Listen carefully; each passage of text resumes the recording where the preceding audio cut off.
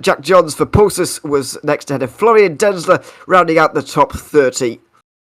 Final couple of cars on the lead lap there, Legion of Racers and Brabham Esports. Sophie Rhodes was the first car one lap down, the first driver one lap down, I should say. Wolf Team Racing in Yas Heat, 34th and 35th. DCW Racing TR powered by Geeks Energy. Simsa Esports and Absolute Motorsport round out your 39 cars on the grid there. Well, Zach, another great race. You've seen three absolutely fantastic races here today, I have to say. You picked some good ones to watch, and GT3s at Silverstone, absolutely no different there. Very, very enjoyable once again.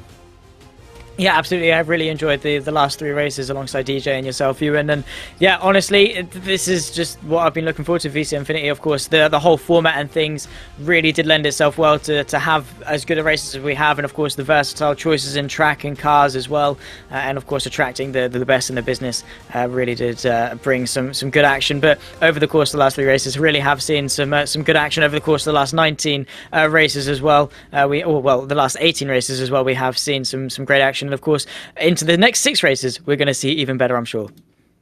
Absolutely. We're just holding off, by the way, for a moment to see if we can get a quick chat with Max Benecke.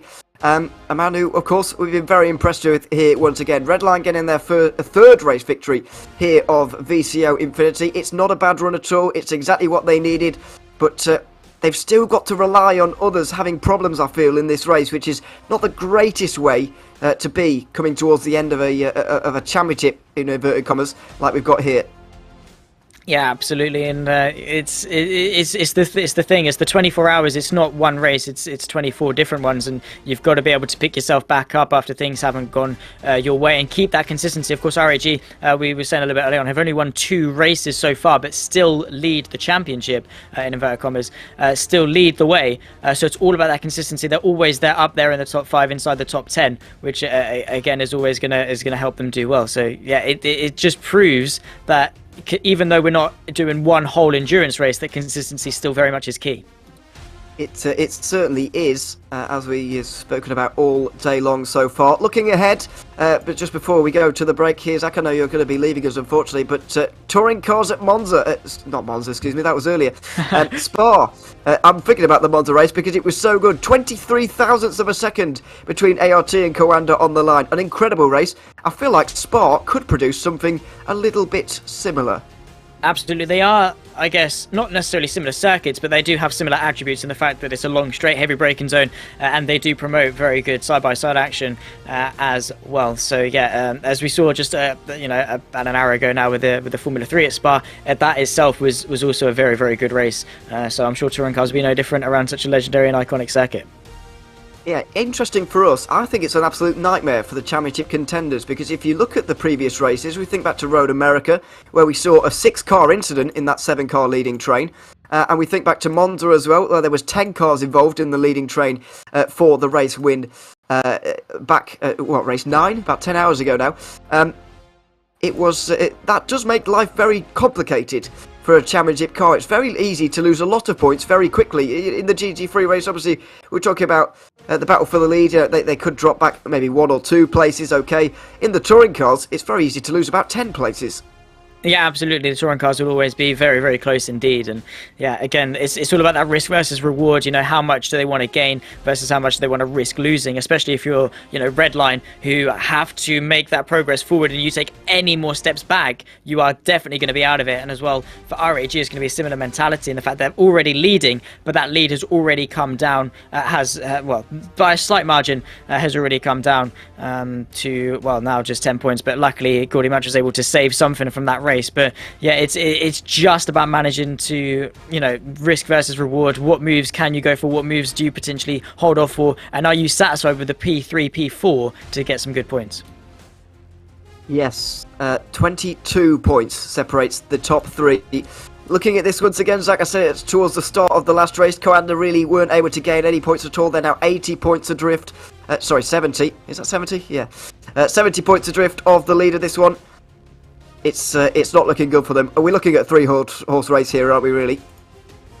Yeah, absolutely. Unfortunately, VRS Coanda, despite having the most race wins of any team, taking 5 so far, they really have struggled. Of course, they had those issues early on, which then didn't really help them in moving forward. And of course, they had some issues at Spa as well. So, yeah, unfortunately, just the pace certainly has been there. If they had some consistency, if they maybe got a little bit more lucky as well, don't really use that term lightly in terms of motorsport. If they did get a little bit more lucky over the course of the races so far, they might be in a shout, because yeah, they have proven that they very much are up there with RAG, Urano and Team Redline. But again, consistency is key, and unfortunately for them, they haven't quite been on par with our top three.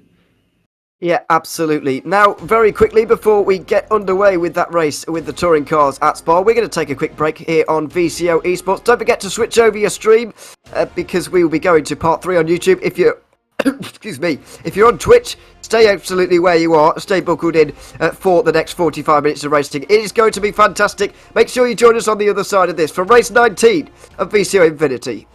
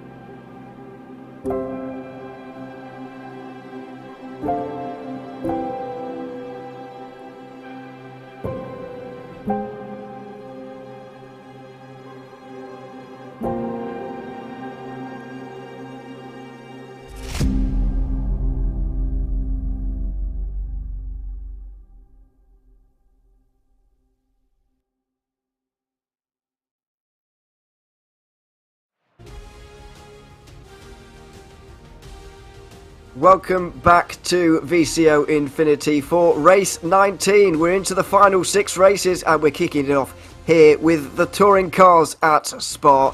As we've already talked about, going to be very, very exciting indeed. Qualifying has just been completed. We'll get to that grid in a few moments' time. But yeah, Zach, we're very much looking forward to a bit of a draft fest. As we saw at the F3s, it's going to be no different in this next hour. Yeah, absolutely, and well, these cars certainly will bring some good racing, I'm sure, and of course with the long grid and that slipstream playing a massive factor around Spa. Long straights and heavy braking zones as well will really lend itself to some good racing, as we have seen for the last 18 hours of the event, and of course only a couple of hours ago we were back at Spa, so very similar with the F3s as you said. It certainly is. So let's have a quick look at where everybody is and who's where in this grid, because it's a little bit different compared to what you might expect. Certainly the front row, from what we've seen in qualifying so far, is a little bit different to what we have seen, in some previous races here in recent moments. Here it is. What's Cooking Racing Adventures and Wannabe SRT will be on the front row together. Team Redline, good qualifying again to be third, and a Pure Sims and Arnage. Vlad Kimichev, much better qualifying for him on this occasion compared to what he did at Monza anyway. He will roll off in 6th. Then it's going to be Viras Coanda in 7th alongside Urano. They're not too far behind, and Laubish was very good at Monza as well. Paulo Lopez and Kira Wolf will be rounding out the top 10.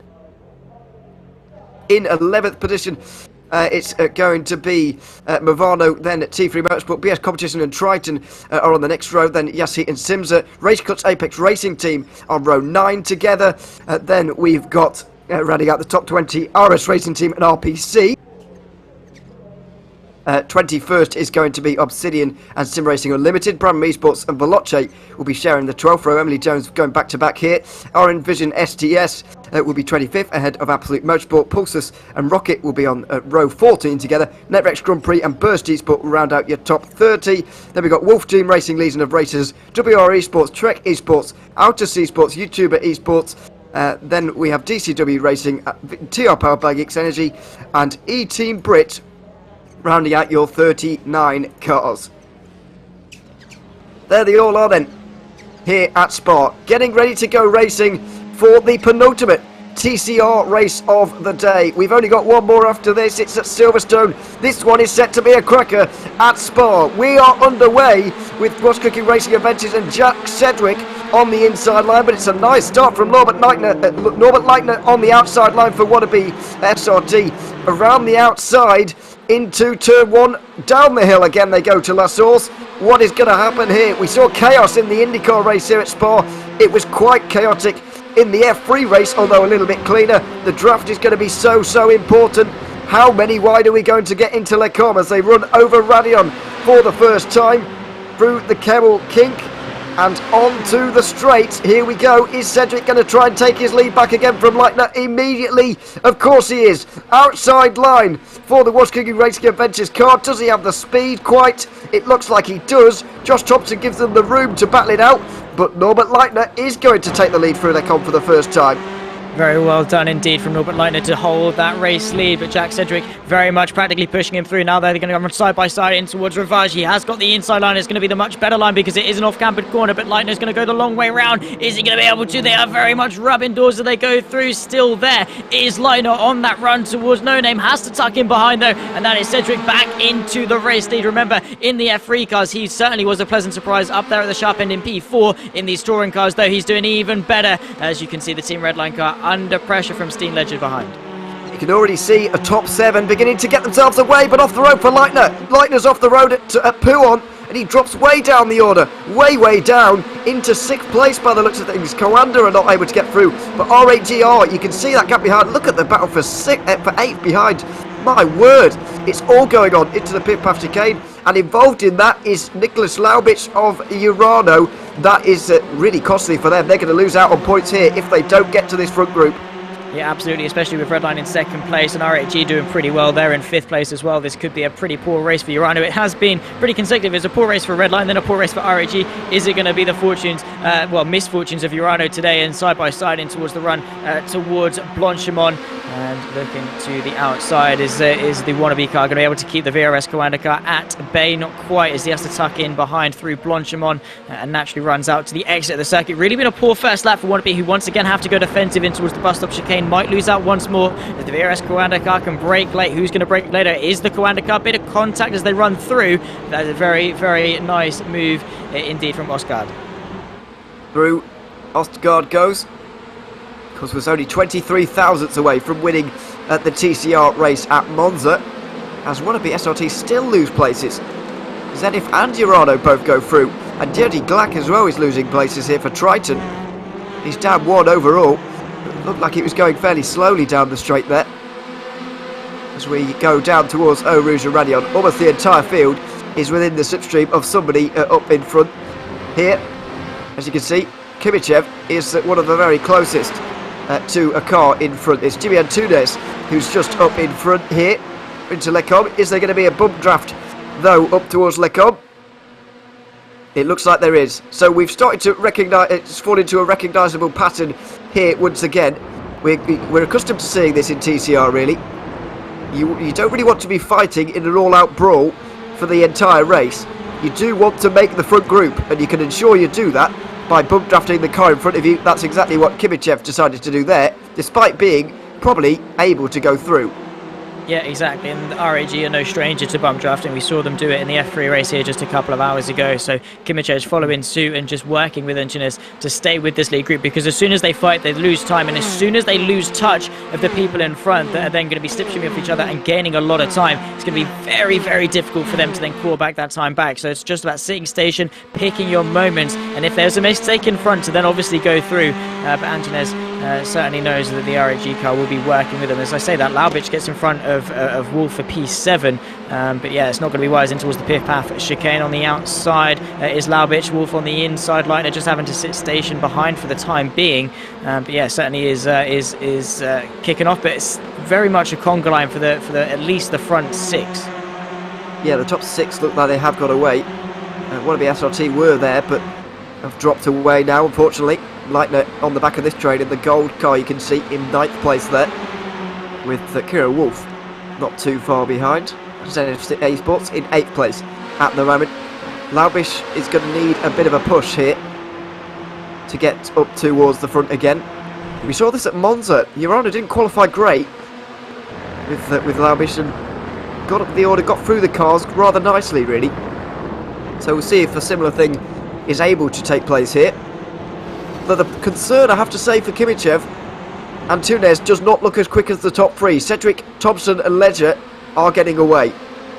Yeah, absolutely. So Kimichev might decide to take some authority and get through in order to press forward and be in the driving seat to take some positions. 2 by 2 they go in towards La Source, with a couple of teams now going side by side. We can see Runanen in the Simsa Esports had a bit of a tough moment last time out. It's Silverstone in the McLaren GT3, but now running side by side on that run in towards Eau Rouge and Radion. He's got Espes on his left hand side. It's going to be a very tough pass to go the long way around, but if he can keep it there, it's going to be the inside. Unfortunately has to tuck in behind, and that car behind definitely looks feisty, because that poor run now will certainly be a detriment to his momentum. Yeah, it will. It's all going on back here, I have to say. Outside the top 15, it's all gloves off. Although they do decide to stay in line just a little bit more on this occasion, although Runanen is under pressure himself. Down the inside from Jerzy Glack, and through he goes into 16th position in this race. This entire battle, by the way, headed by Yasheet for 14th in the race. Further up towards the front, Kimichev has realised that Antunes is losing the draft of the front 3, and so he's decided to get through and try and close the gap himself. It's going to be difficult for him to do that, and Thompson is absolutely not going to want to let that happen.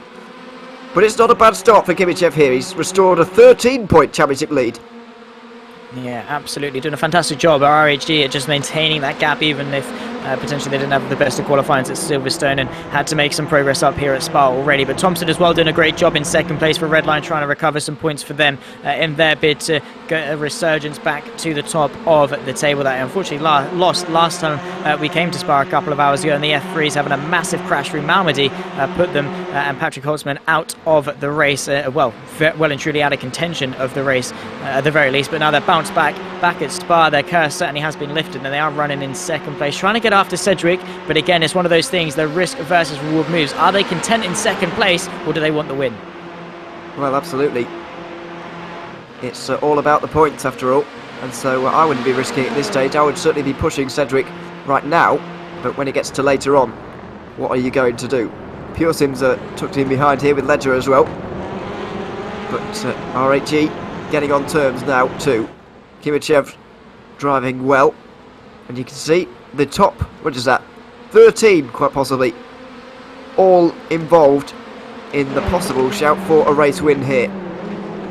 Out through the last horse, and the run up towards Lecombe now, pretty much flat out the entire way for everybody down the hill towards Eau Rouge. And then what are we going to see up towards Lecombe? You'd have to expect it's going to be more pushing. Be a surprise to see Josh Thompson try to take the lead here from What's Cooking Racing Adventures. Would be surprised to see Pure Sims try and make an impression on the two in front as well.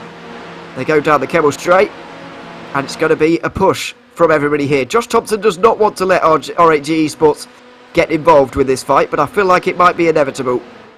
Yeah, definitely so. I mean, it might get to a point where Thompson's just sort of like, okay, I can see RAG in my mirror. I do kind of want more cars in between myself and him. So that might be the motivation to then get himself into the race lead. But with how strong the draft is, you know, Jack Sedgwick can very easily launch a counter-attack unless Thompson then forces a battle behind, forces the Wars Cooking Race Adventure car into Pure Sims and into RAG. And, of course, that monstrous pack of cars behind. But, again, that will also be playing in the likes of Team Redline and RAG in everyone's mind that if they go for a move and it comes off bad and they make a mistake, they've got a lot of cars there behind them that can then capitalise, and they will lose out big time.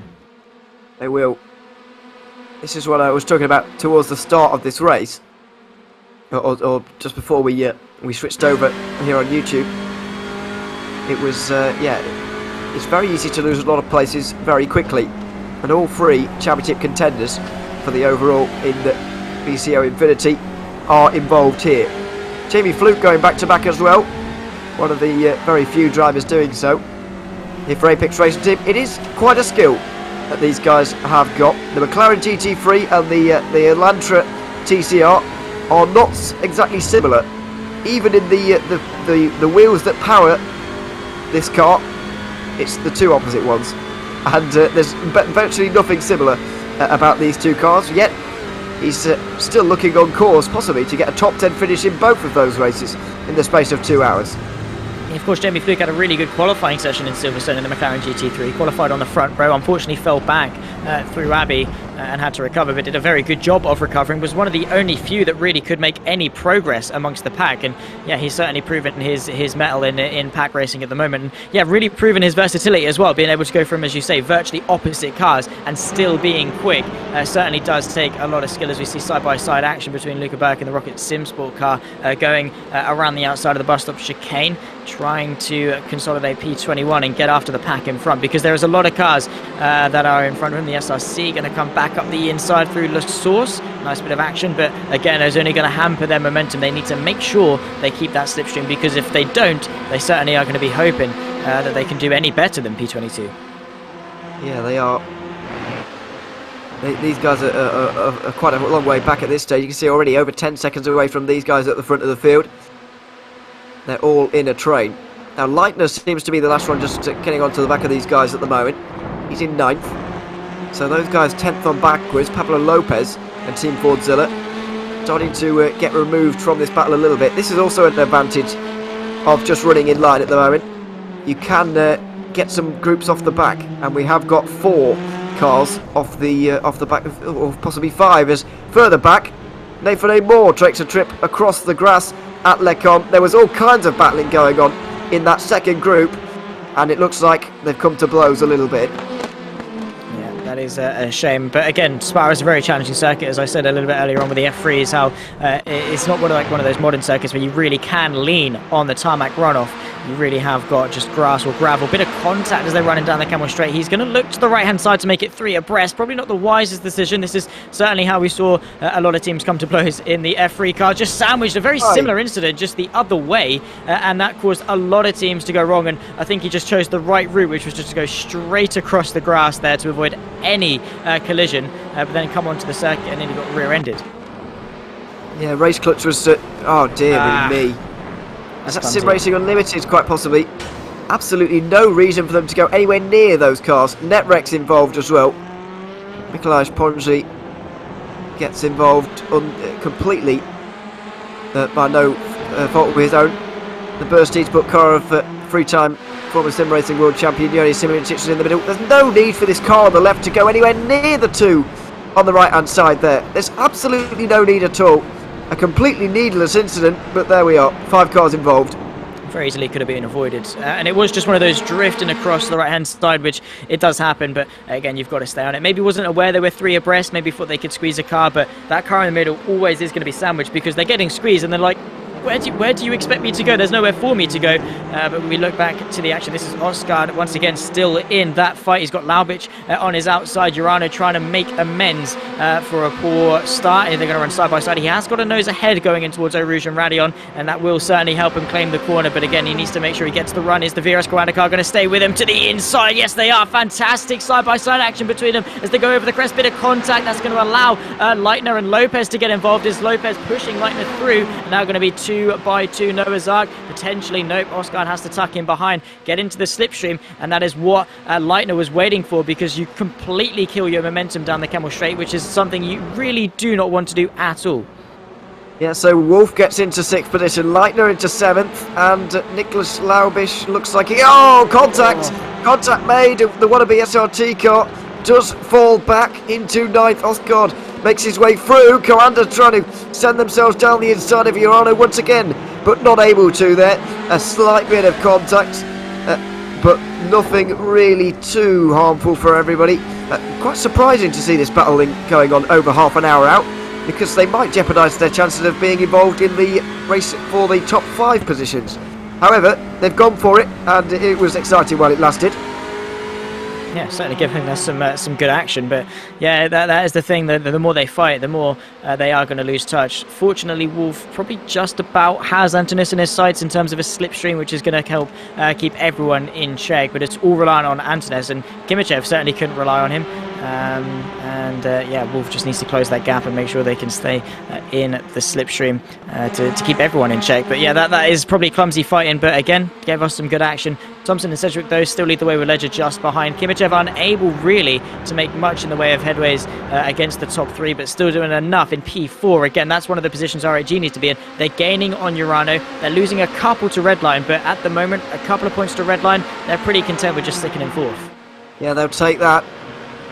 They would extend their championship lead to 13 if the race were to end at right now. Fortunately for us, though, we've got nearly half an hour remaining, and we haven't seen anything yet, really.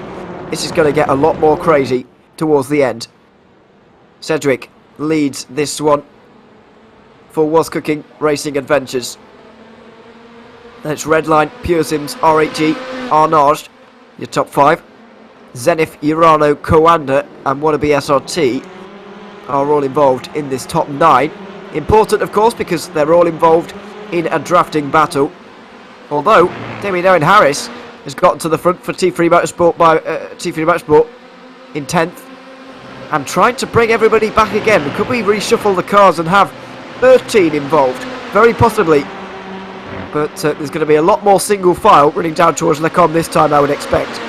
Oh, no. Here comes Thompson to the right-hand side down the Camel Straight. He's certainly not waiting around this time, is he? Cedric going to be on the left-hand side, as Ledger also wants to get himself into the mix. But Thompson, yeah, really big surprise for him to just pull to the right-hand side there, wasn't it? He just wasn't expecting it at all. Cedric going to keep him honest. Going to go the long way around. Bit of contact. That's not what Thompson needs as he's forced wide. And now he's side-by-side with RHG. Championship rivals for VCO Infinity, rubbing door panels through Malbadin into Bruxelles.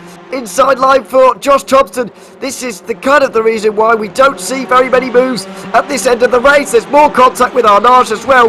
Into No Name they go. Kimichev's on the inside line in this battle for 3rd. Thompson is going to get shuffled back and further. 4th place. He just about shoves himself into line with Antunes. But goodness me, Thompson goes for the race lead. He nearly had it, but contact with Cedric has dropped him down to 4th, and now Kimichev is ahead of both of his rivals. That's how easy it is. That's how quickly the pendulum can swing, as Thompson, fabricated a move for the race lead, quickly then dropped him down to 4th, and that's how close this pack is. If it goes wrong, it goes really, really wrong, because as soon as you leave an open gap, you've got 2, 3, maybe even 4 cars that can then bully you offline and force that gap open, keep you off the racing line, which is exactly what happened to Thompson. Now he's behind RHD, which is exactly not the situation that Redline want to be in. It certainly isn't, but the cards are going to reshuffle again later, and they will have another opportunity. There will be no doubt about that. Kira Wolf is the driver, just dipping out of line there. but nothing doing really. Oh, off the road for Thompson a little bit through Blanchimont. High speed corner, but thankfully there is tarmac runoff on the outside of it. So we'll stay in line once again as Laubish and Wolf go side by side. Urano Esports versus Zenith Esports. Further back with side by side between Coanda and Wannabe SRT as well. Those guys endangering themselves really in terms of staying in contact with this top four. Arnaz though with a little bit of a poor bus stop there does mean that they will stay there. Side by side again, Urano versus Zenith out of La Source, but no positions change in the end. Towards Erosion Radion, but they are fighting really hard, and Coanda just have to sit idle again and can't quite find a way through. As Pure Sim's going to go for the move on Cedric out in front. The gap is 2 tenths, but again they probably saw the misfortune that happened to Thompson and how quickly that went wrong, and might play in the back of their mind and them going for a move in future. But you can see Urano Esports potentially putting some pressure on Zenith, and actually side by side between Pure Sims, who's on the inside. He's going to have to the inside line. Is Ledger going to go the long way round? Not quite going to be able to. That's going to promote RAG into second place. Thompson as well might get into the mix, get themselves back onto the podium, and very quickly it goes from Jack Cedric being in the lead of the race, once again making contact. Unfortunately this time he was on the worst end of it. Yeah, absolutely. The contact last lap around was well, not advantageous to him, but it wasn't disadvantageous. And that one certainly was there. Pure Sims, RAG and Redline all make their way through as Zenith and Urano can't leave each other alone. Here they are again, side by side. RAG gaining more places and more points. This is to get back to 14 down here for Urano, and Nicholas Laubich finally makes his way through. Tommy Usgard tries to make his way through, and Kira Wolf here as well, as Norbert Leitner is here too. This is all very exciting indeed as Damien Owen Harris tries to get the four behind in contact. Pip Puff Chicane and Coanda have the inside for the second part of it. Kira Wolf is going to do well to hold it round the outside here, but does, and has the inside line for Stavelot. What a bit of racing this is. VRS Coanda car, Tommy Usgard went underneath them through pool. A bit of contact as they go through in towards Paul Frere, though this is still fantastic racing as Leitner doesn't really know who to follow. Usgard around the outside, still side by side with a wannabe SRT car, and now the T3 Motorsport wants to certainly get involved. The Zenith, well, the T3 Motorsport wants to close up to this train, but you can see Zenith and wannabe now going to run side by side towards Blanchimont. It seems like VRS Coanda has got in front, and oh no, that's such a huge crash between the two of them. That's Zenith and wannabe both off, and that is them well and truly certainly out of this race. I think Zenith have managed to keep it going, but wannabe well and truly, that car has seen better days. Wow, Leitner with two wheels on his wagon by the looks of things, and Kira Wolf with damage, surely. Incident at Blanchimont, they're never small, and here it is. Let's have another look at it again. So Tommy Usgard gets through here nicely, he's clear, but what about Leitner and Kira Wolf? Side by side, Leitner's on the inside line here. Now does he fade across? Yeah, there's no room there, I'm afraid, Norbert, and into the wall in a big way for wannabe SRT. They're out the race. Kira Wolf with big damage. Leitner should not have been coming across there. There was not the room for that. Yeah, no, and it seems like the tale for most incidents here at Spa is just, I don't want to say careless, but just natural or even intentional, just drifting over to squeeze the car, realising there's not a lot of space. As we see the RAG car go for the move for the race lead around the outside of Les Compmont. Pure Sims does get that move stuck, and you can see once again side by side with Malmedy. He's going to be on a compromised line. That means Pure Sims can try and get underneath them. Red line as well, practically push going, and RAG have been tagged round through Malmedy, and their tyre is gone, and that is RAG once again having some misfortune. It was Red line last time at Spa, it's RAG this time. That is some big points lost as Redline inherit the race lead. Wow, this race and these standings turn on their head all over again. RAG Esports Championship leaders are out of the TCR race here at Spa, race 19, throwing up all kinds of drama, and there it is. Urano will now take the championship lead by 8 points over Redline as RAG lose so many points. My goodness me, this race and this VCO Infinity event has once again changed dramatically. Urano trying to extend that new lead that they have with a side-by-side move on Arnage, not able to do it there. Wow, let's have another look. Happened here through Malmedy. It seems like Pure Sims was just very close. Redline as well with a bump draft. I think that's the risk with getting so close, is that all it takes is just one odd angle, and then the car gets sent round. And yeah, they are very, very, you know, nose to tail.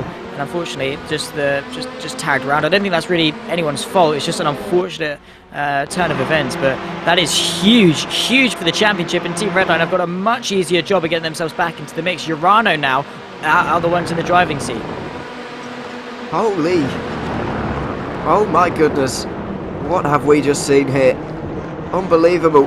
The VCO Infinity continues to throw up all kinds of surprises and shocks as we go over the line once again to complete the 9th lap of this race. We're about halfway now. And we go on to lap 10.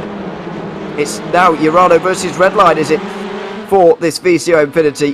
RH Esports dropped down to 38th. The disadvantage for them is that there's not many cars out the race, so they will not score many points at all. Only 3, I think, in this race. I'd be surprised if they're able to score many more unless there are other incidents like the one we have just seen. Up front though, it's Redline versus What's Cooking Racing Adventures. Are we going to see a bit of a truce now because of the incident last lap around, or are we going to see all out racing again? Well, it's the second one, thankfully. Redline on the outside line. Jack Sedgwick is trying to retake the lead here. Outside line for Redline. Inside for the second part, but outside for Malmedy, which is not the place you want to be in. Through goes Jimmy Antunes as well for Arnold's competition, shoving Josh Thompson ever so slightly wide. But he sticks into line and into third place. Although look at Urano. Look at Urano. Fourth place for them quite possibly here with this move on Pure Sims. And the two rivals, Urano versus Redline, they're back together again. What a race this is turning out to be, and yeah, Jack Sedgwick doing all the right things to defend, and Arnage doing all the right things in order to attack. This is Pure Sims trying to make a move on Urano. They were right at the sharp end at the start of this lap, and that is just how close this pack has been. They can go from fighting for the race lead straight down to 6th in a matter of corners. But yeah, Redline, that's unfortunate for them to be bullied out, and they were very, very lucky, I think, to not get caught out by Urano. They're either in towards Piff Path. Pure Sims can't make an indent on BRS Granda. But yeah, Jack Sedgwick, he really is the Minister of Defence today here at Spa. He did it in the F3, trying to keep everyone else behind him when he managed to get 3 and 1. Now he's doing the exact same thing, keeping a train of, what is this, 9 cars behind him now? Yeah, it's a lot at this stage. 10 involved with this race lead, I think. Everybody just trying to stay involved. Jack Sedgwick just chatting to the team there, looking a little bit stressed. And why wouldn't you be? Looks like we've got at least the triple screen display as well, by the looks of things. For him, moving down towards the bus stop chicane again. Arnold competition in second, Redline third, Urano fourth. This is a good performance from Was Cooking Racing Adventures. They're not really involved in these top positions. 12th place coming into coming into race 19 in these standings. They're going to be moving up with this performance, but not too far, you wouldn't imagine. Out through La Source again, and out up the hill through Eau Rouge again for these cars, as Pure Sims fall out of line there for some reason. Now, drive-through penalty for Pure Sims. This was the incident involving RHE. Pure Sims deemed at fault, and they will have to do a drive-through penalty. I have to say, I don't disagree with that at all. Yeah, no, I have to agree. I think it was an unfortunate turn of events for them to be right up the rear end, but the drastic consequences that did follow meant that, yeah, they did certainly deserve to have that penalty, which is a shame because they have been driving really well, but that certainly will be, at the very least, race certainly... yeah, just an unfortunate turn of events for them. But Arnage having a really good race up there in P2. You know, some of the teams that haven't been particularly at the sharp end over the course of this event, at least recently, at that, certainly now really fighting for it. Team Redline and Urano both fighting with the championship on their shoulders as well, third and fourth, really fighting for it. But yeah, Jack Sedgwick doing a fantastic job out in front, keeping this train all the way back down to BS competition, and Pure Sims in P9 and 10 really is doing a really good job. Just keeping everyone a bit, and it's that thing. It's the pressure that's piling onto him. He's got everyone behind him, and yet he's not flinching at all. Yeah, it is impressive. I'll tell you another impressive drive from T3 Motorsport here today. I know the issues for others have inflated their position slightly, but 6th place, they've got through the order nicely. Demino and Harris at the wheel there. Through Stavolo again. 17 minutes to go. We're getting towards the point where things are really going to kick off here in this race. And yeah, let's see what's going to happen for the remainder. It's going to be absolute chaos looking at what we've seen so far. As to be expected with the VCO INFINITY, to be honest. Absolutely, you're never no stranger to some intense action. As Arnage are very close to was cooking as they go through and towards the bus stop chicane. Not quite close enough maybe to send a move. You can see Jack Sedgwick maybe go into the middle of the circuit just to cover it off. And a drive-through penalty for the 55. That's the wannabe SRT car. They're a little bit further down. So again, some penalties being dished out. Arnage though, they certainly will want to go for this race win here. I'm absolutely certain. They certainly see the opportunity to, probably one of their only opportunities to go for another race win. And yeah, they're certainly eyeing it up.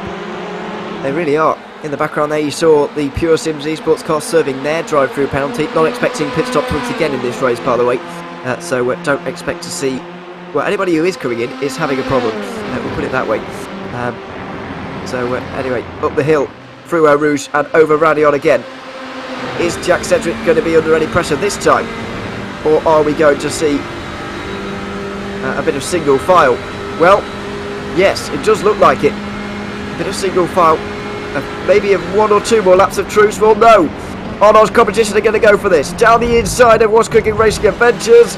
And it's side by side through Lencom again into Malmedy. Inside line for Arnage, but their car is not in front here. So they are going to struggle. Although the next corner is a right-hander as well. So Arnold's competition once again down the inside. Josh Thompson very much on the defensive from Coanda as Urano get in front of him. Side by side still for the race lead. We've got Cedric on the inside line and Tunas on the outside. And he can't make that move. It was a good attempt from the Arnold's competition car, but not quite enough. No, certainly not. And Arnage putting up a valiant offensive, but an equally, if not more valiant defence from Jack Sedgwick to retain the race lead. Redline got caught up by Urano in that skirmish as well. But just look at them. We've got a good, 1, 2, 3, 4, 5, 6, 7 cars pretty much nose to tail as they go towards pit path. You can see Urano eyeing up a move, trying to defend from Thompson as they go through pit path. VRS Coanda as well, certainly in the mix. This is very, very close indeed between all of these cars. Jack Sedgwick hoping they can fight a little bit more to give him some breathing room out in front. Urano Esports certainly making a good movement forward. You can see Lanswick there, that face of concentration, sheer concentration, because he has to be concentrated in moments like these. But yeah, doing a really, really good job at the moment, especially in a race where RAG really having some poor moments. And Urano, in both Redline and RAG's misfortunes, have been the team to step up and score well in those moments. Arnage, though, certainly is no stranger to going for a move for the race lead. Are they going to eye up one to the inside of the bus stop chicane? Not quite able to, nor to is Urano. But look at VRS Coanda going to go around the outside of Josh Thompson, sorry, in towards the bus stop chicane. And that was a very, very good move indeed to get him up into P4. And yeah, very, very, very late. In fact, maybe even eyed up the Urano Esports car for P3 as well, but going to sit station for now. But yeah, Ewan really, really is kicking off at the moment. It really is. What's Cooking Racing Adventures still lead, but what about all the other positions have changed? Redline have dropped back a little bit, I think it's fair to say. Josh Thompson going to be disappointed with that. Ostergaard has made his way through this field rather nicely, as he did at Road America, and as he is doing, or did at Monza as well, as he is doing right now. Up the hill again, and it's outside line again for Jimmy Antunes as he tries to take this race lead away from Jack Sedgwick. Is he going to have enough? Does he have the legs on the straight? Not quite. He's got the outside line to look on this time. Is it going to be a bit more fruitful for him? It is indeed. Inside for the second pot, gives him the lead finally. And, well, he's been trying lap after lap after lap for that. The only problem for the both of them now is that Urano are very, very close behind. Yeah, absolutely. And Redline falling back behind Coanda as well just a moment ago. So, yeah, this really is kicking off really important for the championship as well, because Redline, P5 for them at a time where they really do need to make some points up. Really languishing back. Still P5 very good, and it is very close. So P5, you know, they're still doing a really good job, is Josh Thompson. But Arnage now inherit the race lead. Jimmy Antunes, who did struggle for pace a little bit earlier on, couldn't quite keep with the RHG car, but now has a resurgence of pace because everyone's so close. Jimmy Antunes clearly very good at the racecraft, keeping it patient, keeping it honest through the just staying patient, picking his moments well, and then capitalising when the gap opens up, and has now paid dividends from that by leading the race. But Jack Sedgwick, you know, he's the Minister of Defence. Let's see if he's equally as good at attacking. Well, yeah, let's see. He's led quite a lot of laps of this race. Will probably end up leading the most laps of anybody throughout, but that doesn't really count for anything here in VCO Infinity. You've got to be there at the end. You've got to get as many points as possible, and that's what Nicholas Laumbisch is doing so well right now. Third place, with Josh Thompson in fifth, losing 2 points on him at the moment. Outside line for Sedgwick into Blanchimont. He's not going to go for it there. Is he going to go for it at the bus stop? Quite possibly. Outside line, here we go. 5 laps to go at the line, but who's going to be leading at the end of this one? Inside line for the second part for Sedgwick, can't do it, as Urano and Kawanda go side by side in the background as well. It is all kicking off here as Urano down the inside into turn 1.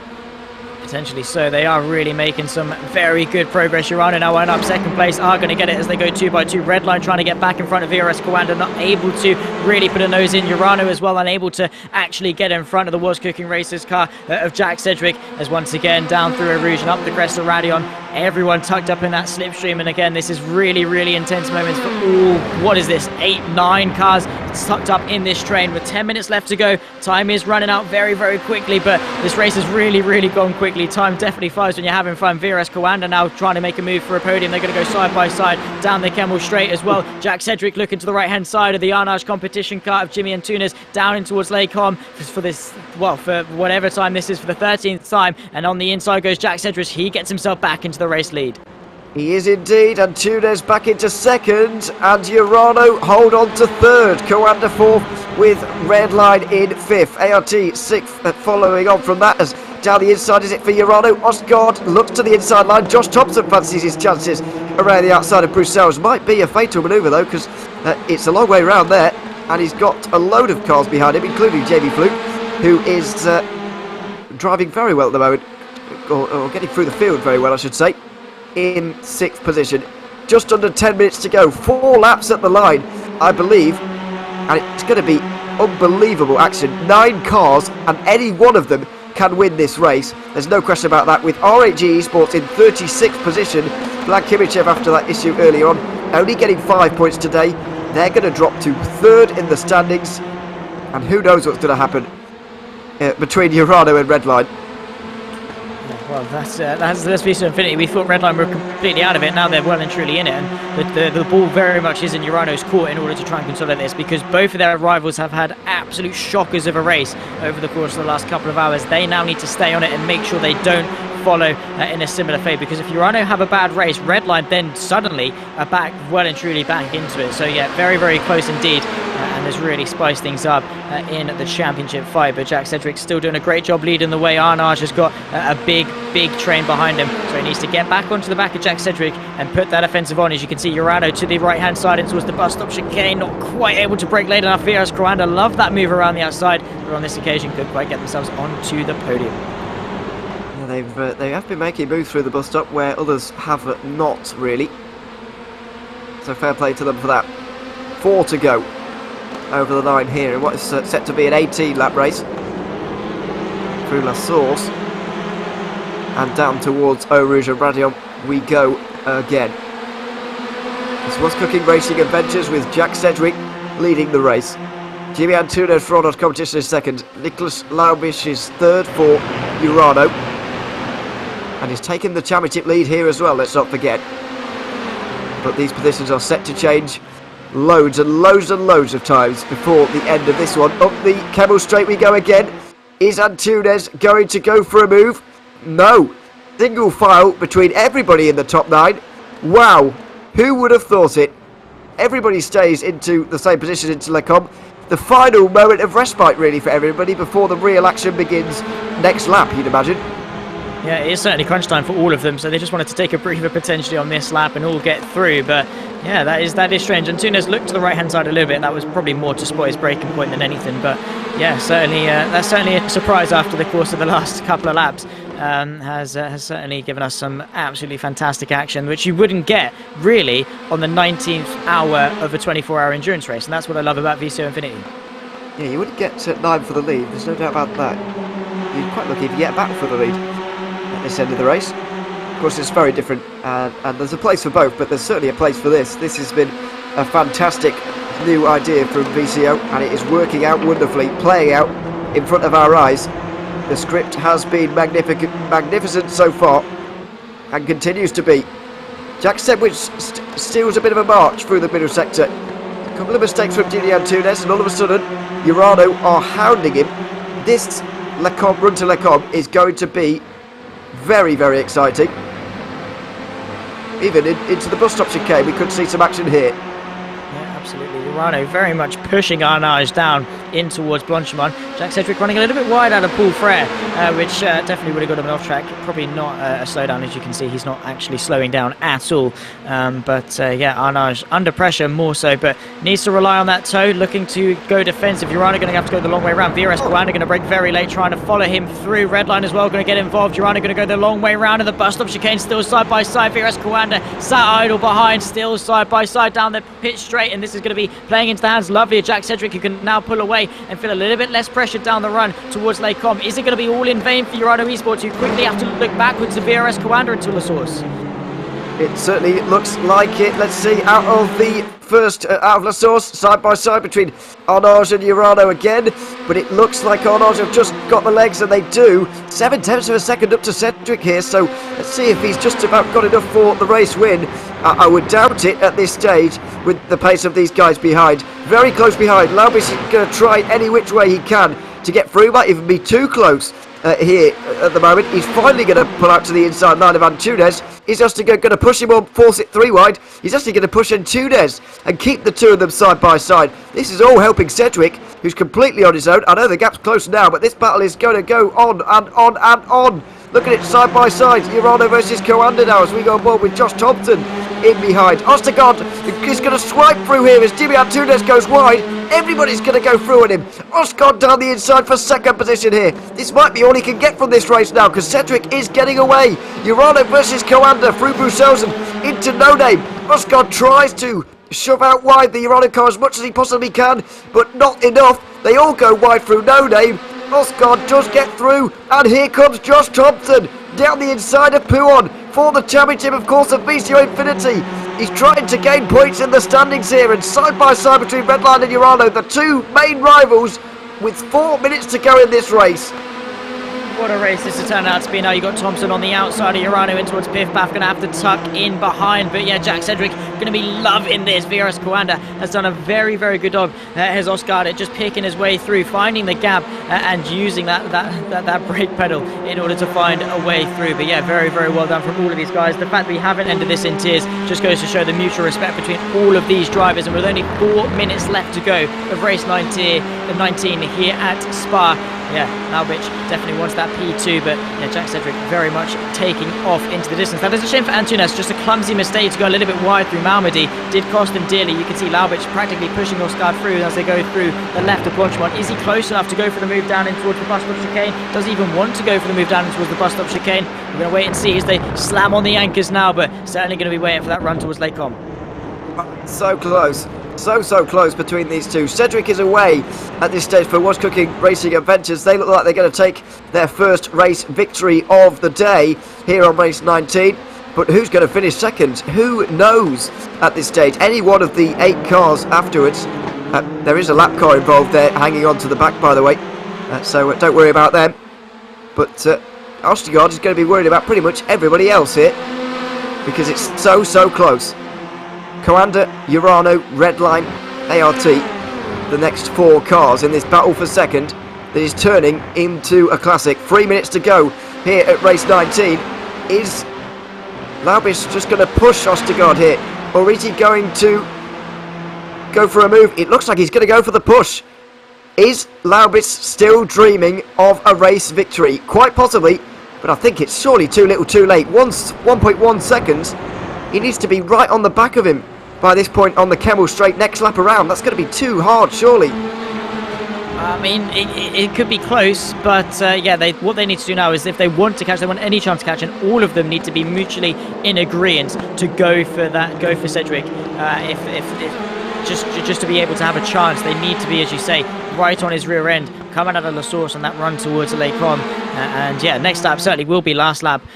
So yeah, they need to push on, but they're not making much of an indent. So I think Laubich is going to say, okay, we can work together for this lap. If we're close enough, I will continue to work with you. But if we're not, if we're still a second back this time, by the time we get to the line, then I'm going to have to go for it and get into second place. Yeah, I don't think he's going to wait till the final bus stop chicane, surely, but you never know. I mean, even if he is third going into the final bus stop, I don't think he can win, so I don't see why you would do that. Just try and take second away from Coanda anyway. As you can see, the live standings, 13 points between Urano and Redline, 22 back for RHG. They're not out of it, but with 5 races to go, they now are the ones that cannot afford a mistake in this race, in these races, I should say. Looking back from Tommy Usgaard. It's only just under a minute and a half and 1 lap to go when we get to the line. 1 second is the lead for Jack Cedric. It should be enough for a first race victory for Was Cooking Racing Adventures. Who is going to finish second though? It is anybody's guess. Any of the next 8 cars can really take this. It's surely going to be between Coanda and Urano. Josh Thompson for Redline is going to want to get involved as well. He's going to want to gain some points, of course, and close that margin. You can see it on the right hand side of your screen. Final lap here at Spa. The penultimate race we have here at Spa, the penultimate touring car race that we have in the VCO Infinity. Out through La Source for the final time, down the hill and plunging upwards again towards Eau Rouge and Radion. What is going to happen here? Osgard is going to need the run of his life, and even then it is nowhere near going to be enough to keep Laubich from getting alongside him. Over the top of the hill they go. And now down the Kemmel Straight. Where can Laubich go? Cedric weaves around, and Ostgaard is not going to get the slipstream from him. Inside line for Urano. Ostgaard just leaves it open. He squeezes as much as possible, but he leaves the inside for Les Combes completely open. The two of them go side by side through the first 2 parts of Les Combes. Inside for Malmedy. Goes to Laubich. There's contact. Coanda go wide. And Josh Thompson's going to fancy his chances. Down the inside to Bruxelles, he's going to try and go. He's got Jamie Fluke on the outside of him though, trying to make things work. Outside for Ostgaard, he can't go through. Urano are in second. Can Redline get the third? No! Oh my goodness! Thompson with one of the saves of the race with that one, but he drops so many places. Look at the points he's dropping on the right hand side. He's dropping position after position. He drops to 7th, my goodness. That is so crucial for Team Redline. That was a slight bit of tab between himself and Viras Coanda, but that can be crucial for this championship. Needs to bite back, maybe make a couple more places with the limited time we got left. But Jack Cedric really is setting off, looking good down the inside of Arnage competition. Goes Thompson to save 1 more point in this race. For Urano Esports and Viras Coanda, that'll be a good old run through Blanchimont towards the bus stop chicane. But yeah, Jack Cedric driving very well. Got a bit of clear air now. All he needs to do is bring it home. Yeah, that is pretty much the only position in this field that is pretty much set from this point. Josh Thompson there with a very aggressive move on the entry to Piff Paff, but it was very well executed indeed. He drops the margin to 16 points. He's going to hope it's 15 by the time he gets to the line. Through Blanchimont they're going to go, and Osgard is not going to settle for third here. He's going to want to overtake Urano for second. Through the fast corner, fast left-hander they go. Into the bus stop chicane. Is anybody going to go for a dive? Osgard is going to go late on the brakes. Inside line, Laubich gives it to him, but he's going to hold on to second as he Jamie Fluke down the inside of the final corner there. Josh Thompson tried something as well, but can't make it work. And it's Was Cooking Racing Adventures who get their first race victory of the day here in VCO Infinity. Urano Esports are going to finish second out of Coanda, ART, BS Competition and Redline, your top 6. But it's the first win of the day for this team. Jack Cedric wins race 19. What a race that was. That really was action from start to finish. We thought they were going to wait around and push each other, but they most certainly did not after the first couple of laps of doing that. And that's very well deserved from Jack Cedric, who, yeah, well, he tried to do some donuts, but of course front wheel drive won't allow him to do that. But yeah, really, really was well deserved. He put up a monstrous and valiant defense against everyone else. The pressure must have been absolutely monumental, but yeah, even despite that, managed to not flinch at all and then bring it home for his first victory. But yeah, that was crucial for Redline. Again, RHG as well. That is a very, very poor race for them, bringing everything back into Redline's hands, and of course, well and truly into Urano's hands as well. Yeah, it really has. 34th for Vlad Kimichev in the end. 7 points to his name after that race. There's the standings. 22 points adrift of the leaders Urano, who have 16 over Redline. It really is down to Urano now to hold out for the final 5 laps, for the final 5 races, I should say. We'll have a bit of a change in the commentary booth here in a few hours' time, of course. Zach Sweeney's finally going to relinquish finally got rid his of me, Ewan.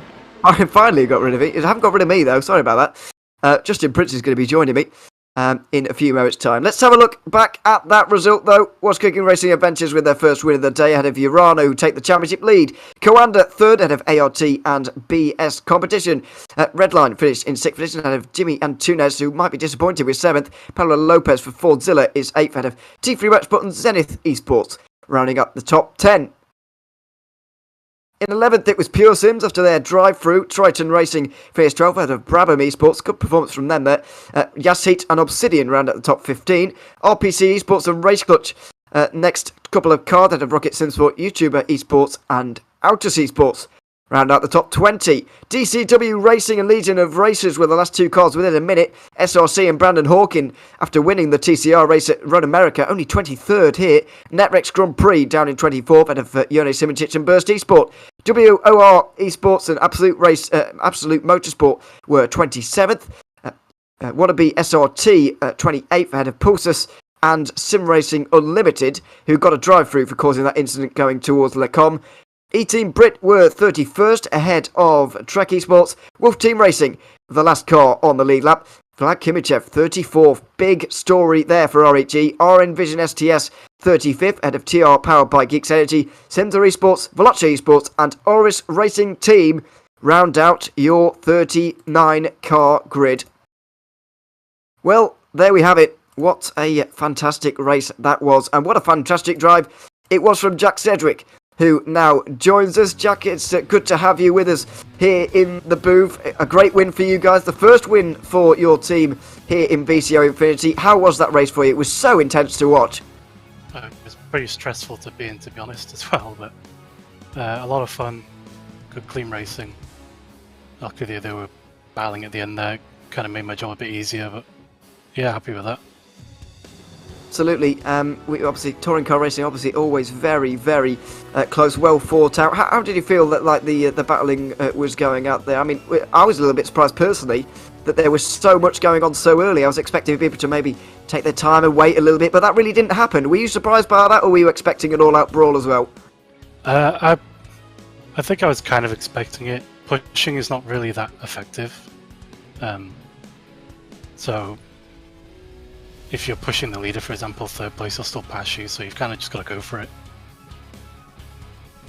And of course, in terms of the team now, you guys are another 40 points to your name. What's the expectation? What's the aim for the rest of this race? 5 to go.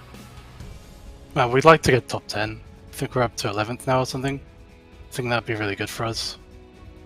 But I'm also just happy with the win. Yeah, absolutely.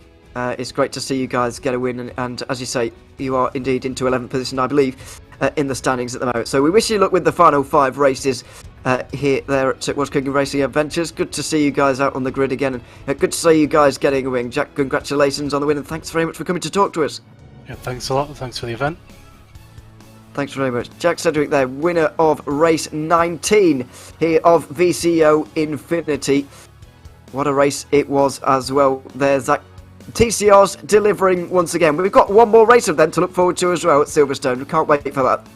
Yeah, well, certainly whoever's in the commentary booth for that time will certainly have a good race in store and their work cut out for him, as you and I both did just now. And yeah, certainly looking forward to tuning in and watching it as well when that does come. But yeah, it was a very good race and very, very close. As we expected, the slipstream was going to keep everyone very, very close, and it certainly did. And I'm just very glad they didn't end up waiting around and that the pushing, as Jack said, wasn't particularly effective, because it kept everyone in the mix and kept everyone wanting a little bit more, sometimes wanting a little bit too much, but yeah, that's the beauty of racing. Absolutely. Zach, thanks very much for joining us for the last 4 hours or so. It's been great to have you here. We'll obviously see Zach on Race Spot in the near future, of course. But now joining me for the next couple of hours, Justin Prince jumps into the commentary booth with me for race 20. Justin, what a race we just saw there, and this championship is turned on its head all over again. RHG were leading coming in. All of a sudden they find themselves over 20 points back. What madness is going on here? What did I say a little while ago when it comes to the flows of a 24-hour race in general? When it comes to the attrition that can come in at any time if you make any mistakes. With this format, it's exemplified and exasperated. And now, this is the time where, especially if you're some of the top teams, you cannot afford to make that mistake with not too much time to try and recover on forward here. And here's the thing. Some of the top teams, when it comes to driving in the prototypes, are coming up towards that way, the LMP2s. It's going to be intense for some of these teams, especially knowing some of the contenders, some of their best cars just so happen to be right on the docket, right around the corner here. Yeah, absolutely. We've still got 2 LMP2 races to go here in this event. We've seen enough of the IndyCars today. Unfortunately, we've had enough of those now, but still 2 IndyCar races. Excuse me, LMP2s. I'm losing my mind here. LMP2s to go. Monza and Silverstone, in particular, for the LMP2s, were runaway race victories for the pole-sitting car. How important is it going to be here on this particular circuit, Daytona, which is, of course, very, very different, and we may see a completely different race, but how important is pole going to be on this occasion, because Coanda have dominated this discipline so far? Well, when it comes to qualifying, I think it's going to be very critical, especially knowing the possibilities of swapping around with the positions that could cost you some time in the attrition. But more so, a lot of the drivers who, for example, in the 24 hours of Daytona on the sim earlier this year, the contenders qualified inside the top 3 or 4. So, realistically, if you want to be amongst that lead grouping by the end of the race, you need to be amongst that top 8 or so at the very minimum. And for teams like Apex, for teams like Coanda, they are, of course, in that wheelhouse to do so, but don't forget about Redline. They've got a lot of experience doing so as well, especially with their coordination and some of the drivers who are pivotal. Last time a special event was held at Daytona are going to be in this field for this respective race, knowing what's on the line. Yeah, absolutely. We saw a titanic fight between Coanda and Apex Racing Team throughout the Daytona 24 in January, I should say. Fortunately, we're not going to be going for 24 hours here, only 45, but you can expect those two to be right up there, and I can tell you, in the qualifying right now, they are 1 and 2, so that's no surprise to anybody. Josh Rogers currently leads those standings. We'll get those to you when we get into the race session here in a few moments' time, but throughout that 24-hour race, obviously we're drawing on that quite a lot. Bump drafting was a big thing, somewhat surprisingly, because LMP2s, you would think a bit, I would certainly be a bit nervous about it. It could well be a factor in this race as well, despite its relatively short length compared to what we had 4 months ago. Should be a bit easier compared to what some may have seen when it comes to the Dallara F3, to say the very least. But that's to be expected when it comes to super speedway style racing, keep in mind, because the bump draft with stock cars, very effective. When it comes to the LMP2s, you can get away with that fairly easily without significant contact, as long as you don't go off-center, which could imbalance the car you're pushing in front. So a lot of mind games, so to speak, have to be played, but also a lot of movements to make sure you are ready to go when we hit the green flag in just a few moments' time, because you have to be able to position yourself well for said drafts, be able to know where to take the runs, especially with so much time around the track, draft your way forward. But it is expected to be an exciting one once more at the World Center of Racing, especially with speeds being carried, and especially with the drivers looking to battle it out with 45 minutes on the clock, with a tank we know can go around 40 minutes on fuel. Here is the starting grid then. It's Coanda and Apex Racing Team in a repeat of the Daytona 24 battle on the front row together. RS Racing Team and Redline are on the second row together. Beneke looking to go for his second race victory in just about 3 hours. Mastis Mlinek has got inside the top 5 from Netrex. Great drive from him there on Oz Competition. Also up towards the front on the third row. BS Competition 7th, ahead of Urano Esports. Championship leaders dropping down to 8th. PGZ Motorsport and Sibza round out your top 10. It's Fraser Williamson and Louis Nunez on the 6th row together. In 13th position, we've got Autos Esports, we've got Movado Corsa, I should say, in that position. Vlad Kimichev is only 14th, going back-to-back in these races, driving an LMP2 after the TCR last race. Veloce Esports, 15th, ahead of Triton Racing. RPC Esports and Yas Heat will be next with Jake Burton. Team Fordzilla and Zenith Esports round out the top 20. Then T3 Motorsport just missing out. Pure Sims Esports somewhat surprisingly down in 22nd. Absolute Motorsport 23rd, ahead of Sim Racing Unlimited. 25th position is going to be RN Vision STS. By the looks of things, ahead of Trek Esports on the next row. Brown Esports and Legion of Races on the 14th row together with DCW and TR powered by Geeks Energy, rounding out the top 30. YouTuber Esports are going to be next to WR Esports, Burst Esports, Pulses Esports, and E-Team Brit to round off your grid by the looks of things. We do have a few more cars as well, but they didn't set lap times and so on. I believe we actually have the full complement of 40, which is good to see, but a few of those have not managed to set lap times very well there in that qualifying session. There you can see them all lined up on the back straight together. There are the standings. If the race were to finish as it is going to start, which is unlikely. Urano here just in 10th position for them. It's not a disaster off of the qualifying, but they do have to be concerned about the fact that Redline are 4th with a pretty realistic chance of winning this race, or at least being in that conversation. Urano going to definitely have to try and claw their way ahead in the early going, especially knowing that they have Maximilian Beneke behind the wheel of the Redline machine.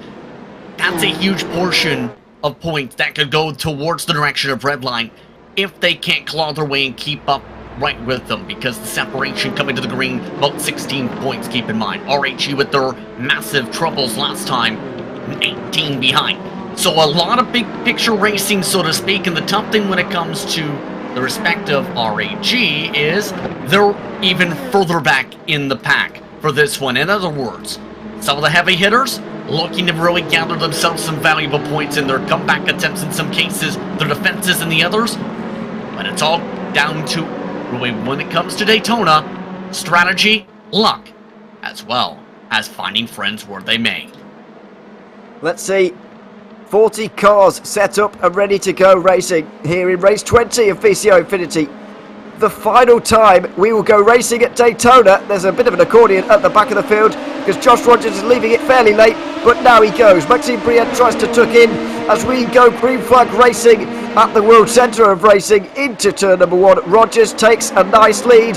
Can we all get through here nice and cleanly? Outside line for Redline through turn 1 there on the RS Racing team. We've had a good start and off the road immediately. I think that was Netrex. Massis Mlinek might have just been off the road to the left hand side. You can see through the little left and right there's a little bit of a spin for somebody further back as well, but certainly up front it was a bit cleaner than you otherwise might expect. Unfortunately further down we have had problems. Plenty of problems heading to the horseshoes, in fact, with a lot of contact and some drivers missing the apexes. But for the most part, the race leaders have been able to get through cleanly, outside of one who has had some good performances. Movano is in the middle of the infield in the second horseshoe. Everybody else is off and away pretty cleanly from the jump.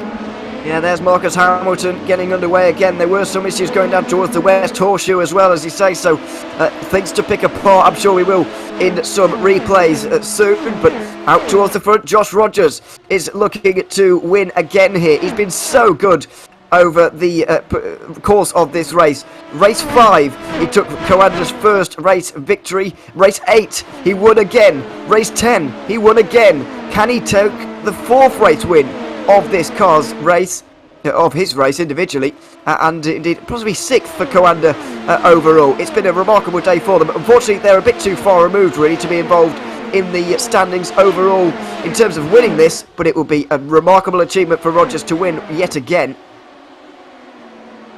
Should be surprised to see Rogers doing well, of course, especially with World Championship experience, seen as the grade A triple star, 5-star if anything, driver that's really used to be able to pull away in their endurance racing schedule rotation as well. In terms of esports, you're looking with Grimbergus up to 7th already, plus 5 in the opening jump. Colorado Esports only up to 8th so far off that launch as well. Urano did get up to 7th, but they're now down to 10th again in this race at the moment, losing 7 points to Redline as things stand, and that is how things would be affected. 9 points would be the margin between first and second. RHG need more than this. They need more.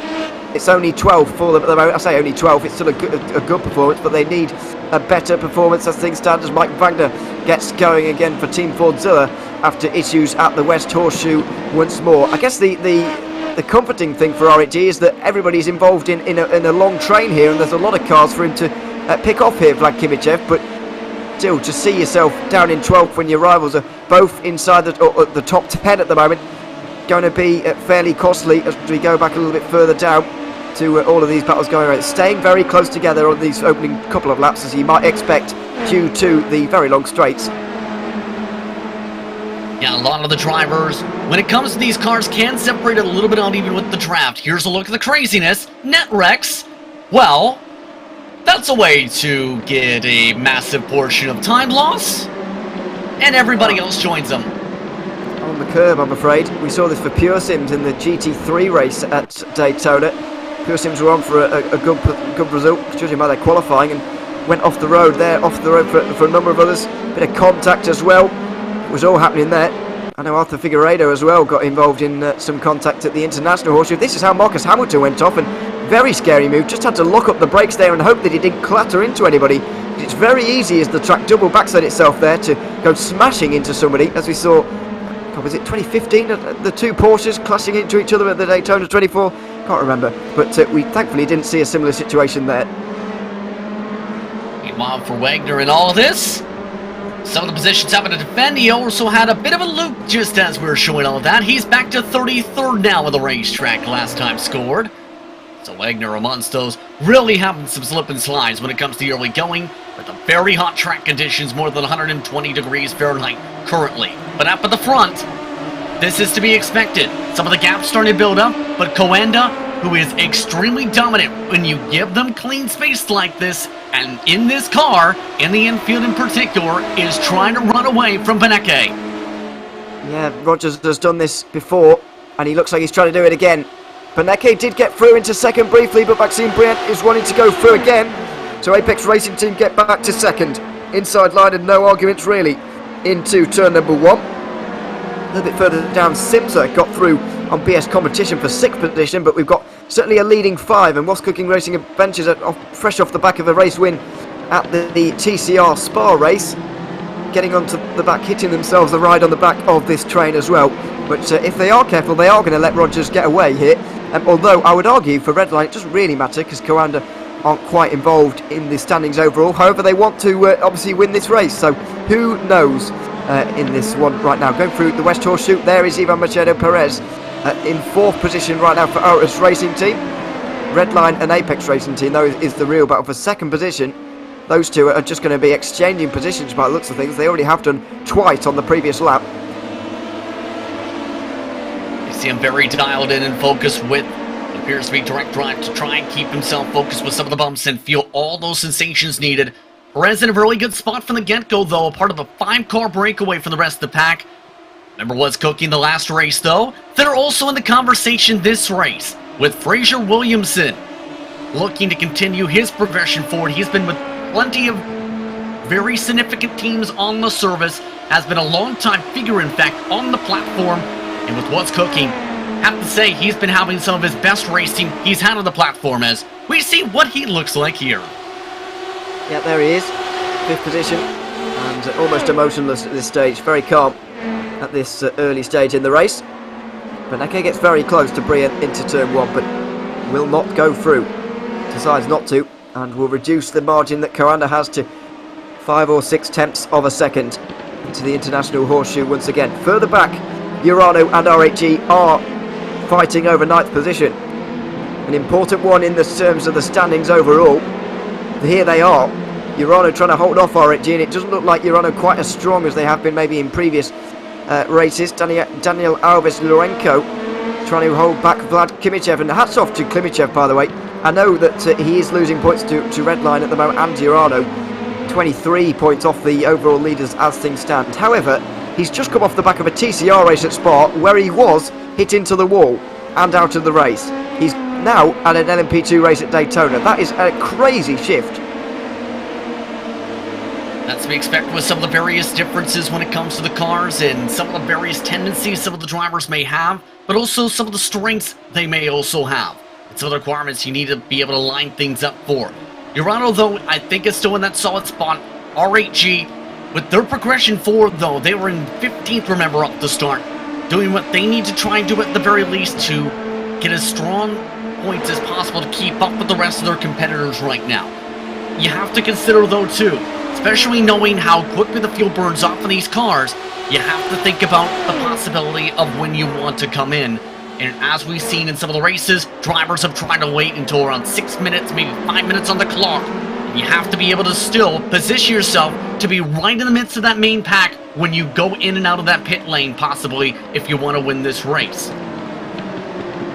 We have seen people running the tanks dry, really, throughout the entirety. Jordan Caruso of Autos Esports did try something at Silverstone by going in early and trying to throw things off, but it didn't really work. Do you think we'll see anybody coming in? I mean, anybody who comes in now can make it to the end of the race. Do you think we'll see anybody trying to shake things up by going in early and doing something a little bit odd on strategy? Typically, no, not with the draft track like this. If you lose the draft, I think it's too much of a gamble. Because right now, some of the drivers without draft are running as much as 1 second slower than entire packs who are in said drafts right now. So you need to be able to be with some cars once you file out. Right now, you wouldn't if you were able to come in on the early going. So expect the stretch on forward. The tough thing is, if you're the rest of the packs right now, the leaders are running the quickest track laps on the track by up to 3 to 4 tenths on average right now. You are not going to be able to close up unless you find a way to quickly pick up. And the tough thing is, the 5 best drivers you want in that sequence to make it to the infield, to be able to get that big time that we're talking about, are right up front. Here they are, the 5 leaders again, over the line with 35 minutes to go. 10 down, 35 to go. Here is the craziness that's going on a little bit further down. This is Mleinek trying to improve. For Netrex, down the inside he goes into turn number 1 on the T3 Motorsport car.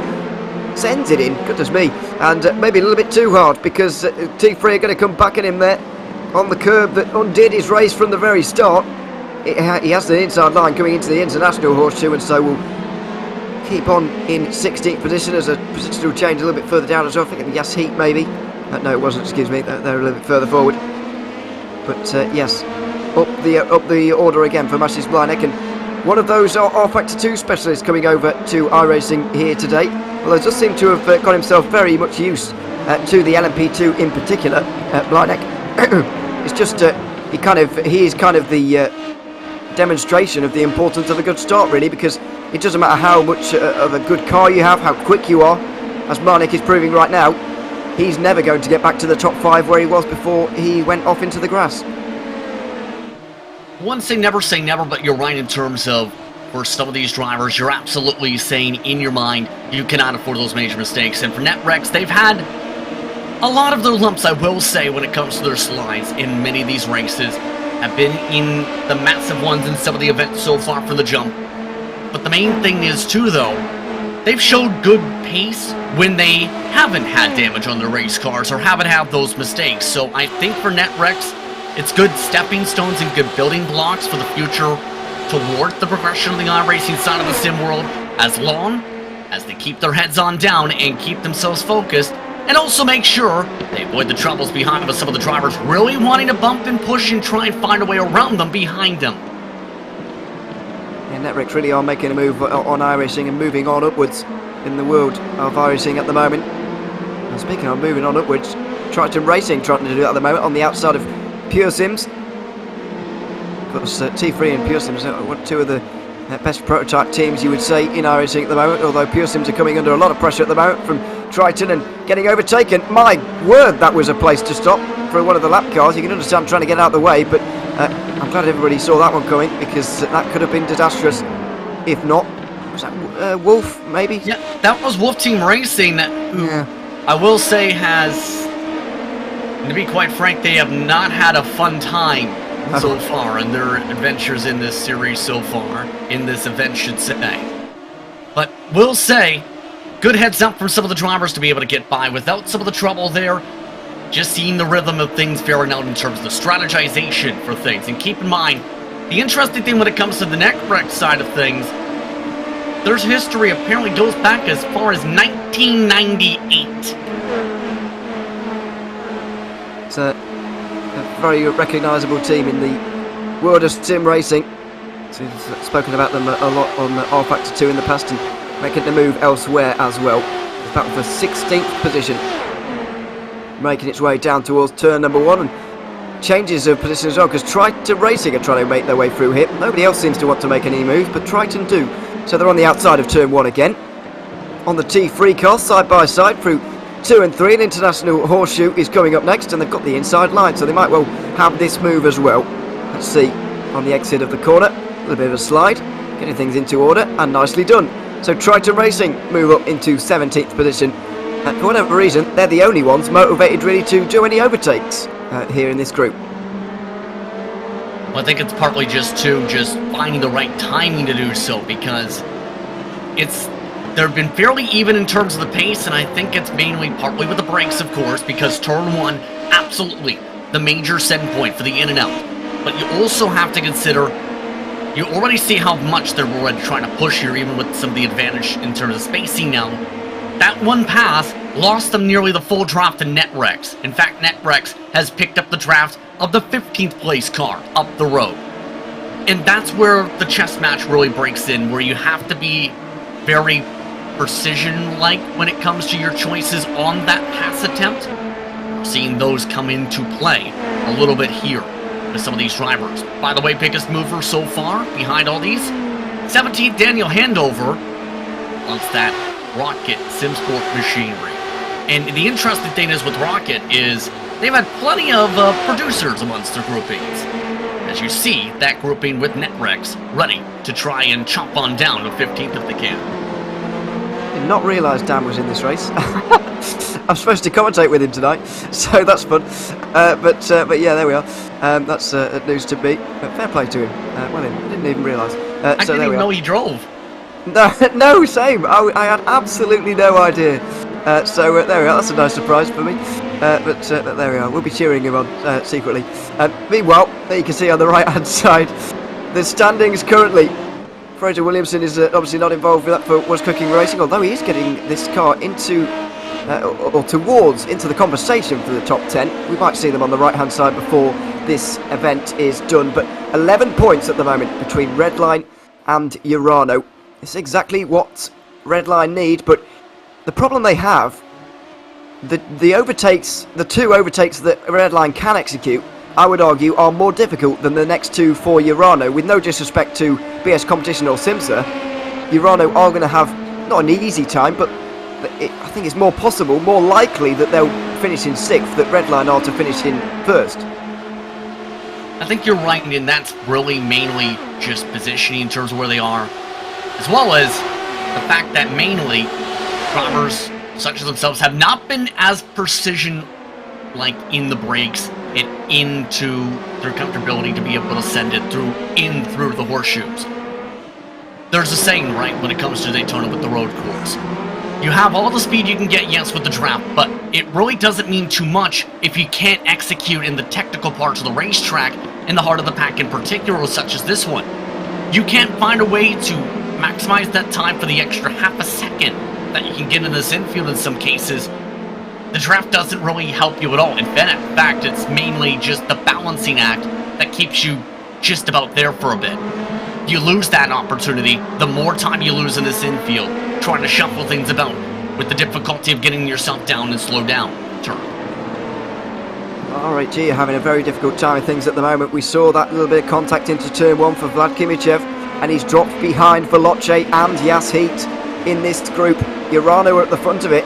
RAG somewhere towards the middle, and they lose out on more points. 26 now adrift of the leaders as we look up to Redline, right on the back of Apex Racing Team. Lap traffic as well is beginning to come into effect. It has been at every single race so far.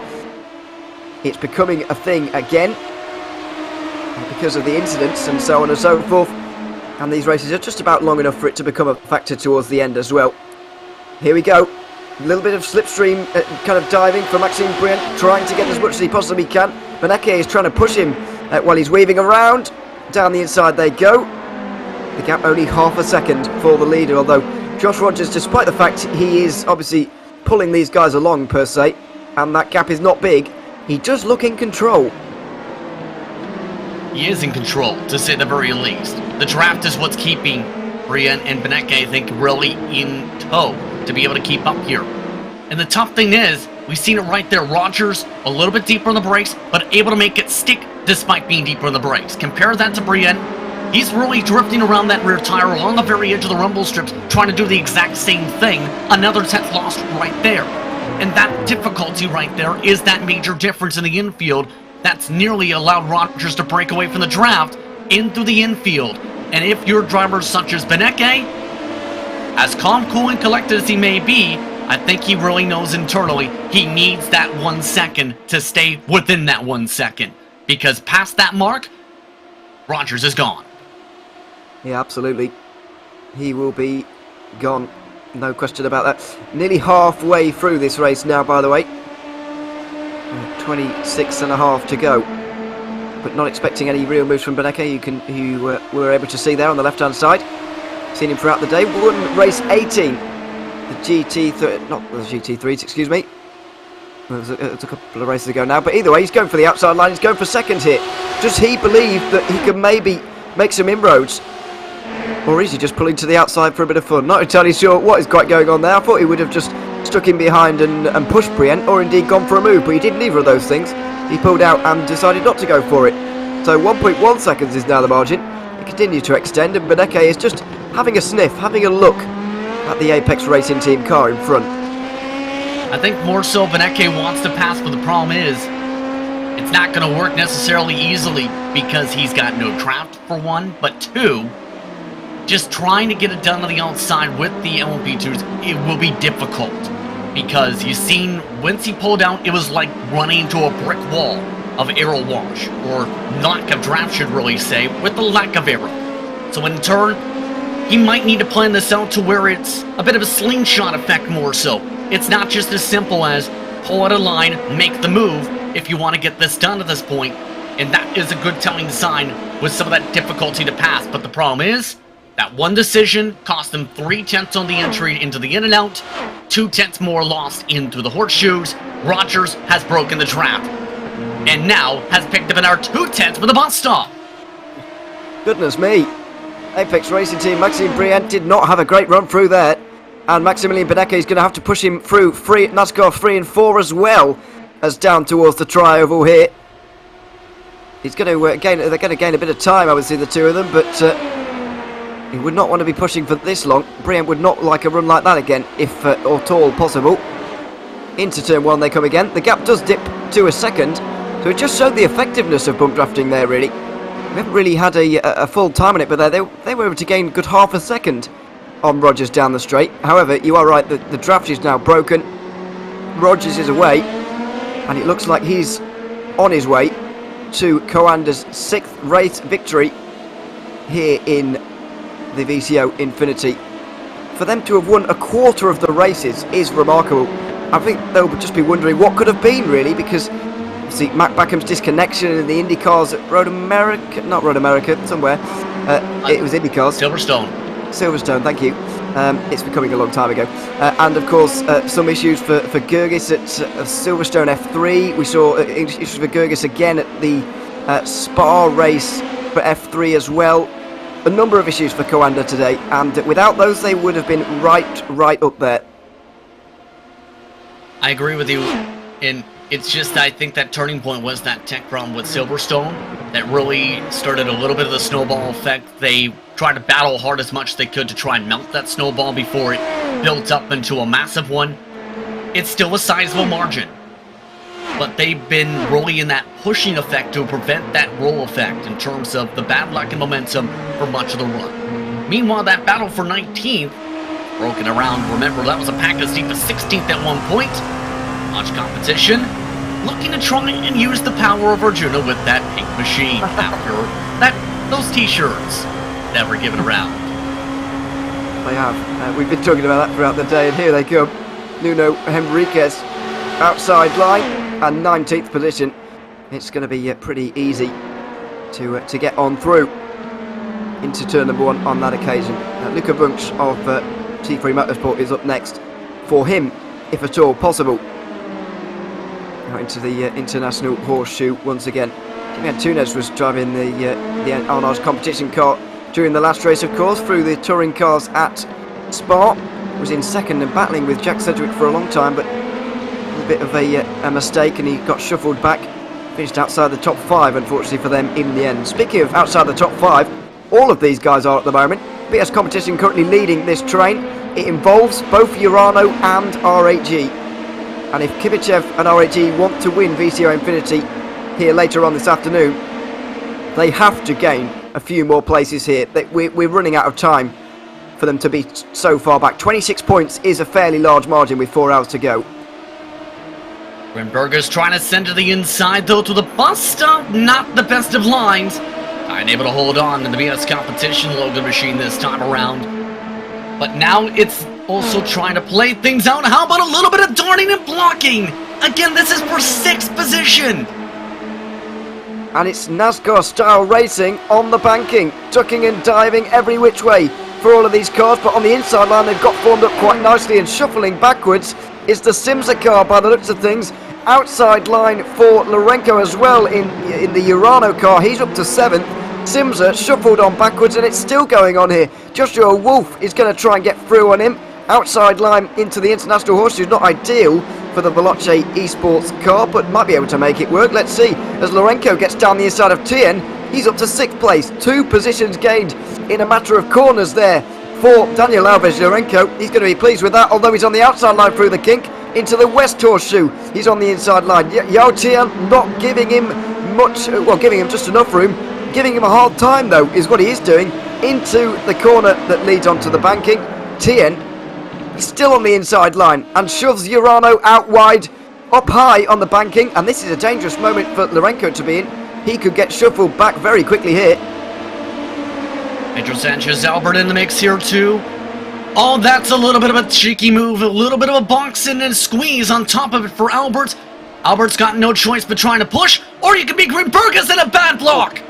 My goodness, Simsa right down the inside of everybody, and they're going to get 3 places into the bus stop chicane. Side by side through there, Tien just about holds on to his car. Lorenko likewise. Obsidian there were very close to disaster, and now they all fall into line again. Outside line for Veloce, but they're all too organised on the inside at the moment. BS Competition starting to push now. Simsa Esports, who somehow are up into 6th position. This is all going to get so close into turn 1. 20 minutes to go, and the gloves are already coming off in this group for 6th position. Round the outside for PGZ as they get 2 places. Yes, Heat and R8G shuffle back again. Zenith get through on R8G as well. It's turning into a disaster for Kibichev as this group turns absolutely mad.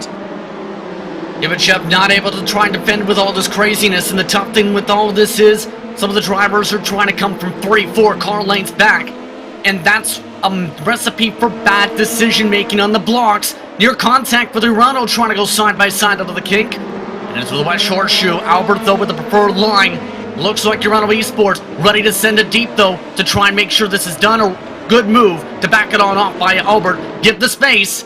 Albeit they've nearly bumped him in the back end right there. Wow. Up to 8th position after briefly Obsidian getting through. They run out on the banking again towards the bus stop chicane. Are we going to see any moves into here again? It was so close between everybody through here last lap around. I couldn't quite believe it. But we're back single file again, back to planet Earth again. Thank God for that. Into the bus stop chicane.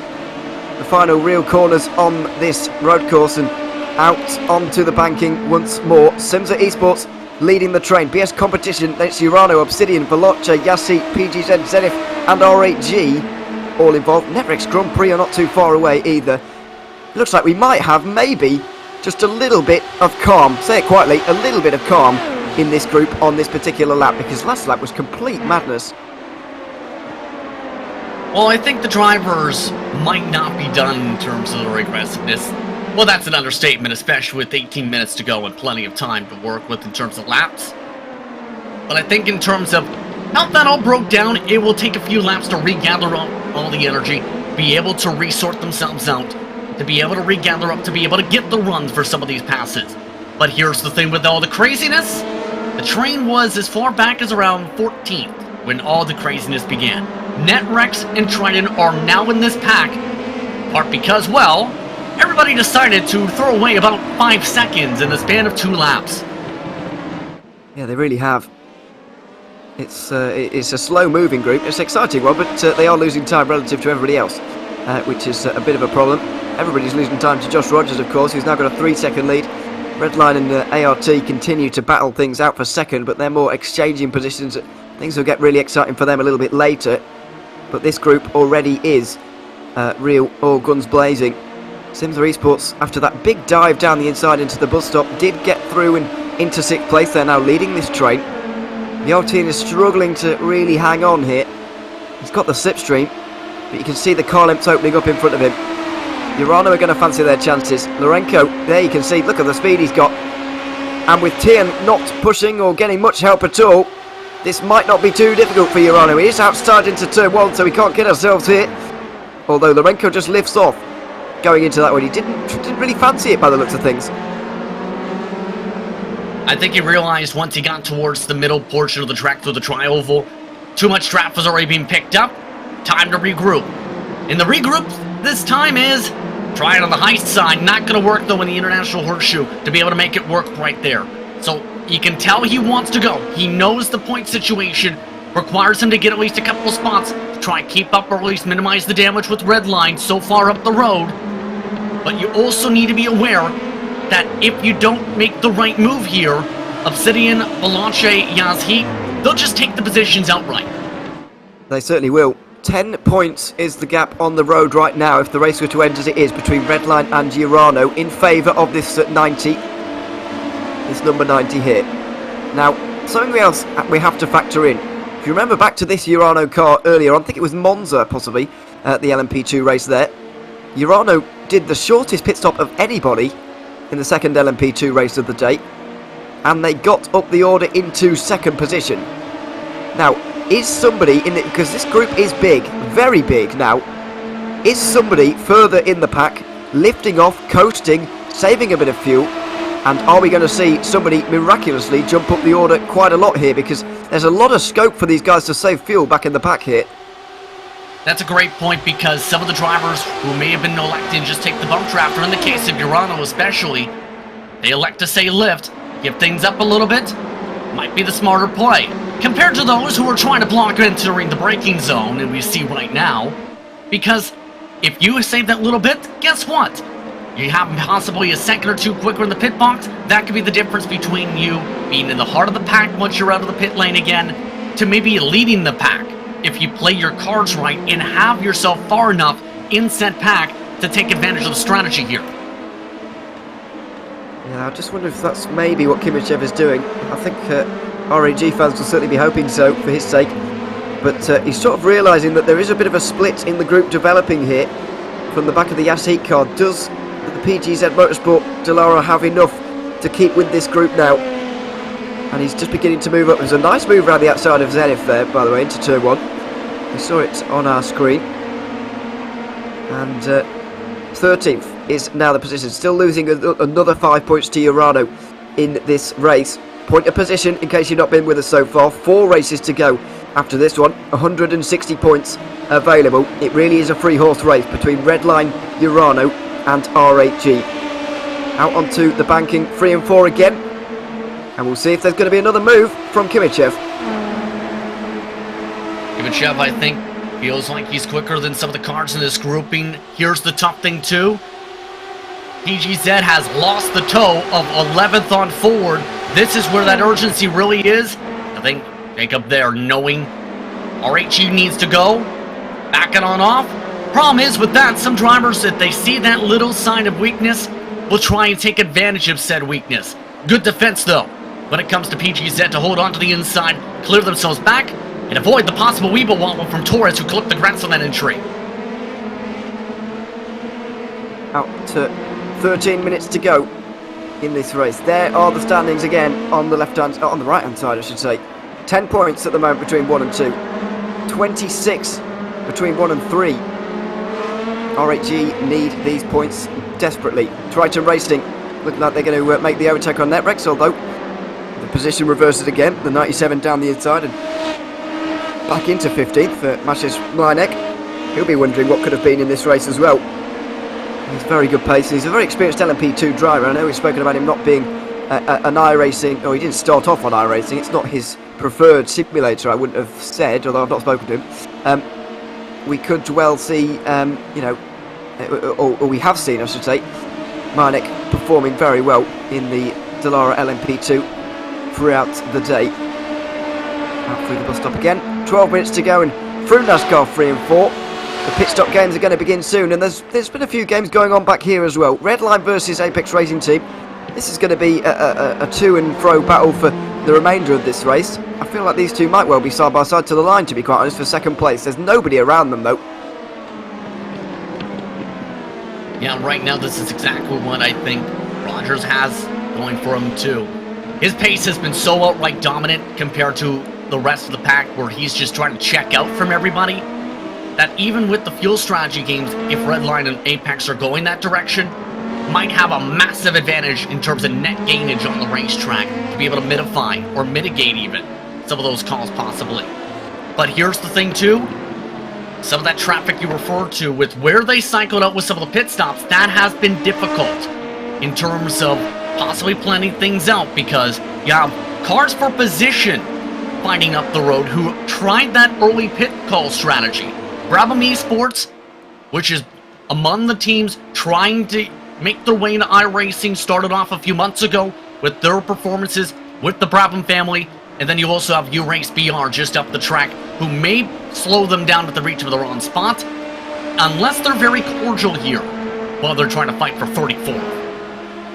Yeah, I did miss that, but a few have decided to go for this in terms of a bit of an alternate strategy. We do have two or three cars out the race.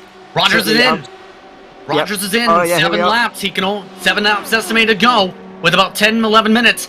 Will this be the play that helps a little bit with Redline and Apex to get back within their draft with a little lighter car here, as T3 Motorsport has also just had a problem? They certainly have. They're dropping down like a stone at the moment. I just hope they haven't disconnected.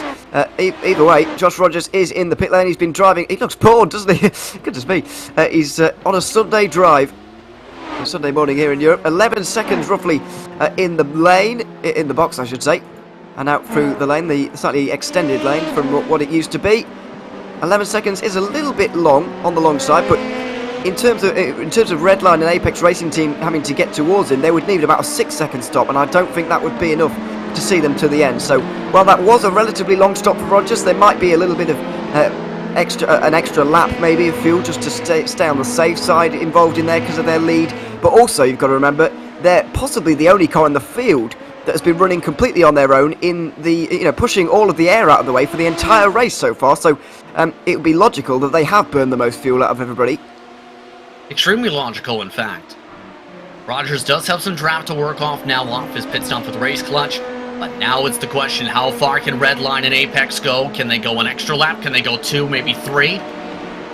This is the telling sign coming up. Beneke is starting to try and make a run for it with all this right before this possible window here. Does he elect to come on down? Yes, he does. Both of them do. I'm not sure Beneke needed to come in there, but he saw the car of Brienne coming in and thought, well, I'm going to cover you off and I'll come in too. Top 2 in. Redline and Apex Racing Team coming down pit lane together. Oris Racing Team also in pit lane as well as Simza Esports, BS Competition, PGZ Motorsport, Triton Racing. They're all in at this stage. How long are the pit stops going to be for Brian and Beneke? They stop in their boxes for just less than 10 seconds, you would imagine. But how long is it going to be in reality? About 9 seconds, a little bit like, yeah, 9.3 for Beneke, 10.3 for Brian. And so it looks like Beneke should have this one covered now. He's actually got a second's lead because of that little move in the pit stops. Roger's lead is slashed by a couple of seconds. However, it should not matter in the slightest. As a matter of fact, Rogers extended the gap an extra couple of seconds because of the running start there, despite the longer pit stop. Rogers absolutely in control to settle things forward. By the way, the driver's really trying to risk it for the chocolate biscuit, so to speak. Fraser Williamson, he was amongst those who's now been able to push ahead. The others who saved a lot of fuel, Urano, Obsidian, Veloce, Yaz, amongst that group. By the way, Daniel, a handover. I believe just had some problems because he had to go in and out of his box a couple times just now. A 0.6 of a second stop, followed immediately by a 1.5 second pit lane time. It's a bit weird. Fortunate for Danny, was having a good race, but looks like he had some problems down on pit lane. Not the only person to do that today, admittedly. Meanwhile, Fraser Williamson is into the pit lane from the lead. 7 minutes to go, and he's been able to stretch this one out a couple of laps longer than some others. Certainly 1 lap longer than others. And Veloce Esports, goodness me, an R8G. Now, this does point towards the fact that Vlad Kimichev has been saving fuel here, because he is one of only 2 drivers to be able to stay out here. Patrick Wolff and Vlad Kimichev are still out there. I was a little bit concerned, I have to admit, about the progress of Vlad Kimichev. I was not, but I was expecting a bit more from him. But this does explain an awful lot. He's staying out another lap in this race. He'll be taking on one of the shortest pit stops in the entire field. And I think it's really telling more so when it comes to the 70 car, because Wolff, in that whole entire pack, how many times did we really see the Veloce Esports machine try and go for a pass? Exactly. That's a sign where maybe going for a bit of the strategy that some of the drivers use when it comes to that entry to the braking zone. Have that little bit of lift, able to save a little bit before they hit the brakes, and then try and go and use that extra bit, about 30 feet, to be able to make sure they're good to go in terms of that extra little bit of fuel. As some may say, Patrick Wolff can be a monster when it comes to fuel saving, and when you're in the heart of the pack, the further along back in that train, the easier it is to save. The further up the train, the more fuel you have to burn, because you have to push to hold on to that position at the head of the train. Now, crunch time at the front of the field. Veloce Esports skating it under. Oh, and too fast! Surely too fast. They're locking it under brakes there. Black flag. Yep, that's it. It's too fast. Way too fast. It was visual how fast they were going there. You could see that without a speed gun. My goodness. That was way too fast from Veloce, and all of their hard work on the strategy is undone there with a hefty penalty for speeding on pit lane. Let's see what R8G have done though. Kimichev has had only a 6-second pit stop there, as he's 7.5. It extends to 7.5. It is the shortest pit stop of anybody in the field. Where is it going to get him to in this race? It's so important in the course of VCO Infinity. Here, the first edition, out of the pit lane. There's so many cars around him. I don't think it's really gained him anything here, because he's been out on his own. He comes out side by side. Netrex have jumped him. Zenith Esports are down the inside of him right now into the International Horseshoe. He's actually lost a place, down to 13th for Vlad Kimichev, although he's fighting for 12th with Zenith Esports. Down the inside through the kink. He does get that place, but overall he has lost out. Absolutely disastrous when it comes to that sequence, possibly. R8G, though, has a little lighter car compared to some of the others to work with 3.5 estimated laps to go. He's trying to use the 2D! Oh no! He's gone! Oh, Vlad Kimichev goes around in trying to salvage this, possibly, for R8G. He's made it unfortunately worse, as Triton and Pure Sims surely are going to make their way through here. He knew that he needed to do something, because at the moment they're 31 points back. They were in the high 20s in terms of how many points back they were at the time. He had to do something. There were so many cars in front of him, but there's only 4 minutes to go in the race. He went for the move. It's not turned out well. They're 31 points back. That is a sign of desperation. He was about 2 car lengths back, and usually you need to be within about 1 to make that poke. He's seen the door open, at the last minute. The problem is NetRex committed towards that diamond for the middle of the apex. Tight squeeze in the first place. RHG, even a little bit of that wash-up was enough to be able to send them sliding. And a big-time mistake, and more mistakes, help push other cars up the running order with some of the slides here. Yeah, Obsidian Racing, that was going wide into turn 1, and Yashit getting up into 7th place. But you said it there, desperation is the word I would use to describe it. It was absolute desperation. Although saying that, I don't actually think he intended to send it down the inside there when he was immediately got on the brakes. He all of a sudden saw the NetRex car getting relatively early on the brakes and thought, oh, I might have a go here. And unfortunately, you never go for those half-hearted ones where you've not kind of planned on it. It's never a good idea. As we've just seen, they're down to 14th position, going to be losing a further 8 points on Urano Esports heading into the next 4 races. They're obviously still mathematically in contention, they're still within 30 points, so they'd still be able to take it to the final race as well. However, in terms of realistically, they've got a real job on their hands now, RHG. They're going to need to gain, what is that, about 8 points a race? 8 positions a race over your rivals is a tall order.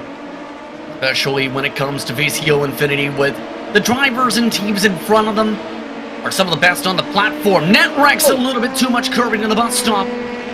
Just missed a little bit of the apex on the third portion of it. Caused that swing around in the fourth, and that has cost them the draft to Zenith as a result of the mistake.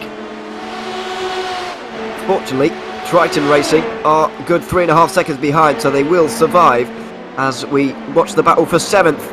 Head down towards turn 1. Last lap around, Obsidian were skating off the road there and allowing Yashit through.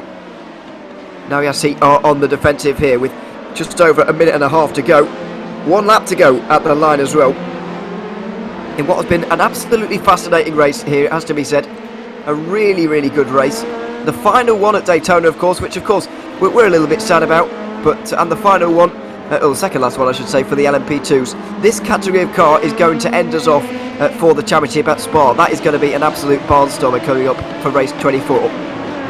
Especially with a lot of the fireworks and some of the flamethrowers in turn that have broken out at Spa. Remember, Spa came in towards the middle hours, all the way now to this finale. And now, with a lot of the tracks on the rotation, like Road America, like Monza, like Silverstone, or Spa, some similarities between them, but you have to attack them in various different ways, and none of them really match up in terms of their technical difficulty in their corners themselves for the brakes. But for Rogers, he's done Joshua Rogers things. Yes, he has. He's on his way to taking his 4th race victory in VCO Infinity. And Coander's 6th. 6 out of 20. And let's not forget, they didn't win any of the first 4. So it's 6 out of 16, and it has been a bit of a drought for them. I say a bit of a drought by their standards anyway. They haven't won for 4 races, which is the longest run they've had in the race since, well, at all. Their longest, tied longest since the start of the race, of course. So it's been a fairly long drought for them. Coander are going to win again, but as we said earlier on, they are realistically out of the overall standings here. They're quite a way back. Coming into this, they were, what is that, 61 points back. You know, if we had a bit longer to go, maybe you'd say this is possible. It's Coander, but even Coander surely are going to be scrambling at this stage with only 4 races to go. They have to hope that their competitors up in front have issues in qualifying for 1, but 2, involved in some bad luck, and that's been the major swinging point. We talked about with RHG and their mistakes the previous race. This time around, not really anybody inside that top 5 had too many slip-ups outside of maybe Urano, who's had to fight and scratch and claw to 6th. But for Coenda and Joshua Rogers, they started up at the front. They used the clean air to their efficiency and advantage, 2/10 quicker in the infield, and it has been enough for Rogers to pull off for a celebration. Race 20 of VCO Infinity goes to Joshua Rogers. His 4th win of the day. It's Coander's 6th at the final race here at Daytona in this edition of VCO Infinity. Look how calm he looks here.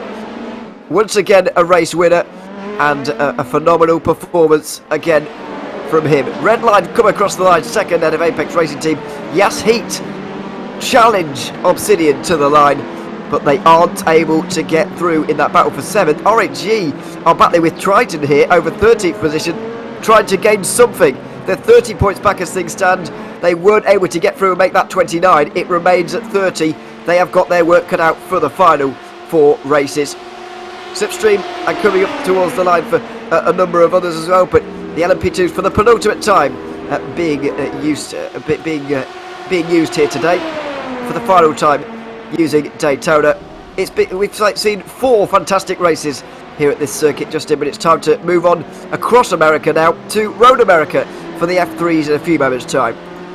That's your mark of speed indeed, and you see the last of the drivers on that lead lap coming across the stripe here with some aggressive battles. They look to try and put their focus now to Road America, which has plenty of hard braking and sending zones again, especially off towards turns 5 onward. But for other teams such as Luka Wunsch, the reason you got the damage in that situation is the stoppage we talked about was crashing the bus stop into the wall. A bad finish, to the point where you've seen how quickly he wanted to leave. Yeah, he certainly wanted to get out of that car very quickly. There it is then. Another 45 minutes down, another race complete in VCO INFINITY, and another win for VRS Coanda. Team Redline closed the margin at the top of the standings with 2nd, Apex Racing Team 3rd. Was Cooking Racing Adventures finishing 4th ahead of Iris Racing Team, and then it's Urano Esports. Nice job from them to pick up the points there by Lorenko. He finishes 6th ahead of Obsidian and Yasit, who battled to the line. Simza Esports and BS Competition round out your top 10. Then it's Netrex with that early spin from Linek. Recovered well though. Zenith finished in 12th ahead of Triton Racing. R8G now 30 points back after that 14th place finish for Kimichev. Pure Sims Esports round out the top 15. RPC Esports in 16th ahead of Race Clutch and Team Fordzilla. What a BSRT and Arnage competition round out your top 20. Moving on down to Trek Esports in 21st, and Veloce Esports, Patrick Wolf speeding in the pit lane really cost him there. RN Vision STS just behind them. DCW Racing and SRC Movado Course round out your top 25. PTZ Motorsport finished just over a minute back ahead of Legion of Racers. Absolute Motorsport and Burst Esport were just ahead of TR Powered by Geeks Energy to round out your top 30. Next up, WR Esports and T3 Motorsport, the last cars on the lead lap. Brabham Esports just off of that, with Pulsus Esports and E-Team Brit. Rocket Simsport and YouTuber Esports were both 2 laps down. Wolf Team Racing, Outer Esports and Sim Racing Unlimited all failed to make it to the flag. That is it then for racing here at Daytona. Let's have a quick chat to the race winner once again, shall we? Josh Rogers wins his 4th race of the day and he joins us now. Welcome back to the commentary booth, Josh. You're becoming a regular. How was that race for you once again? It's another LMP2 victory for you on this occasion, and it wasn't exactly an all-out brawl until the end. You had a few seconds to spare as well. How was it out there? Yeah, hey guys. No, it was a bit of a stressful one, that one. Obviously, Daytona is one of those tracks that it's usually all about drafting and saving fuel. At the beginning, I wasn't quite able to break the draft of Maxime and Max, so I was a little bit concerned whether I'd made the wrong choice or not, even contemplating dropping back and doing some saving to try and jump them in the pits instead. But I think maybe they had a couple battles. I had a few lap cars which helped give me some draft, and as soon as we broke draft, I think we're just able to keep pushing and start pulling away. I think maybe they were starting to battle and fuel save even more too, but it gave me just enough gap that I needed. I knew that I needed to pit a lap earlier because I was pushing, which meant I was going to need to take more fuel and needed that extra buffer, but we lucked out and we got it okay in the end. That's nice to get another win in the LMP2. It certainly is. There's one more race coming up indeed. 4 races to go overall. What are you thinking about the rest of this race now? Obviously you guys 5th in the standings, I believe, or 4th, can't remember. Where are you guys aiming to be at the end of this? I don't know, we'll see. I mean, obviously, it would have been nice to be fighting for the win. I think we're still mathematically in contention, but obviously a lot of luck would need to go our way. But all we can do is go out there and do the best job we can and try and win races and score points and see where we end up in the end. But I'm not sure. I haven't had a close look at the points, so I'm not sure what might be reasonable or not. But we'll just try and go out there and have fun and score the most points we can and see where we end up. Absolutely, it's been great fun watching you out here today for the first 20 races. Hopefully it's a final good 4 for you in this one. Joshua Rogers, thanks for coming to join us, and congratulations again on another race win. Thanks, guys. Thanks very much. Josh Rogers there from Coanda Sim Sports. Another race victory for them. There they are, 4th in the standings now. Just, what's that, 56 points adrift of the lead there. Justin Urano still in control. 12 points is now their margin. Yes, indeed. And Urano, with their solid race here, still able to keep up that minimization of the loss to Redline. R8G Esports absolutely paying the price, though, with some of the mistakes made with not just qualifying, but that send we've seen coming towards the out portion of the in and out. Coanda, as mentioned, the mathematical equation as well, but it's still anyone's race, anyone's event with how things have really gone in terms of consistency. It's been all over the map for some of the drivers, consistency-wise. Yeah, all 10 teams on your screen right now can still mathematically win this title. That is how close it is here at VCO Infinity. We are going to take a very short break, but on the other side, it's going to be Dallara F3s at Road America with Arjuna Kankipani and Justin Prince as well. Thank you much to everybody who's been tuned in today. Make sure you stay tuned for the final 4 races of VCO Infinity.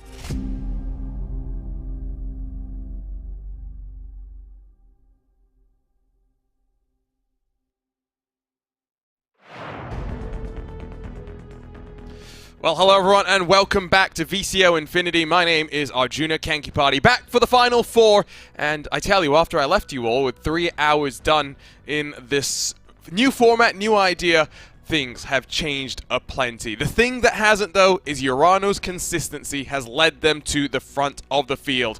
We've broken out the Formula 3 car for the final time today. We are ready to go at America's National Park at Speed. This is going to be a fascinating day to close things off. The McLaren GT3 at Monza after this, then the TCR cars at Silverstone as our penultimate race. Our, hopefully, championship showdown will take us to the circuit to Spa-Francorchamps. Will break out the Dallara LMP2 car for the final time today. Let's run you down through the qualifying results, though, for what is now about to be our fourth to final race of this VCO Infinity for 2022. Hopefully the first of many. Patrick Holtzman for Team Redline. All they can do is look forward, and he's put it on pole for the second time in this Formula 3 machine.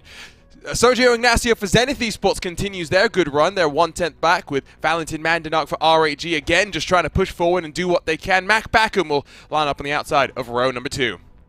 Pepe Marti in 5th alongside with Felix Quirnbach for the BS competition with Sim Racing Unlimited and Wannabe SRT sharing row number 4. Blair Mann, it's been a difficult day for Pure Sims, but they share the 5th row of the grid with Dylan Shrivens, who's got to just keep his nose clean and keep accumulating the points. Owen Carl for Race Clutch with Juan Bustamante on the outside of row number 6 with Javi Ross for Oris in 13th, Max Jensen in 14th for the WOR Esports team. Damien Owen Howis, well, not driving a TCR car today, but remember, every driver's got to drive at least 2 of our machines over the course of 24 races. Yashish Monar for the Yas Heat team in 16th with Sven Noller and Jack Sedgwick for Veloce and Was Cooking Adventures right behind them. Fadli Rashmat and Carlos Diguez through the top 20 with Triton Racing and SRC Movano. Row 11 rolling from 23rd. Sims Esports sees Rocket Simsport on their outside. PTZ back in 25th with Paul Crawford alongside Wolf Team Racing, Netrex, Pulses and Trek through the top 30. Back in 31st, it's U-Race Brazil with John Silva. They'll be alongside with Brabham Esports and Cameron Bridgeport. Final car with a lap time on the board is Ivan Pinocchio for the Absolute Motorsports team. Yannick Lapchan, the first of those cars with our lap time representatives set down in the session. He'll be in 34th with Pablo Espes for Obsidian. Well, he's been quick in this F3 car, got lots of work to do. RPC alongside with them. Burst Esport and Kazuki Umeshima. Shocked to see Kazuki all the way back in the field, but sometimes that's the way the cookie crumbles. RN Vision, TR powered by Geeks Energy and E-Team Brit complete the field here today. And JP, it's a standing start at Road America. It means some cars will be down the hill, some cars up the hill. This should be fun. Going to be a challenging start. We've seen some of the drivers in particular when it came to the electrifying massive one at Monza have troubles, but the drivers are just about ready. All cars are on the grid. For the final time today, the Formula 3 car is ready to rumble. America's National Park of Speed is ready to play host to race 21. We're underway, and it's a good start from Patrick Holtzman. Mac Backham slides into line. The top 5 single filing themselves out. When we started this event, it was chaos at the start. This time, it's a little bit more reserved from everyone. RAG have a lunge down the inside, and they'll force Zenith wide. Should have a look down to the inside of turn 3. Car around as they work their way through turn 1. Everyone else, though, safely through. I think we all gathered it up in time. Outside of about 4 drivers, things have looked pretty solid from the jump. We'll say this, if you're all to Esports, not been the greatest of launches. They were backwards before they hit the start and finish line. Everybody else, nice and clean, nice and racy. Mac Backham looks to make the send on Fordzilla. Nice and tidy through turn 5. The downhill braking zone, so easy to lock a wheel. Again, oh, there we go. There's the carnage. Damien Owen Harris, Veloce involved in it as well. And that's caused absolute chaos underneath the Corvette bridge. They're still going end over end as they work their way through the hurry downs for the very first time. At the front of the field, the top 7 or so scamper away. There's the carnage. There's the drama. An absolute parking lot going on in the first and second sectors right now. The leaders, not so much. Trident amongst those collected from 11th spot. About 11th on back, in fact, are absolutely decimated from the initial start of the sector. Several with chassis damage. Redline looking to pull away from all the craziness.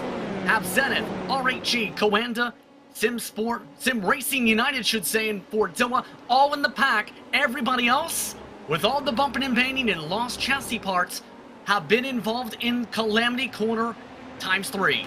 Yeah, that's an understatement. So, 5 cars immediately required, 6 cars, excuse me, immediately took a tow back to pit lane. The Oris Racing Team, Yassi, Veloce, Arnage, PGZ, and the Wolf Racing Team. But leading up the hill for the very first time, it's Patrick Holtzman with Zenith Esports behind them. RAG and Valentin Mandanuk still in third as they look to try and get to the inside through onto the start-finish line. Coanda, Sim Racing Unlimited, and Team Fordzilla, the top 6 that are starting to break away. RAG nice and tidy up to second. They've got to accumulate every single point they can. Couple of cars down to pit lane, and it includes Urano. What has happened to Dylan Shrivens? Dylan Scribbins has been involved in that craziness just referred to. Arjuna was just about to mention that. He was involved in that massive stack up after the second wave of it, where he tried to send a BS competition car. More crashes. Wannabe SRT, Tamis Shimon getting involved with Kim Strom for the RPC team. My word, what is it about this track that just induces chaos? Sim Racing Unlimited having a look, but the crucial thing when we talk about the points is Urano all the way back in your field right now. This opens up the door for Redline, for RAG to close the gap for your championship leaders. More than half the field has had to come into pit for repairs in the first 2 laps already. Wait, well, when you say the craziness for Monza was a big race, this just topped them all for the most attrition-filled race, and I believe it might go up to 15. An hour spin for SRC Mavana Corsa just taking place to see them get damaged. Oh my word. Everybody is deciding apparently today, and this one is where it's time for the craziness to really break out. It's not Daytona anymore, boys. SRC Mavana require the tow back to pit lane as Mac Backham slides on past Sergio Ignacio, nice and tidy again.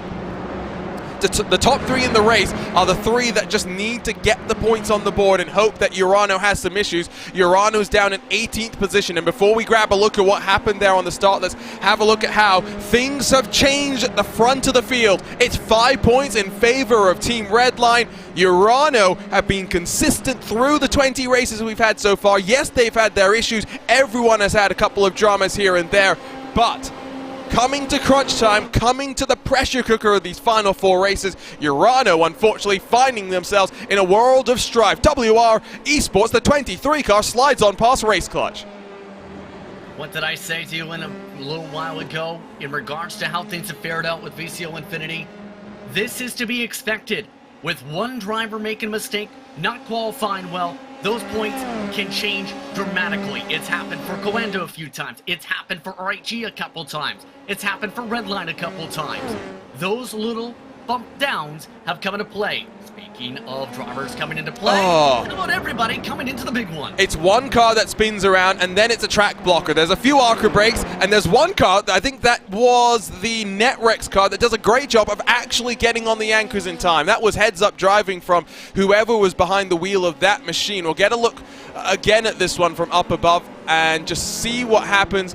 Jump on board. Nope, Netrex actually, that's Veloce, excuse me, upside down. And Sven Noller back up on the right side. Absolute chaos, absolute carnage. One more look at this, JP. This is, try and pick apart, where is Urano? Urano, I think, was at the front. I'm not sure exactly how they got mixed up in this. They were in front of this, but then right as this came in, they tried to make a pass on BS competition in the next corner. And you see how that worked out. Not there in the pass, very close to the rear wing in the first place for the braking zone for the send. Dylan. That, well, when you know the situation you're in, that, quite frankly, is unacceptable. You've just got to make sure you minimize the damage from being, you know, back in 10th position. That you could not afford for anything like that to happen. And we mentioned the possibility of desperation setting in with the last race with R8G.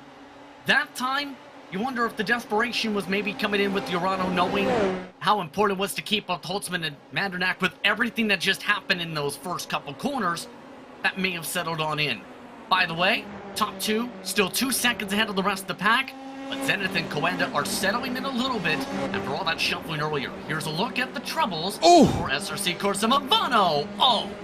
Was that no? That's what happened to Tamas Shimon. Excuse me, Justin. Yes, So rather, RPC loses it first and then bounces back into the racing line. And unfortunately, Shimon has nowhere to go. And it was a pit party, I can tell you. Only 16 cars have not had a trip down to pit lane. RN Vision STS and TR powered by Geeks Energy, plus 26 positions as Race Clutch gets past the WOR Esports team again. 24 positions gained for E-Team Brit, by far their best performance of the race so far, from what I do recall. And for those following and trying to use the live timing and scoring, powered by ATVO, racebot.tv/timing, that should be back up right now. Find where your team, where your driver has ended up in the calamity that has ensued. 40 cars whittled down to 36, of which 31 are still on the leading lap as, oh, that's Ivan Pinocchio. Now, how has he lost it there? I'll have to take a quick glance, maybe, because it's not been the cleanest of races, obviously, for people. I think more so in his case, it was just getting the grass and the exit, coming down to the lower of the straight. Watch the left side tires. Oh. Yep, right to the grass. Bumps him along the edge of the bumping as well with the grass. Spins him around. Good save, though. Luckily, no one else was around. Be able to speed on into him in the racing line. Now, we did see another car that was involved there, as now Sim Racing Unlimited gets past Pepe Marti in the Team Fordzilla machine. Nicely done on the exit of Canada corner from that green and black car that has had some bad luck, but has some pace as well. He's +2 is Luca Muller. Looking forward now, 1.2 back from Mac Backham, who's again on the back of Sergio Ignacio for the Zenith Esports team. It's great to see the fight, but the more they fight, the more they lose. 1.7 seconds back from Mandinak, who's keeping in the draft of Patrick Holtzman and keeping him honest. I think right now, Backham in particular is maybe playing the long game here, thinking about things, big picture with the craziness that is all broken out here. Maybe he's trying to save a little bit. Keep in mind, the last races we've seen a little while ago with some of the cars, particularly Monza was low downforce, high downforce used for the package when it comes to Road America for the setup given to the drivers for this race. And that seems to fit more in the wheelhouse for VOS Command Simsport with some of the respective drivers throughout the runs we've seen. When it's been the high downforce, they've performed well enough. Up the hill they work once more. 36 minutes left on the clock. Now we are expecting no pit stops. I had to just remember myself. Early in the morning for me. Just woke up. I'm glad I woke up an hour early so that I could relieve Ewan O'Leary, who's been doing a monster stint after an early morning for himself. As Mac Backham gets a little bit wide. Oh, that was close, but he's really pushing, and I think also concerned that Luca Muller, Pepe Marti, Owen Carl behind are starting to close very slightly, bit by bit, 10th by 10th. Again, another look at the live points. Red line 5 clear of Urano, then a further 14 back to R8G, and at this point in the competition, Coanda's internet issues, the crash that Pash Gurgis had at Silverstone, set them on the back foot. They're a bit too far back, if you ask me, to try and close. They need a horrific couple of races for the 3 in front of them to be brought back into the mix. Well, the crash was at Daytona the race after, remember, with Valentine upside down at 1.2 in regards to earlier in the day as well, with Backham with the tech issue. But now, I think for Backham looking very consistent, he turned his fastest laps the race the last couple times around, 158.5s to 158.7s. Expect that pace to get quicker though as the fuel burns off, based on the trends with this car. And it looks like he said, you know what, we've lost about 3/10, 4/10 this lap. It's time to make my move, and Backham will have to see if the raw pace is now unleashed. Well, we saw a bit of bump drafting, didn't we, at Daytona with the LMP2 cars. You're not likely to see bump drafting with this, especially with the new damage model. You're more liable to cause a whole heap of suspension damage to your machine. Let's get a look on board with Hypermac. A little concerned. I don't know what the look I'm seeing on that face is, but he's, what, 2.5 seconds back now from the car in front. And I need to know. I think I'm almost 100% sure he's in the Coanda team house, whereas we've seen De Jong as well as Rogers racing from the team facility. Mex Jensen back past Owen Carl for the Race Clutch team as they look to try and close on Team Fordzilla. I wonder, JP, if, you know, that we talk about swap drafting in Indianapolis. It is the month of May after all. I wonder if a swap draft in this car might not be the worst idea, as that's even more pain for Urano. Drive-through penalty for that move down into turn number 8. Dylan Shrivens is going to drop back from 18th position, likely, maybe even outside of the top 30. Urano with what has been a monumental year with the momentum, especially with what happened the last time endurance racing happened on the platform at the Nürburgring. It has all just snowballed in the worst possible way, where all that momentum has completely snapped. That consistency has just gone to the wayside because of that one first lap incident. In trouble. That's been the trend of VCO Infinity, and what could have been the biggest day for Urano in the team's history may have just gone bust if they can't find a way to recover, especially with a lot of their competitors still in the top 5 in that championship fight and on the racetrack. Here's the look at the battle for 7th. Owen Carl has had a lot of bumping today, to say the least. He wants 7th. Max Jansen, excuse me, one of the few that maybe people wouldn't have known from the iRacing world, but he and his team have shown up quite impressively, I do tell you, to be racing along the likes of Race Clutch and whatnot and being wheel to wheel. Maybe this is the start of their foray a bit more seriously into iRacing. Carl takes that position back. At the front of the field, 2.8 seconds, excuse me, back to Mac Packham, Valentin Mandanok. How do you approach this, JP? You know what the point situation is. You know Urano's in trouble. If you're Mandanok, do you hang back? Do you go for the move? I think, at least for now, into turn 5, he's holding station and waiting for an opportunity to present itself as Dylan Shrivens comes down to pit lane to serve that drive-through penalty. I think right now Valentin knows that he and Patrick are the quickest cars on the track in general right now, as much as half a second quicker when they work together like this. There is Scrivens down to the pit lane for that penalty. But in regards to Valentin, we talked about him being very calm usually in these circumstances with open wheel racing. It's his specialty, mind you, this type of car. These types of cars, should say. And we've seen Valentin be willing to be patient, almost to the willingness of a fault. I think for Valentin, he knows big picture.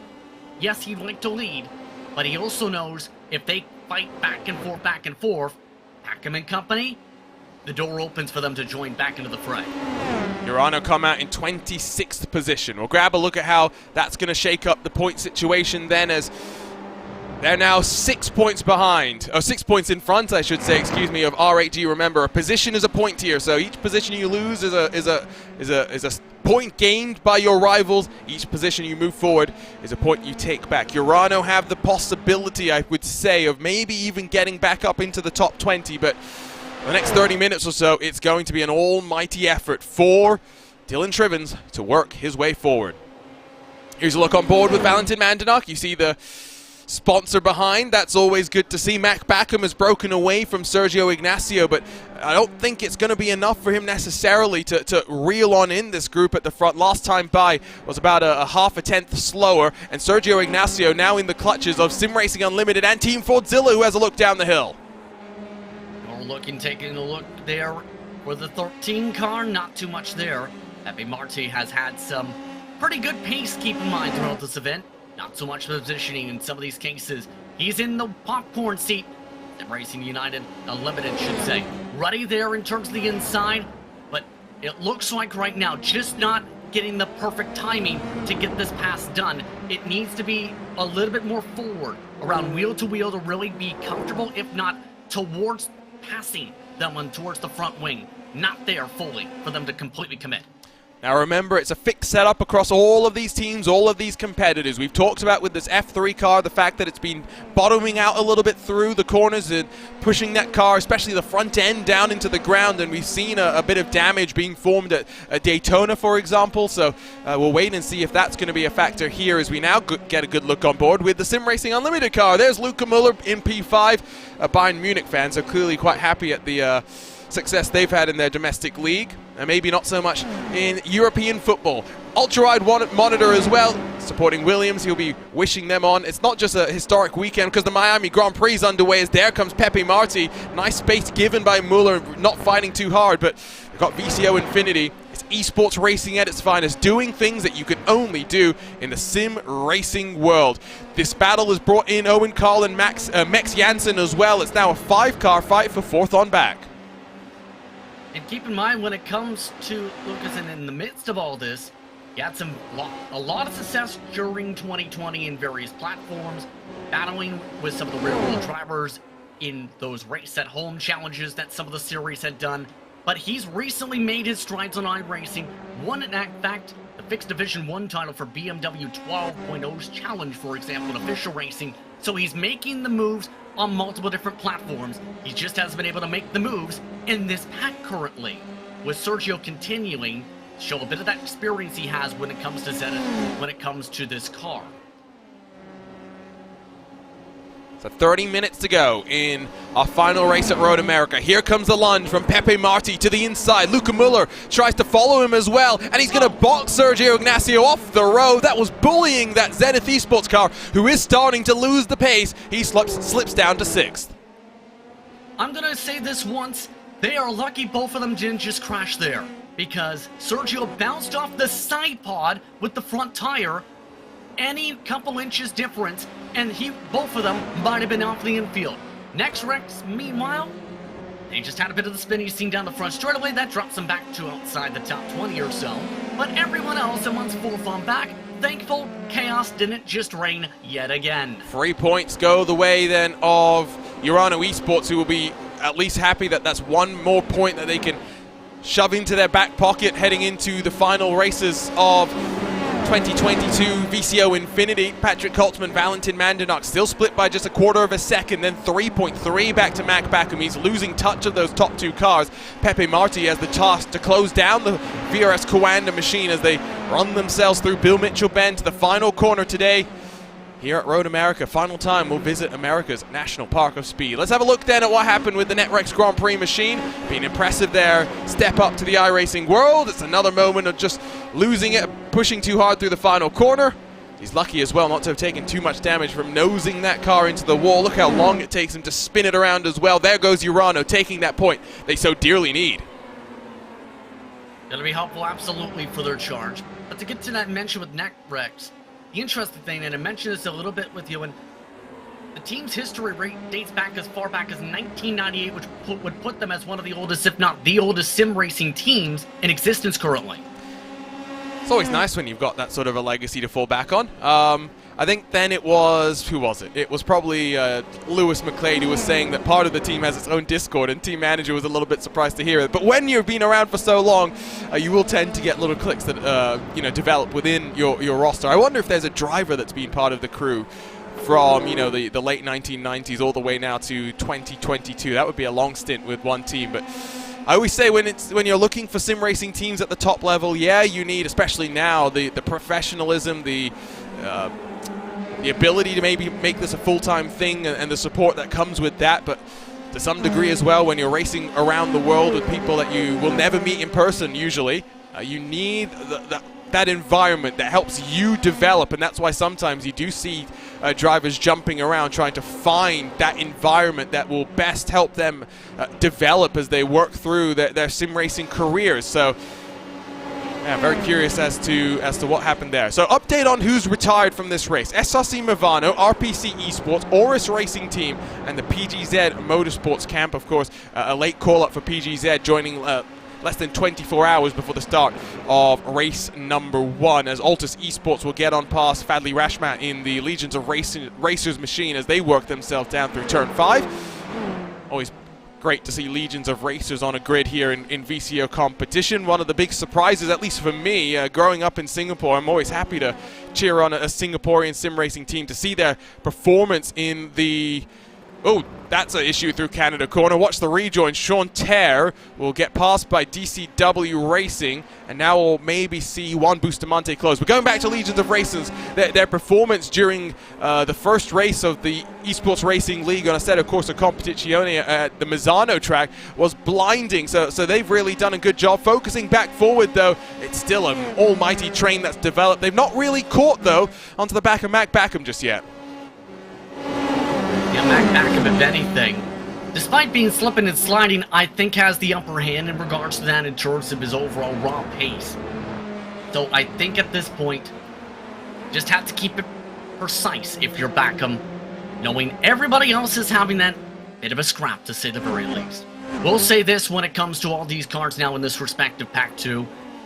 Team Fordzilla finally having one of their better runs of this event, Arjuna, because they've had good speed, they've been around the mid-pack up to the top 10 or so, but it seems majority of the times they've been towards the top 10 as well. They've been bounced around a lot.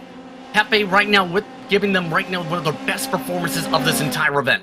Apex Racing Team get past the TR powered by Geeks Energy Machine after that mistake. BS Competition, Felix Quernbach has also just gotten past the Legions of Racers car, so that's 2 spots lost in just a couple of moments there. We look forward once more as Valentin Mandanok continues to be patient with Patrick Holtzman, content to just ride around and wait for his opportunity to come and present itself. Pulseless Esports gets passed by Trek on that run down the hill as well into the braking zone. Simsa gets passed by Rocket Simsport. Plenty of excitement, entertainment going on here. Road America is just an all-time classic, and I know DJ Clark loves it. I love myself a bit of the America's National Park of Speed as well.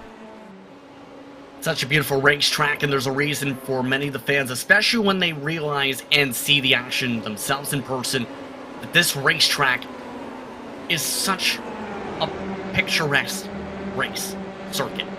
It's one of the oldest in the United States. It's one of the most prestigious in the United States. And for many, especially when they came this way for stock car racing, when they made their way over here with the NASCAR Cup Series last year, it helped build a tradition for the 4th of July, starting with last year potentially, with the atmosphere it built up. And why not? Why not have the opportunity to say as a fan, why not see some cup cars zoom around Road America and camp around at the National Park of Speed and see the zipping around of those cars. We see the same circumstances here in these respective cars at the moment, trying to settle it on down and trying to focus it on forward. With all these transitions to the hillsides, but all the hard sends that you have in turn when it comes to this facility.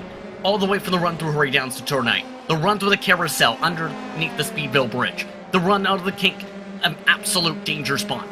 Kettle Bottoms off the Canada corner had been a major sending point for many drivers in this history at this circuit. There's so much you can go into in terms of Pass for the lead! Pass for the lead!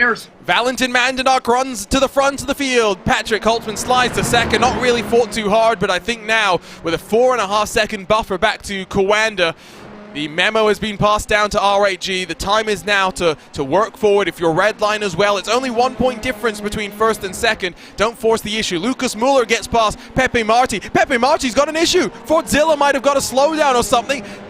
There goes Zenith. There goes Race Clutch. Mandanok's onto pit lane. What in the world just happened all of a sudden? Valentin gets the run for the race lead and decides to come in. I think at this point the window you definitely have to say is on.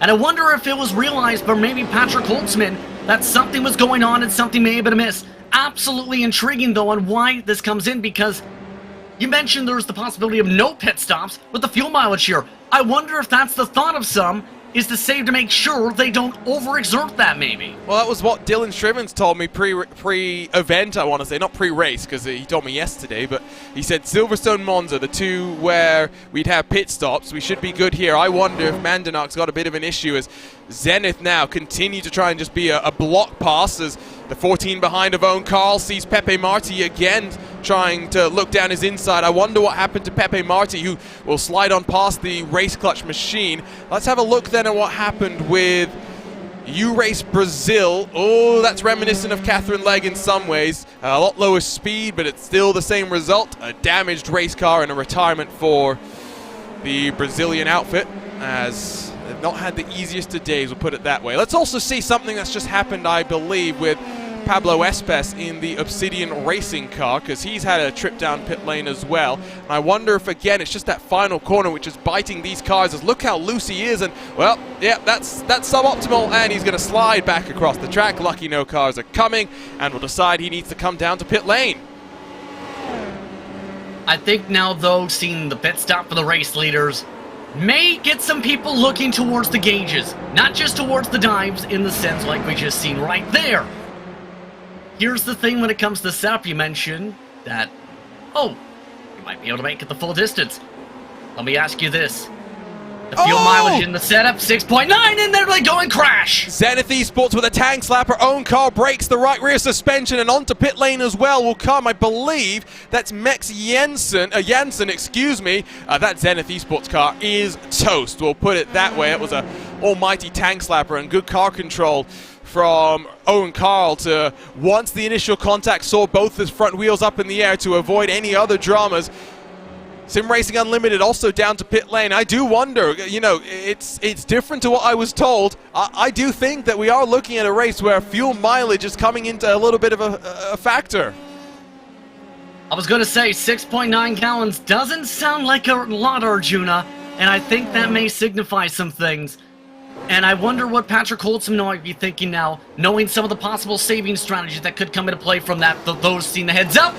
Speaking of heads up, bit of a slide with Zenith, nowhere to go for some of the other cars, and you've seen how dangerous that was. And a few drivers, as soon as they seen that, trying to pit, unfortunately Zenith also took the same chance to say, I've got a broken suspension, may as well just come in right now. Yeah, not much that they could do. We'll be kind to them for Zenith. They had to come down, otherwise they'd be a liability over the rest of the track. So it's what you'd expect. So RAG have pitted. They find themselves 30 seconds down the road. The total pit lane delta is about 35 seconds. We'll track the lap times. We'll see what Redline does in comparison to RAG. If maybe Redline will try and stretch this one to the end. Halfway through, or more than halfway through, heading to our final 3 races of VCO Infinity. What a new format this is, what fun it's been as well in a year of new things for VCO. Of course, don't forget VCO Send It. The first edition due in May. Pre-orders available on the VCO website, as Altus will slide on past Michael Tyler in the E-Team Brit Machine BS competition next in line as well. Patrick Holtzman onto pit lane, so there's the indication they cannot make it to the end. He's got to have executed those laps because RAG, well, they might try and make that undercut work, but typically you'd expect that the lighter the car is, the faster you'll go, JP. Exactly. That's been the trend when it comes to this car, so this could be a little bit of a speed advantage for Holtzman, for Backham and company. Just also the execution for the box in of itself. Here's a look at Valentin. Where will he cycle forward? Holtzman just getting himself positioned towards the edge of the box. Gonna be close on the race. He's up to speed, and Mandanok will fly around the outside and in fact might even be able to break the toe up to 1 second. Holtzman's just about stayed within that drafting range. That will very much help him out. The gap's opened up between Fordzilla, Kawanda by virtue of all the things that have gone on there. I think something might have happened to Fadley Rashmat. He's off into the kitty litter through Canada Corner. Find themselves dropping down the order bit by bit. So for Urano, they're going to have to make a pit stop as well, you'd assume, for fuel. They'll drop down from 20th position very likely as Fordzilla find themselves working past some lap traffic with Lucas Muller behind them. They've broken away from Sergio Ignacio. The Was Cooking Racing Adventures team has managed to get up in front of both the WOR Esports team as well as the Race Clutch team. And the luck that Was Cooking had at the start of this event, you'd be forgiven for assuming that they might have even wanted to retire from this. It's good to see all 40 cars still on the grid. The resets that you get every hour, I think very much a part of that. But Jack Sedgwick won a race. I'm still in shock at that. How he didn't end up on his roof, on his lid, I don't believe it's true. I know you're partially joking. With Only partially. He's had some horrific luck, it seems, these days. But Sedgwick, that purple hedgehog of his, really quick when he isn't bumping and banging, and he's gone up 11 spots in this race, for example, already. That win came in a car he's been running in various series throughout the year especially. I think for Was Cooking, getting that one win is absolutely a huge moment for the team's history in general to say, we're cooking up victories. We're cooking up victories in big competitions now. Come and cook with us. Well, let's hope it's a Michelin star worthy gist. That's for sure. I do need to be careful. I don't want to irritate team manager of Was Cooking Racing Adventures. He holds my commentary career in the palm of his hand. So, front of the field, 1 second splits RAG team Redline, then Kawanda third, 4 and a bit seconds back, with then a 3 second buffer back to Team Fordzilla, who see Sim Racing Unlimited and train with them. Zenith Esports are having to defend as Jack Sedgwick will slide on through. Behind them, Mex Janssen, Owen Carl in train as well. Juan Bustamante's closing, but likely owes us a pit stop as well. So, very, very fascinated how things are going to go. I was talking about VCO Infinity and the year it's been, as here comes Owen Carl looking to the inside of Max Jensen. I just got an image of the first edition of VCO Infinity. It's VCO Send It, excuse me. Already in hand with our big man behind the scenes, Florian Hasper. Can't wait to get my copy, not least because I'm on, or at least the article I wrote is on the cover as well. Zenith Esports has a look, but gets a little bit squirrely, still trying to go around the outside. They'll slide back into line for now. But I love this idea of a print magazine for a digital world, JP. It's about bringing more and more, I don't want to say realizations that, you know, we are a big thing now, especially with what's happened over the last 2 years, but sim racing is definitely booming, and VCO is part of that. Well, it's important to keep in mind not just the fact that there's the print copy of itself, to be able to read a magazine, which surprisingly there's a fair bit who may have not even entered a video rental store these days, let alone read a magazine. It's been that's how quickly the difference of 5 years birth date seems to be. Right. But in regards to magazines, remember... Oh, Lucas Muller! Lucas Muller! Off the track at Canada Corner, my word. One by one, we're just seeing so many issues. This is the format that we see. It invites hard charging, hard pushing. Lucas Muller leaves Pepe Marti all by himself and now has a whole world of pressure behind. Sorry, JP. Big troubles indeed. Big bump-ups indeed for some of the cars in the position. Good for Ford Zilla to get some buffer. What the point was trying to make is, when you think about magazines, here's the critical thing. It's known for its longer length feature story type of articles that still have a big desire for many different people across the various demographics and geographics across the world. People want to be able to read in depth about various articles, about various news, and learn about various people. And that's the critical thing in the importance of having a magazine such as Send It, to be able to have those in-depth articles that you may not get compared to the 300 word bites. So a bit of too wide action. Jack Sedgwick looking to get past Lucas Muller. Owen Carl holds off Max Janssen, as well as Jack Sedgwick up into the top 5 after starting down in 18th position. He'll be delighted. Of course, we're talking about a World Championship caliber driver as we get a look on board with the Was Cooking Racing Adventures driver, nice and relaxed behind the wheel. A lunge looking maybe from Owen Carl as they work down through the hurry downs. He'll hold station now. That looks like a very busy sim room for Jack Sedgwick. You've got the triple monitor setup. You've got what looks like a recliner behind an office chair, and then plenty of other things as well. That must be quite a cramped and confined room.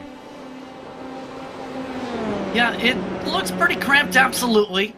Especially with the tight space to be able to get the stereo on. Seen it with it off, in fact, during one of the interviews earlier today. So it is removable as well. But sometimes drivers seem to like that environment where they're surrounded by information and also can turn on their favorite sporting event while they drive around the racetrack. I mean, it could be, well, better or worse depending on how you look at it. When we talk about someone like Dane Warren, he used to race side by side in the V8 Supercars E-Series with his brother, so Ethan Warren. That, I think, is a very interesting environment. Lucas Muller now might have a little bit of damage as a result of that trip through the gravel, because here comes Ignacio, here comes Carl as well. A bit of contact between the two in these open wheel machines. You got to be careful with how aggressively you're pushing one another. Ignacio gets on through, Muller slides on back. Let's take a look at why that car is back in the thick of this action. As into Canada Corner, you can see it was much darker at the time, and I just wonder if maybe the cooler, nope, never mind, it's not about the track conditions. Really trying to extend the track off into the grass on the anchors when he was trying to slow the car down, and, well, good job to make sure he doesn't hit the wall. And hold on to some of the positions that were swamping on behind him. He's lost all of them since then. Looking like he's hungry to try and hold on to a few of them. A little bit of a dangerous cut across the apex. Not too many drivers giving space, and there they go. And that's the danger with being back in the pack. Sim Racing Unlimited, it was looking like a great day for them, but unfortunately one mistake put them in the hornet's nest. One mistake has now seen that car take what should likely be terminal damage. Let's very quickly grab a look at what happened here as well, as that battle will continue to rage on through the carousel. So trying to just work up the hill. There was a lane, it was always closing. He was trying to squeeze his way through. Unfortunately for Lucas Muller, that is going to be significant damage. Juan Bustamante has joined the party. We expect him to require a pit stop, but he's gotten past Ignacio as well. The Apex Racing Team car looking quite good, and if not for what happened at the start of this race, I think they would have been up in the mix as well. I'll be quite honest, I don't think it was even on whatsoever for Lucas, because the hole closed about a good 15, 20 maybe even 50 feet for the braking mark, realistically. He's paid the price for it. Zenith, I think, will have to pay the price possibly with if there's damage to that car. In fact, they do have a mandatory required to repair. Zenith having to pay the price for that damage tier 2. They have to serve it in 3 laps to fix the car with 5 estimated laps to go. That could be the race right there. Well, and do remember they've probably already used the one fast repair that they get with that other contact that they had, which broke the right rear suspension with race clutch, right? So they're likely going to require a lengthy trip. That will be at least a free point for Urano, as now it's a 3-car fight. Jack Cedric is broken away to the tune of 1.3 seconds. Lucas Muller down on pit lane for Sim Racing Unlimited. Let's get another look at those live point situations, and by virtue of what's been going on and the fact that Urano is back up to 18th position, they might owe us a pit stop, yes, but we can only talk about the points as they are. It is now 3 points because Lucas Muller is on pit lane. That splits Redline and Urano. A further then 14 back to the R8G campers on Bustamante, a little bit wide on the run down into turn 5. With 8 minutes left, I wonder if Dylan Shrivens might have just been doing some fuel saving here and trying to make sure that he doesn't require JP to come to pit lane again, because he's already had to do that twice. One, to get some car damage repaired, the second to serve that drive-through. That's an absolute massive concern. You're right on that, Mark, because here's the thing. If he comes back down to the pit lane, all those points completely burn away, and Urano's chances go very much to the wayside. So Scrivens has to try and go the furthest anyone probably will have to go this entire run, 17 laps. Here's the thing. A couple drivers who were involved in the big chaos at the start are on lap 17 of their stints now. Pure Sims, Ulysses, several others. It's doable. As long as he hasn't underfueled the car during those repair sequences, he can make it. I just saw a comment in our YouTube chat. Can you tell that Jack's maybe watching his beloved Leeds United? Well, they are in a fight for relegation in the Premier League, so I'm sure he's hoping that things go well for them. A little bit of lap traffic to work with as well. The gap at the front, though, let's talk about the battle for the race lead. R8G running away from Patrick Holtzman. That gap up to 1.2 seconds, and, you know, there is draft, but it's not significant enough now to help Patrick Holtzman. Max Janssen back past race clutch in that number 14 machine. Yeah, I think Holtzman slowly reeling on down in some of the braking zones, but not in drafting distance yet. So I think at this point, Holtzman just trying to find a way to chip away, get within that little bit of gap, especially knowing he's got a little lighter race car to be able to help pull him down. Behind them, too, you still have that fight going on for, say, 6th position. Race Clutch, they've been having some frustrations throughout this event. This time, though, Owen keeping himself in check with Mex running on behind and looking to hold off a hard-charging Apex Racing Team car, which is now in their draft 2. I still think Bustamante is going to require a pit stop, but with 5 odd minutes left to go in this race, looking what, an estimated 4 more laps, JP, I think?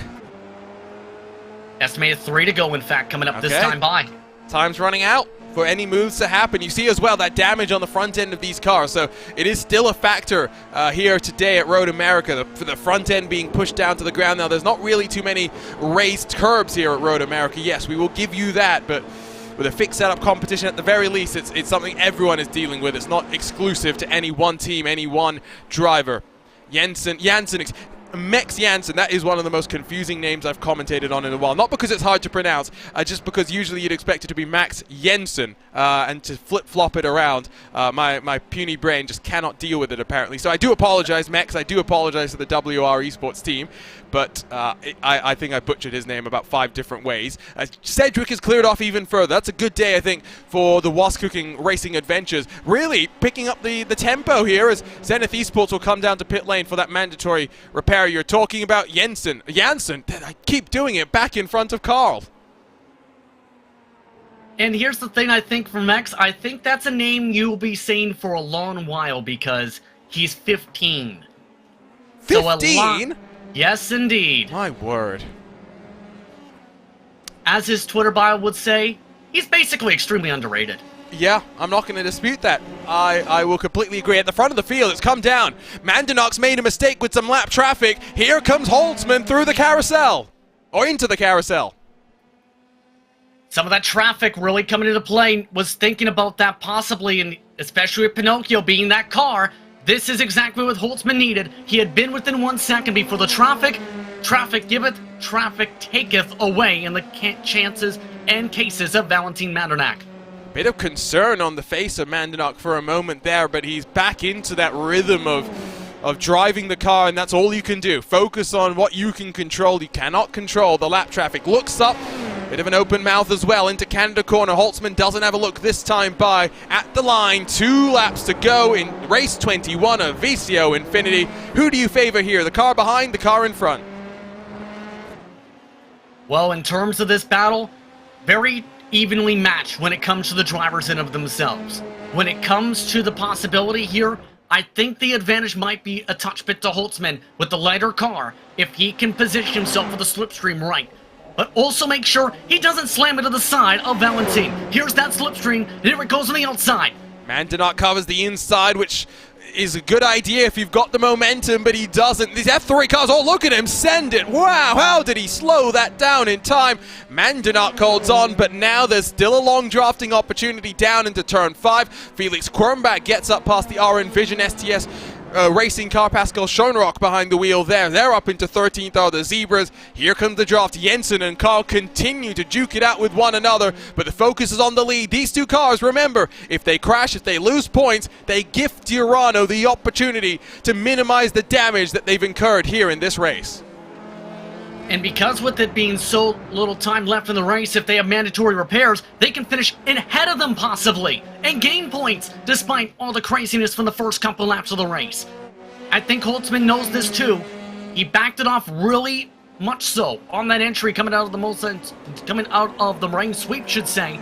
Holtzman thinking a lot about those implications here to set things up for the next passing opportunity. Lots of fighting for 6th position, as joining the fun is Bustamante, who I think at this point will be confident he can make it to the end. So with Dylan Bobo Shrivens back in that Urano machine, that's crucial when it comes to our championship point situation. Down the hill once more, it looks like a very simple 90-degree left, but each of these 90-degree corners very, very unique in their braking zones, the way the track undulates, in the way the bumps of the track influence the braking zone. Patrick Holtzman gets on through and then almost loses control. Wonderful car control from a driver who questioned his status in the elite. Patrick Holtzman hits the front once more. How did he not loop it around on the edge of the curbing? Under 1 minute and 20 seconds to go. Holtzman not going to have an easy task though. Valentin has a good chance to pick up the draft coming up to the possible white flag here. So the question is, do you want to be in second? Do you want to be in first? The white flag will be in hand, and Barney, the flagman, is vigorously waving the white. One more lap to go at the longest track of VCO Infinity. Holtzman gives a fade to Mandernack into turn 1. The run to turn 5, the run to Canada corner will be crucial.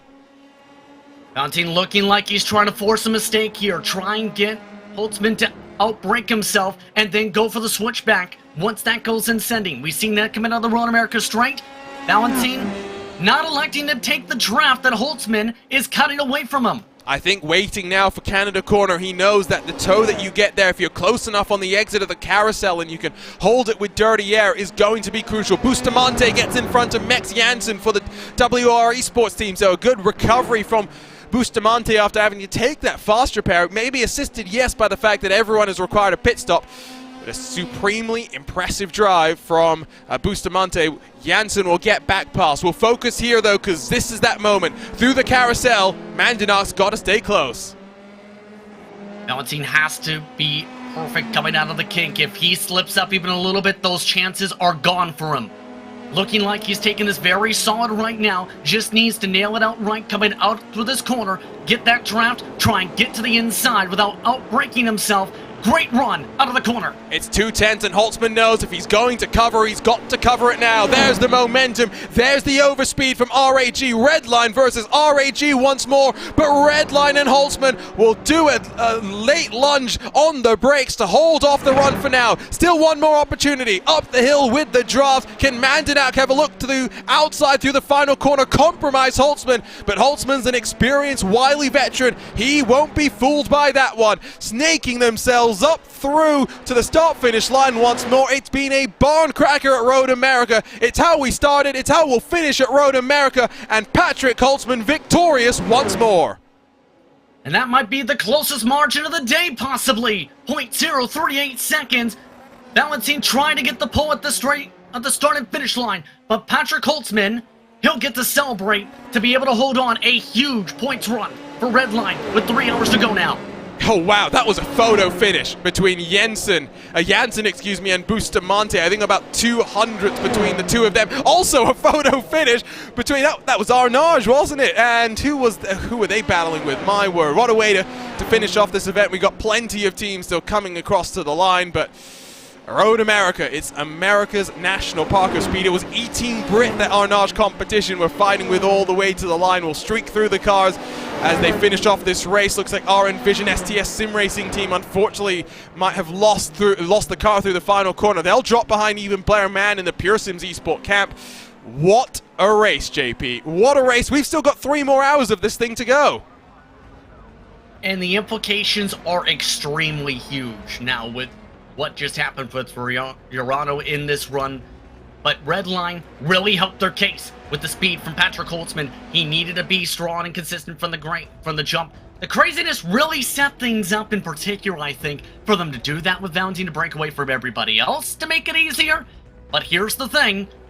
To be able to win, you have to be able to prevent massive slides. Some of the drivers who have had great speed in those circumstances, they've made one mistake, it's cost them the race. Holtzman, he nearly made that mistake. He broke out of that mistake in a 4-tire drift to be able to hold on in front of Valentin.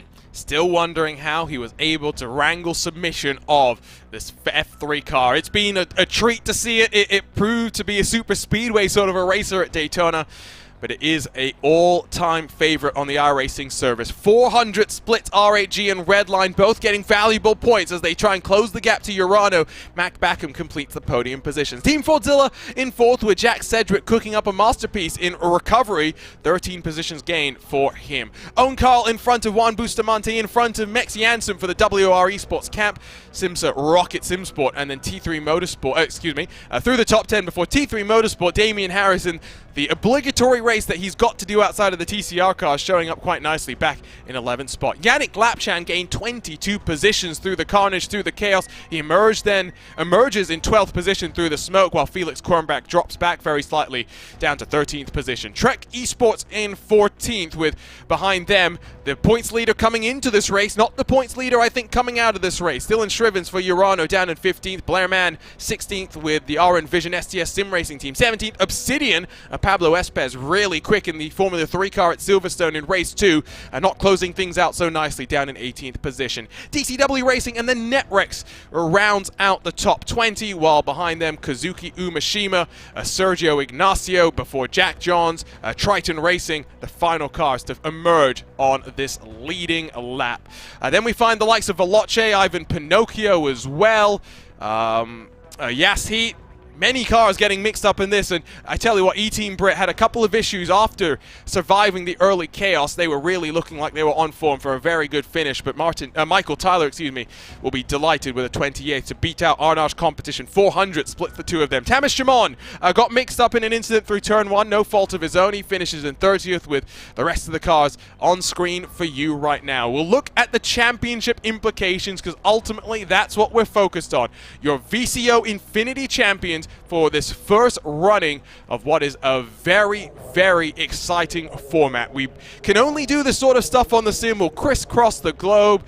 We will take out 5 different machines. We'll make sure that if there are big crashes, people aren't affected by any of it. And when we look at these point standings, JP, Redline 2 points in front. We are looking like we are going down to the final race of the championship to decide your VCO Infinity winners.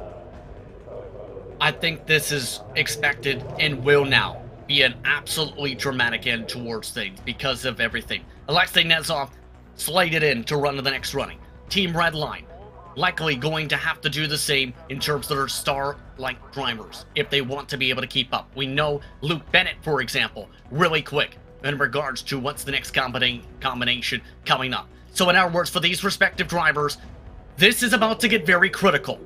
Urano looking for their most historic moment in team history. Redline looking to add to their historic legacy as a group. Absolutely. We're going to take a quick break here on VCO Esports. We're ready for the final 3 hours of action. JP's been very capably taking you through the last couple of races. We'll step aside. We'll be back with Cam Rogers to walk you through the action. We are heading for 3 final races to decide this championship. What fun it's been so far. And next up, we break out the McLaren MP4-12C. We are heading back to the Temple of Speed. We'll be right back from Monza.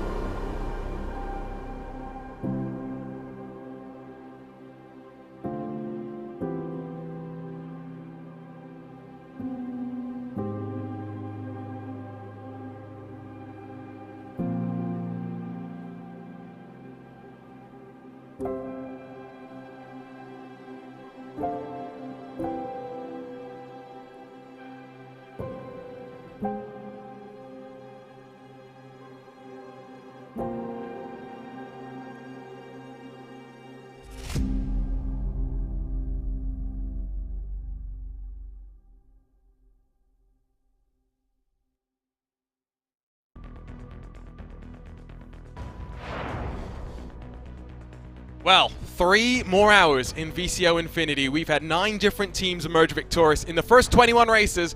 Will we see more in these final 3 hours of action? Arjuna Kankipati back along this time with Cameron Roger, who was there through the night hours, through the graveyard shifts. Cam, but this has been great. This has been so much fun. And now we head to the Temple of Speed. We break out, like Justin said, the fire-breathing machine that is the McLaren MP4-12C. Yeah, it's been a great first, pretty much 3/4 of the race now. Just 3 races left to go, and I think it's been great. It's been so exciting, and only 2 points separating the top 2 teams as well. We've seen how easily mistakes can happen, crashes can happen, and I think that can flip-flop a few ways. So we still don't really know who's going to win. Qualifying underway at Monza right now, and this I think is an important one because track position here is important, not just to survive on turn 1, but to make sure you're in the good positions as well to get the run. We've already seen a photo finish here between the Apex Racing team and Coanda. It's not the first time. I think back to last year, SCO Sprint Masters. It was Dane Warren, Jamie Fluke pushing each other in GT3 machines. Yes, 2 different manufacturers. The margin was hundredths of a second as well. This is a track that does invite those close photo finishes, and setting up out of Ascari on the final lap is important. Absolutely, but if you want to win the race and get the good points, you've got to be in that top 10 in qualifying, so that's going to be so important when we get to the grid. So, qualifying has about 20 seconds left to go. Let's quickly talk about the passing opportunities here. Of course, into turn 1, the second chicane as well. If you want to be bold in the opening couple of laps, though, Cam, the Lesmos are somewhere I could see a couple of moves being made as well. Yeah, there's quite a few corners here, as you say, that you can really send it into the harder braking zones. But also that middle sector you're talking about through the Lesmos, you can be quite cheeky in some of those places. But it's one of those ones where you have so many opportunities that you need to choose the right one and not just send it into every single opportunity that you got, because creating a crash is not going to be helping your day at all. Remember Urano's issues last time out. Let's run you down through the starting grid, though, for the third to final race here today. And, well, for Gordy Much, it's pole, but crucially for Alexei Nesov, real-world GT3 experience, he's put it on the outside of the front row. He's got to stay out of trouble. It's as simple as that. Jimmy Antunes for the Arnage competition team inside of Daniel Ferguson, who is racing at about 7 a.m. for him, I do believe, on the west coast of the United States. Yago Martinez alongside with Luke Bennett for Team Redline, who does have to work his way forward and make sure he's in front of Alexei Nesov. Jamie Fluke and the Vasilios Belistitiosis BS competition car, and he asked me to say his name, and I'm sure I butchered it just like he was expecting. Dion Fiala, Tristan Iglesias through the top 10, and Dika Rama Milana and Isaac Gillison share row number 6. Sam Michaels for SRC Movano back in 13th alongside Nathan Moore for Race Clutch Team Fordzilla, and the Oris Racing teams share row 8, Altus Esports and RPC 17th and 18th. Rolling from 19th, we'll see the Trek Esports crew with Timu Toika looking to bounce or follow up the momentum that Jack Cedric has delivered in the last couple of races. He'll be rolling from 20th. Alex Mitchell for WR Esports and Sim Racing Unlimited 21st and 22nd. 2 teams battling out in the Formula 3 car. They'll be battling out in this MP4 as well. Mitchie Hoyer for Burst Esports, Cam's teammate, back in 23rd, with our Envision STS Sim Racing team back in 24th. Rolling from 25th will be Netrex on their iRacing main competition debut. They've been very, very impressive and somewhat consistent as well as they work their way forward. Brabham Esports, Simsa and TR powered by Geeks Energy through the top 28. Pulsars and E-Team Brit split by just 0.07 of a second. Final lap times on the board, Rocket Simsport and DCW Racing. Most crucially though, it's the cars with no lap time set, and most significantly, it's the American Mitchell de Jong racing from the Coanda team facility. That's back in 33rd. Dominic Blyer for Triton Racing will share row 17, while Johan Royer and Norbert Leitner roll from behind them. Back in 37th sees Obsidian Racing and U-Race Brazil Esports and RaceSpot's own Lorenzo Bonder, Andrea Dallavala in what's been a difficult day for Absolute Motorsports Atlas Sim Racing. Shotgun, 39th in our field. The cars are rolling. We're ready for some entertainment. Cam, it's Monza. Turn 1. Can we survive? 39 cars going into there is going to be certainly very tricky indeed, but this is also the time of the day where you might need to take some risks if you want to really improve yourself, but taking those risks always comes with the potential reward, but then the potential for the crash as well. And you can see this just huge field of GT3 cars as we've got, and it's going to be so close at the front. But do watch out, as you say, for Mitchell de Jong coming through the pack. Didn't set a time in the qualifying session, so he's going to need to find some places if he wants to stay in that top 5 in the team's championship. And let's quickly talk about Coanda for a sec. Again, if not for some of their issues, they've been the winningest team so far in VCO Infinity, with 6 wins as a crew and 14 podiums. They should be in the championship fight. Unfortunately, they're not. Absolutely, and that's because just 1 or 2 races you can lose yourself 30-40 points in a single race, and that is so important when it's difficult to get them back 1 point per position. It started at Silverstone. Pash Gurgis in through that new complex, the Village Loop, not by no fault of his own. It was another team that got penalized, but from there it went from bad to worse. A disconnection then from Mac Backham, frustrated to say the very least. 3 races to go. The McLaren for the final time is ready to roar at Monza. We're underway for race 22. 2 in the 2022 VCO Infinity, and Gordy Much leads us down to turn 1 at Monza. What could go wrong? We're about to find out. Single file for the top 3. Pure Sims and Redline side by side as Gordy Much has a fade to the inside to cover off a move from Alexei Nesov. Late on the brakes is the Russian as he tries to swoop around the outside, safely through. Redline getting past Pure Sims as well. Have we just gotten the first 20 cars through safely? We might even get all 39. Never mind, there we go. It's E-Team Brit that's around.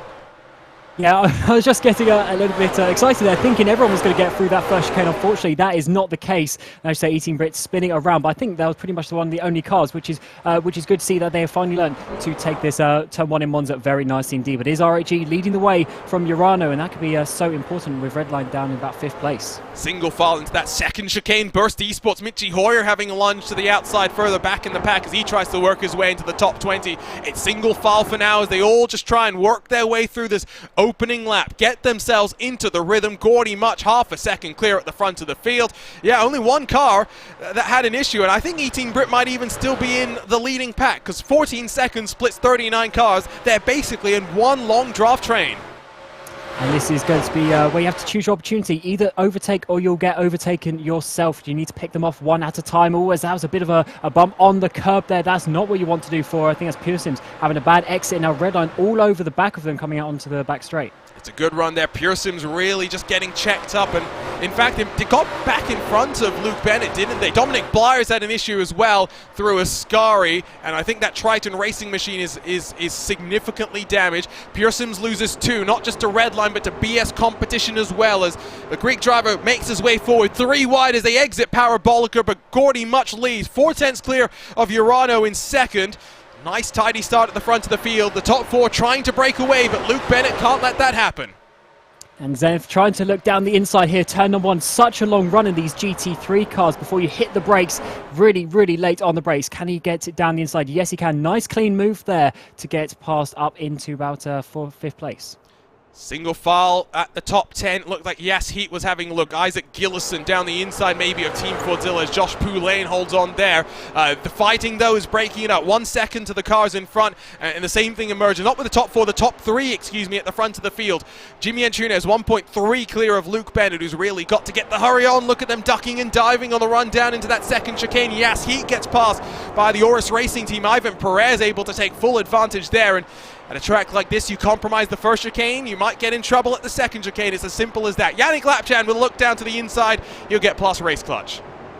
Yeah, nice move there up the inside. That actually might open the door for the next car coming through behind them as well. And I think they just had to back out of that one. They did as they come out through Lesmo 2 onto the back straight. And that, just shows you the opportunities do open yourself up. But you just have to, just try and slide past the cars, work yourself up the train as they're still all in one pretty long run all the way from the leader down to about 20-something position. All these cars just so close together. It has actually closed up very slightly between 3rd and 4th. Jimmy and Tunis now only about 8/10 clear of Luke Bennett in the red line, number 21. So that has helped out Bennett as they try and work their way back to the front of the field. Fordzilla again under fire, this time from Perez as, well, that momentum just swooping past on the outside line. Trek as well will fend off and get in front of Nathan Moore, so just through Ascari. And when you're in a pack like this, we talk about the momentum. Making sure that you are setting up your moves is going to be crucial. Don't have to set yourself up though if you're Alexei Nesov. You've just got to keep clean. These are 2 cars fighting at the front of the field. Jimmy Antunes wants to make it 2 wide for second. He'll try and get past in that pink and white machine. All the while, Bennett closes up as well. New race leader, Gordy Much loses 2 positions on the main straight.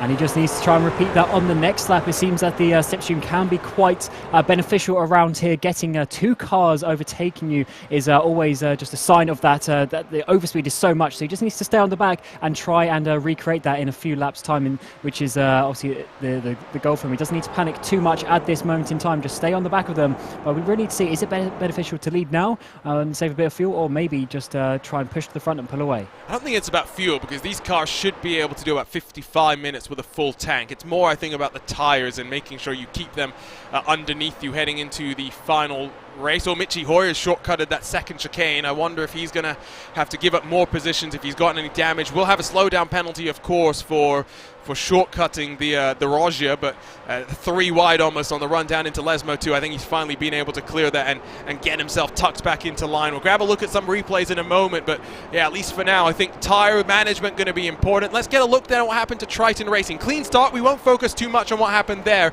More curious to what happened there. No, that's just too wide into Ascari lap 1. Maybe it was wiser for one of those two to back out. Yeah, that's never going to work really. I think maybe that car just possibly pinching slightly, but I mean, it's difficult to say. I think that, as you say, just lap 1, cars going side by side into a corner where they really shouldn't. I don't think any specific driver is at fault coming into that one, but maybe that car on the outside just not quite leaving enough space on the inside. You could argue potentially, I guess, the car on the inside as well maybe could have been a bit more on the curb, but I'd argue that's a bit of a stretch as well. When you're on colder tires, yes, they would have warmed up a little bit since the start of the race, but it's lap 1. We said it before, you just want to make sure you're out of trouble. It's as simple as that. Alexei Nesov continues to lead then as the top, what's this, 11 or so, breaking away from the Oris Racing team. Ivan Perez has charged to the front of that peloton, is going to try and close that gap back to the front. Mitchell de Jong, is he in a bit of trouble? Well, he's 3 wide into turn 1. PGZ on his inside. He's got to be careful that he doesn't get himself turned around. Netrex really slow, will box out Coanda. Mitchell de Jong still only has made up about 4 positions since the start of this race and is now 19 seconds away from the leading pack. Yeah, it's so difficult because all these cars around him are really fighting for these places, but he knows he's fighting for one of the top spots. He needs to be that little bit more conservative, but now down the inside of the Netrex car into the second chicane. Can he just about make that work? Yes, he can. Another car up the road, I think it's the TR Motorsport car that he's coming up the back of as well, so he needs to start picking these cars off because the gaps are starting to open out ahead. Back at the front, let's get a look at what happened then for Burst Esports down into that Roger, the second of the chicanes. Oh, by himself. He's lucky he doesn't wipe out someone else there. Yeah, that was, I should say, all on his own, just locking those rear brakes. And it's on the grass. He touched the grass. Yeah, just obviously looking a bit too far to the left and forgetting that his right-hand wheels there, going onto the grass, losing, I mean, that's probably about 6 cars that went past him because of that. Yeah, at the very least, Bennett will slide past Gordy Much. And again, R8G just needs to conserve points and hope for Redline and for Urano to have a couple of issues here. Let's grab a look at those live points as well. You can figure out where it is. It is tied. Oh. It is tied if we hold like this. I don't think it will hold like this. I think Bennett's on a charge. But look who's on a charge. Jimmy Antunes wants to lead. He wants to demote Urano down to second in the points. He'll have the inside line. He'll get on the anchors as late as possible. And Nesov has to be careful here. Cannot afford to get freight trained by the field. And bullies his way through. Here comes Bennett to try and take advantage.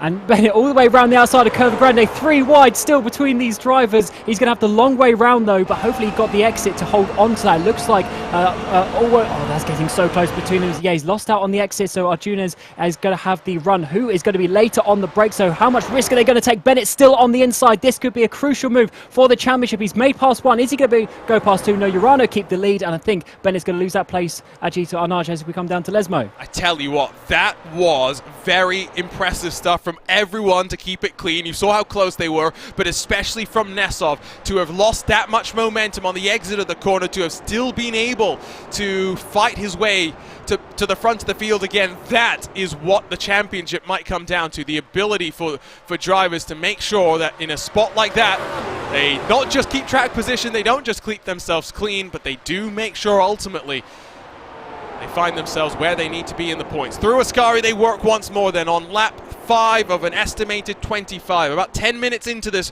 first race, Pearson's very, very wide through Ascari. They'll lose a whole bunch of spots as a result of that.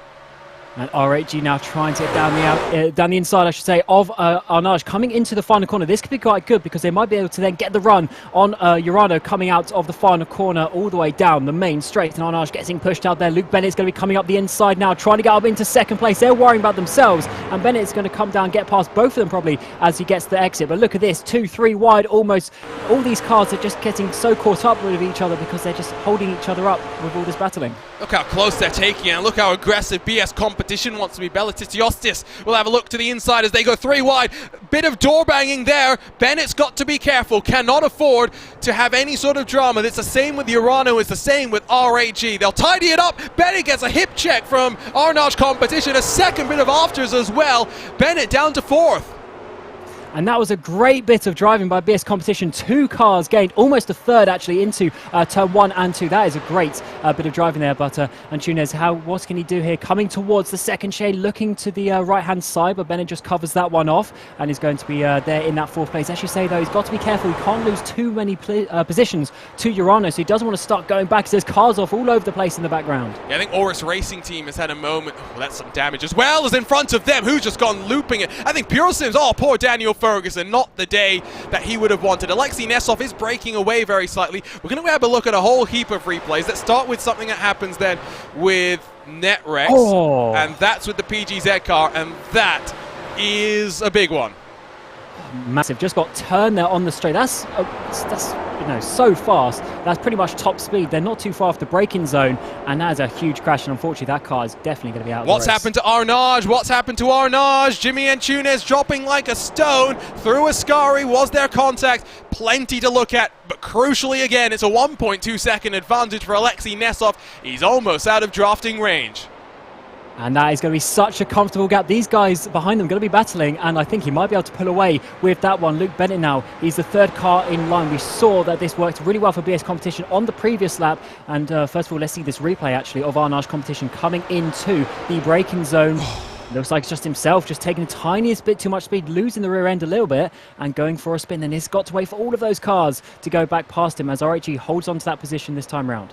Yep, just overcooked it. Simple as that, unfortunately. He's going to be a little frustrated with himself, but so lights flashing from these drivers trying to communicate with one another as to what's going on, to make sure they keep it clean, they keep it tidy.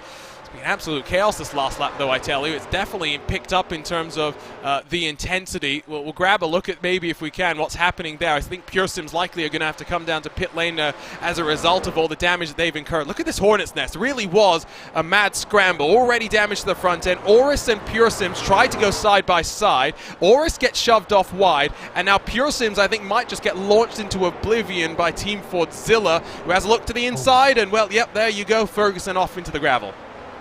Yeah, that's a bit unlucky there. Fordzilla car just diving it down the inside. It's not really the type of corner to do that. Braking zone's not long enough, and unfortunately, yeah, that is the way the Pure Sims race is going to end, because even if they've got back out, which I'm not sure they have, they're going to be so far down to not get any significant points, at least, as we come to this battle once again for the podium places. Luke Bennett still there in that 4th place, needs to try and get past these guys, but it seems like they've calmed down just a little bit. The gaps have spread out a little bit, though I say that BS Competition going wide might give them a run.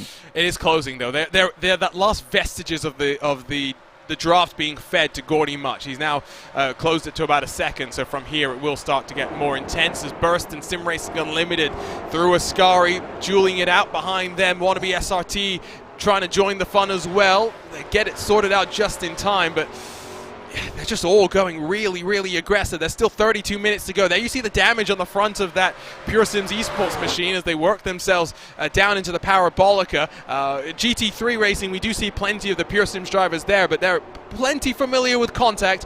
Of course, Ash Shudd and Team Owner, the multi-time British touring car champion. I think Pure Sims might just be fading. Yeah, there they go, down to the pit entry. They will be making their pit stop to get that not mandatory damage, but the one fast repair that we do have in today's race to try and recover what they can.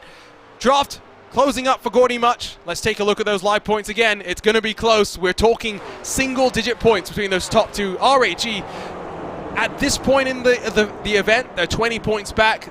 There's not much they can do, and they really don't want to get involved and cause anyone else some strife between Urano and Redline. And all they need to do for Gordy Masha, he just needs to try and consolidate this podium, because at the end of the day, if he just gets on the podium for the last 3, or he and his teammates get on the podium for the last 3 races, that's really just the best they can do, and just hope that Urano have a race like they did last time out, last race in race 21, having a bit of a bad day there, and that's really it. If you keep on the podium, you keep these consistent results, that's going to push you towards the front. And look at this, side by side, 2 deep, as we got Brabham there, we got Mitch Hoy and Burst Esport on the outside as well. Pure Sim, I think one of the other cars just at the front of this pack. They're all going a bit crazy. I think Burst might have gone off the road again, to be completely honest. Let's get a look at the replay if we can. So it's again down into the Rogia. And, again on the grass. Again. He's just pushing. Oh, wow, that was a close one. That Mitchie, that was just, 2 laps in, pretty much 2 laps in the last 4, really, going just too heavy on the brakes, too far to the right in that braking zone as you come back to the front. Look at all this slipstream that is happening. They're catching up to Alexei Nesov now, slowly but surely in that slipstream. And now Luke Bennett trying to push the BS competition car all the way towards the front. Are they going to look for a move, or are they just still trying to use maybe a bit of push drafting to close this gap up? Well, there's 2 ways of looking at it, right? You're either redline and you want to get to the front, or the other way of looking at it is you want Urano to go backwards, which means that maybe you're pushing people forward. It's not necessarily about the victory, but each position is a point gain. So if Urano goes back a position, redline, really, when you're thinking about it, will gain a spot. PGZ, 30 seconds stop and hold penalty for that contact that we saw with the Networks car on the start-finish straight, and that applies in the next race. Well, that's not just a slap on the wrist. That is a little bit more significant. Yeah, but that's a very dangerous contact as well, because that could have been a Skittles effect, as we're seeing Altis Esports now diving it towards the inside of Lesmond. Also, maybe on 2 cars there. Fordzilla trying to go up the inside of as well. This is for about 10th position these guys are fighting for. Fordzilla, though, holding on to it through Lesmo 1. And as we come out of Lesmo 2, they seems like they've actually got a good exit, but Altis there trying to get the run now up to Ascari. This format just cannot deliver a boring race. It just seems like that. Luca, the Roger does seem to be a bit of a danger zone. I'm sure it was either contact or it was a car off. Again, very much like Michi Hoy, just trying to push the limits of the track. And again, Rocket Sim Sport, very much like Michi, relative newcomers to iRacing in their experience. Yes, Michi's got, I think, 4,000 something iRating, but very much makes other platforms, other simulators his home. As a battle for the lead sees BS competition trying to look to the inside as Luke Bennett tries to work his way forward. He must not be feeling too under the pressure right now. Look how calm, look how cool, look how collected he seems right now. Yeah, he's in a nice place, though, just slipstreaming these guys ahead. He doesn't need to be careful with Jamie Fluke getting on the back of him, but look, they're going on the just slightly past the white line there. Really trying to get out of the slipstream is Nesov here, trying to break the slipstream, trying to stop these guys getting up to him before we get towards turn number 1, but that slipstream has pulled them right back into play, and Gordy Much now is pretty much touching the back of him as they come there, even about 7 deep there coming into turn 1. Looks like a move as well for Altus Esports. Yannick Lapchan has charged his way up 8 positions to get up into the top 10 and now past Team Fordzilla. Works his way into 9th. Isaac Gillison and Oris Racing Team side by side for 12th position as, again, Mitchell de Jong with tracking his progress. 32nd. So for Coanda, it's another struggle, and in a point system that rewards consistency, I've had some really good results and consistently good results, but you need to consistently be inside of the top 15, inside of the top 10. Alexei Nesov still continues to punch that hole in the air at the front of the field as Oris and Yasid have now lost touch of those in front. They've been battling so hard. Sometimes that's the danger with pushing it too much. If you're Nesov, are you comfortable right now, Cam? I don't think you are. No, not with the way. Look at this, also keeping the tight line, then coming back to the right-hand side as we come under the bridge to try and break just every little last thousandth of that slipstream. So he is definitely thinking about it, but what he's worried about here is if one car comes past him, probably 2 or 3 are coming past as well. So that's really what he's got to focus on if he wants to stay in this top group as he goes all the way to the left there and as we come up to this the final corner, the Parabolica once again. And at some point, one of these guys is just going to dive it down the inside. So that is what they're ready for. Oh, Michi Hoy has gone off again, coming out of Lesmo 1, I guess that is, and he's dropping further down into P33. Yeah, he's having a bit of a nightmare, unfortunately. Just sometimes, again, I've used this phrase already today. It's quickly becoming a favorite. It's how the cookie crumbles. Racing's not always fair, no matter how much you feel you deserve it. Here we go, snaking back and forth again. Gordy much closer than he's ever been. Does he force Nesov to pinch to the inside? Bennett takes advantage. BS competition gets boxed out. They'll take it 3 wide for second for a moment. Bennett takes 1 position. Will slide into line for now. Will hold on to that spot. BS competition driver, you see the shaking on his camera as well, gives you the indication of just how much force he's got. Must say, he's got the t-shirt and the flag behind him. He's not wearing that team merch right now. Doesn't want to get dirty You know, I maybe he's see. only got one of them. Does with all the races that they have nowadays, is he's dropped there into 4th place. And I think what Bennett did there is just a perfect example of how you work your way forward, just sliding past one car at a time, and he'll probably try and do the exact same again to Gordy Much when the opportunity arises, and then just slowly work his way towards the front. But these positions are important with how close it is between them and Urano. I see Luke Crane in our Twitch chat talking about how Alexei Nesov, Josh Rogers and Dominic Hoffman driver of the event for him, and I think it's hard to dispute that. I will say that in terms of wins though, it's Josh Rogers with 4 the most. Mandenak and Holtzman tied with 2 apiece as well. Joop Delict, excuse me, because apparently I've been butchering his name for eons. Victory for him. We've got, 16 drivers that have won across the 21 races that we've had so far. Yeah, so, I mean, you say Dominic Hoffman, Luke, but unfortunately he's not got a win just yet. But I do agree, he's had some good positions. 3 podiums to his name. 4 drivers have 4 podiums apiece. De Jong, Laubish, Rogers, and Mandenak. 2 Coanda drivers. Again, I'll go back to it. Consistency for Coanda would have resulted in them likely being the ones running away with this one. It's a 8-car train at the front of the field. Tristan Iglesias for the T3 Motorsports team at the very tail of this one. They're split by just 2.3 seconds. Jamie Fluke's in the party as well, and I'll go back again to what I said at Monza midway through last year, the SCO Sprint Masters. Jamie Fluke, Dane Warren, Lamborghini versus the Porsche 911 through the final corner. Photo finish at the line. Jamie Fluke, I have never seen him more dejected to have lost out by a couple of thousands, a couple of hundreds, but sometimes you just don't set yourself up right, and I bring that up for a very important reason as we get towards the halfway marker of this race, Cam. I think you want to be in second coming out of Ascari. Interesting. It's a long enough run to overtake, as you say, but I still think if you can get good X out of Parabolica, keep on the inside, maybe you can hold on to it. But anyway, let's see how that one works out with this car, because it does seem the slipstream is actually pretty effective. I don't know, I would sort of want to be in the lead, I reckon, but it's a difficult one because sometimes you don't actually have a choice. When it gets to that certain point, you just have to, play with the cards that have been dealt your way. At this moment, Nesov has he's clearly been wanting to stay in the lead with the way that he's been defending this, and it's worked out so far for him. So I think that is working out to be a good tactic. Will it be, though, when we get to the end? And as you see, tied on points once again between the teams of Urano Esports and Team Redline. So close between them, and they just know that each of these positions is going to count. So I think Bennett is definitely going to try and push this one on Much. Veloce gaining 3 positions. You can see it's 6 points that split 7th through 10th as it stands right now in these points.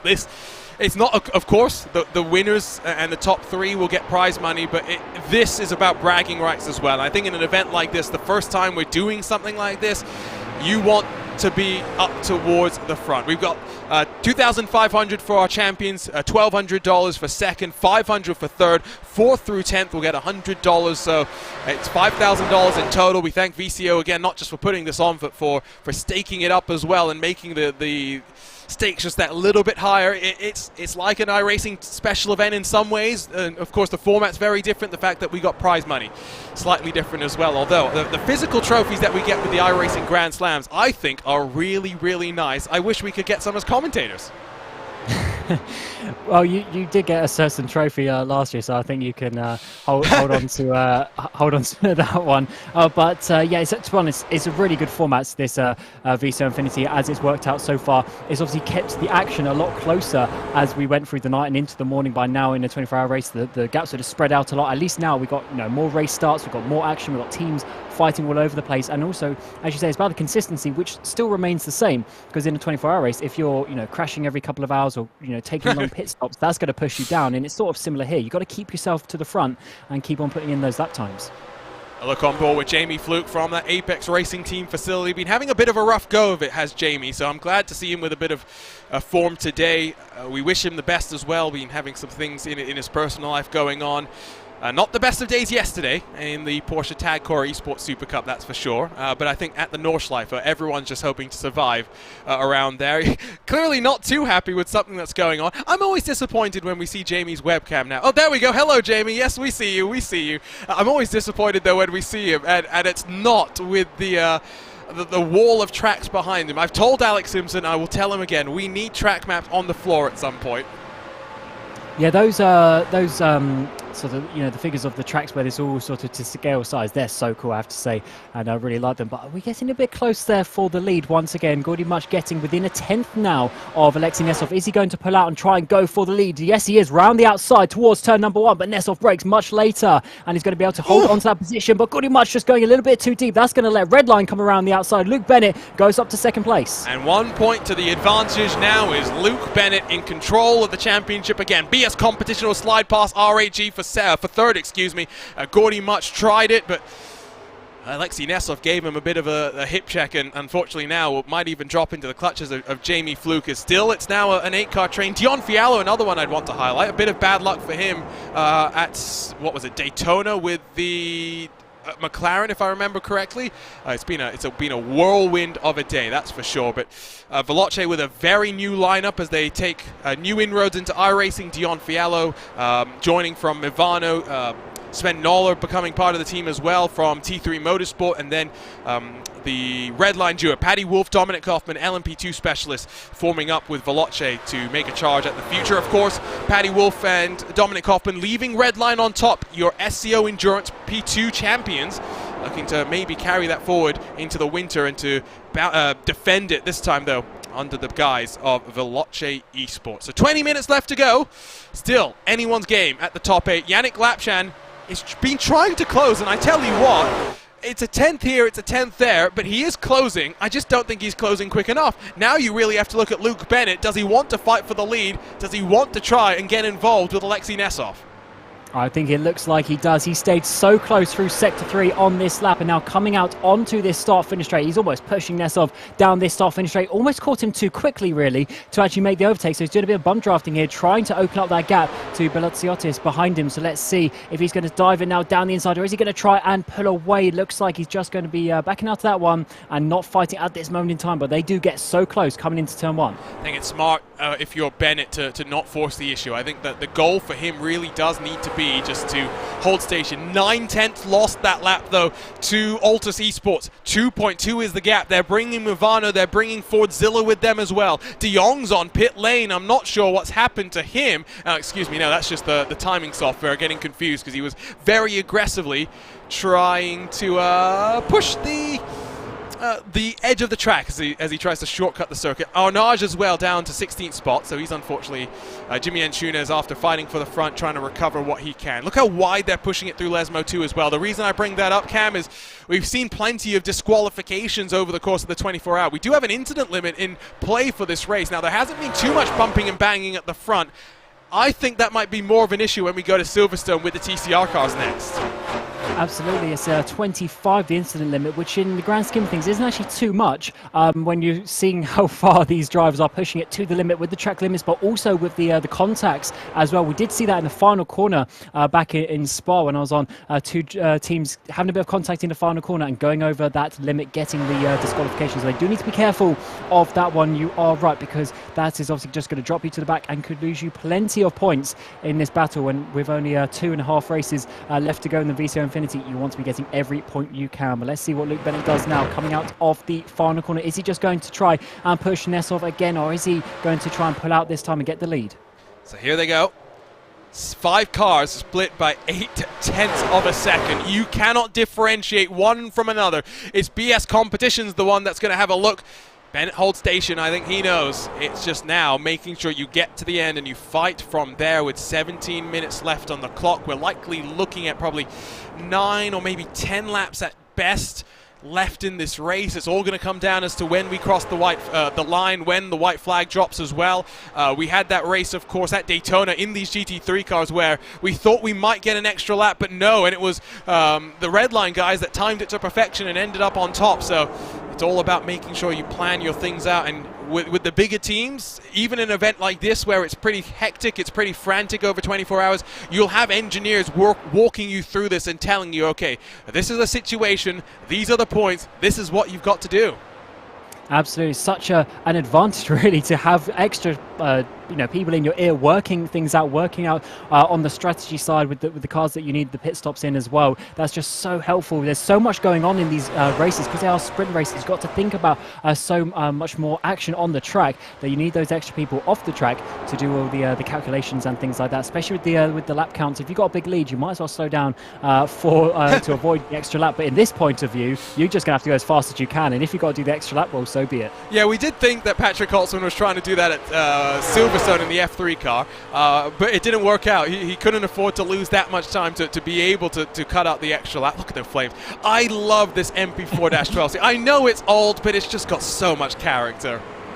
Absolutely does. It's great to see, great to be here in the VCO Infinity, and even just when they're upshift, sometimes you're getting the flames as well. Really cool to see that as we come onto this start-finish straight. Once again, Bennett continues with this bump drafting technique. It's an interesting one because obviously they're not really pulling away from the cars behind, but I guess he's just trying to not battle and wait for an opportunity later on in the race, because if these guys start battling, they know that that car of a BS competition or even Gordy much behind will start battling them and even come for an overtake.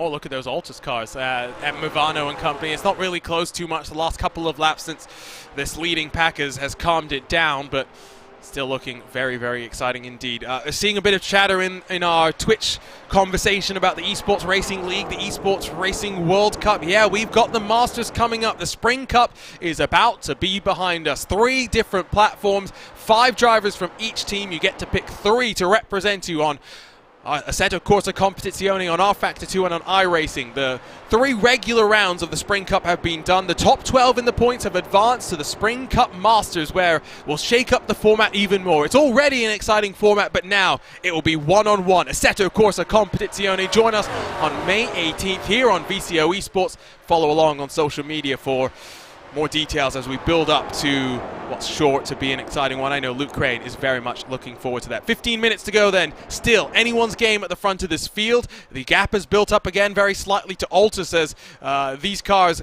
get back to the task at hand, which is focusing on the pace that they're building up. There's Luke on board with your current race leader. 1 point splits them in red line. Let's not forget, we really are, if these 2 cars finish lockstep for this race, for the next race, Spa with the LMP2 car is going to be the championship showdown. Where better to go than the Ardennes Mountain? Absolutely, it's going to be a great finale to this huge 24 races that we've done already. This is the 22nd one, and it's so close. It's quite crazy actually how it can remain so close. All the different variables, all the qualifying laps, all the race starts, all of the turn number 1s that could have had chaos, but we're still coming down to the odd point here or there. And to be honest, if I was Luke Bennett, I'd definitely be trying to get this position, because you don't know how important that 1 point is going to be, especially where today it's just or in this race it's just a one-on-one battle between the 2. Well, let's not forget that we have had plenty of turn 1 stuff. It's just not been at the front of the field very often. Simsa and Was Cooking Racing Adventures. Team Utoika, the ex-Simsa driver, gets passed by the young Fabio Rauer with Norbert Leitner behind them as well. They're fighting for 20th, about 5 seconds back from Trek and WOR. They're not really looking like they're going to close their way to being forward. Pure Sims on there, charge back after Daniel Ferguson had to take it onto pit road to get that fast repair, the one and only fast repair you get in each of these races. They're up to 28th position. Was Cooking loses another position, this time to the wannabe SRT team into the Roger. Back to the front we look once more. It is still this 8-car train at the front. And it could be anyone's game. I don't think if you're Veloce or T3 at the back, you're expecting to charge your way through if it stays clean. But if we get a bit of contact, if we get a bit of drama, you just got to work your way through the smoke. Ooh, that was T3 taking some liberties with track limits on the exit of Ascari. Yeah, I'm surprised we haven't seen these the 4 cars out the back get a bit more involved. I mean, Zenith, we haven't really spoken about them at all during this race so far. They've just been sat there with Martinez behind Jamie Fluke for the whole time, just waiting for something to happen, as you say. And that's is this going to be the one for Luke Bennett? He's got a little bit of a run this time. It's not just about the bump draft. He is. He's going towards the inside. He's trying to get his car all the way down the inside. He's got the overspeed, and I think he's going to be taking the race lead here in Monza. But he's got to be watching out, because BS Competition also coming going there in the background, but this could be a huge championship opportunity for them to take the lead, and they do. Urano down to second place. And that's the wily old head that is Alexei Nesov. He could have fought it, right? He could have done what Gordy Much did and try and stick alongside, but no, he realized, let's tuck back in, let's wait for the opportunity to present itself. And I'll go back to what I said earlier. I think you want to be second, coming at least to the final lap of the race. Gordy Much gets passed by Jamie Fluke, the Northern Irishman, dispatches of one, looks forward as Redline has to go defensive from Urano on the run down into Roger. They hold off the charge from behind for now.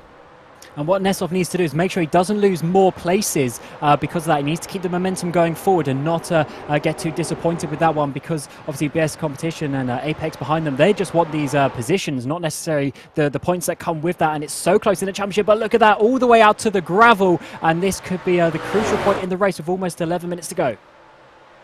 So I'm trying to figure out how many laps we got left. I think we're looking at 5 at the line. I think we're looking at 5. It might very well be 6.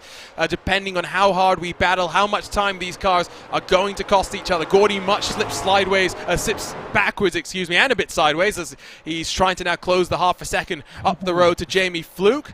Working down into the Parabolica again. They are snaking back and forth. If you're Nesov, I think you wait. You got to be careful, I guess, of BS Competition. If the Zebras go charging, then Urano has to go aggressive to defend. It's one of those weird things, right, where sometimes to defend, you've got to attack.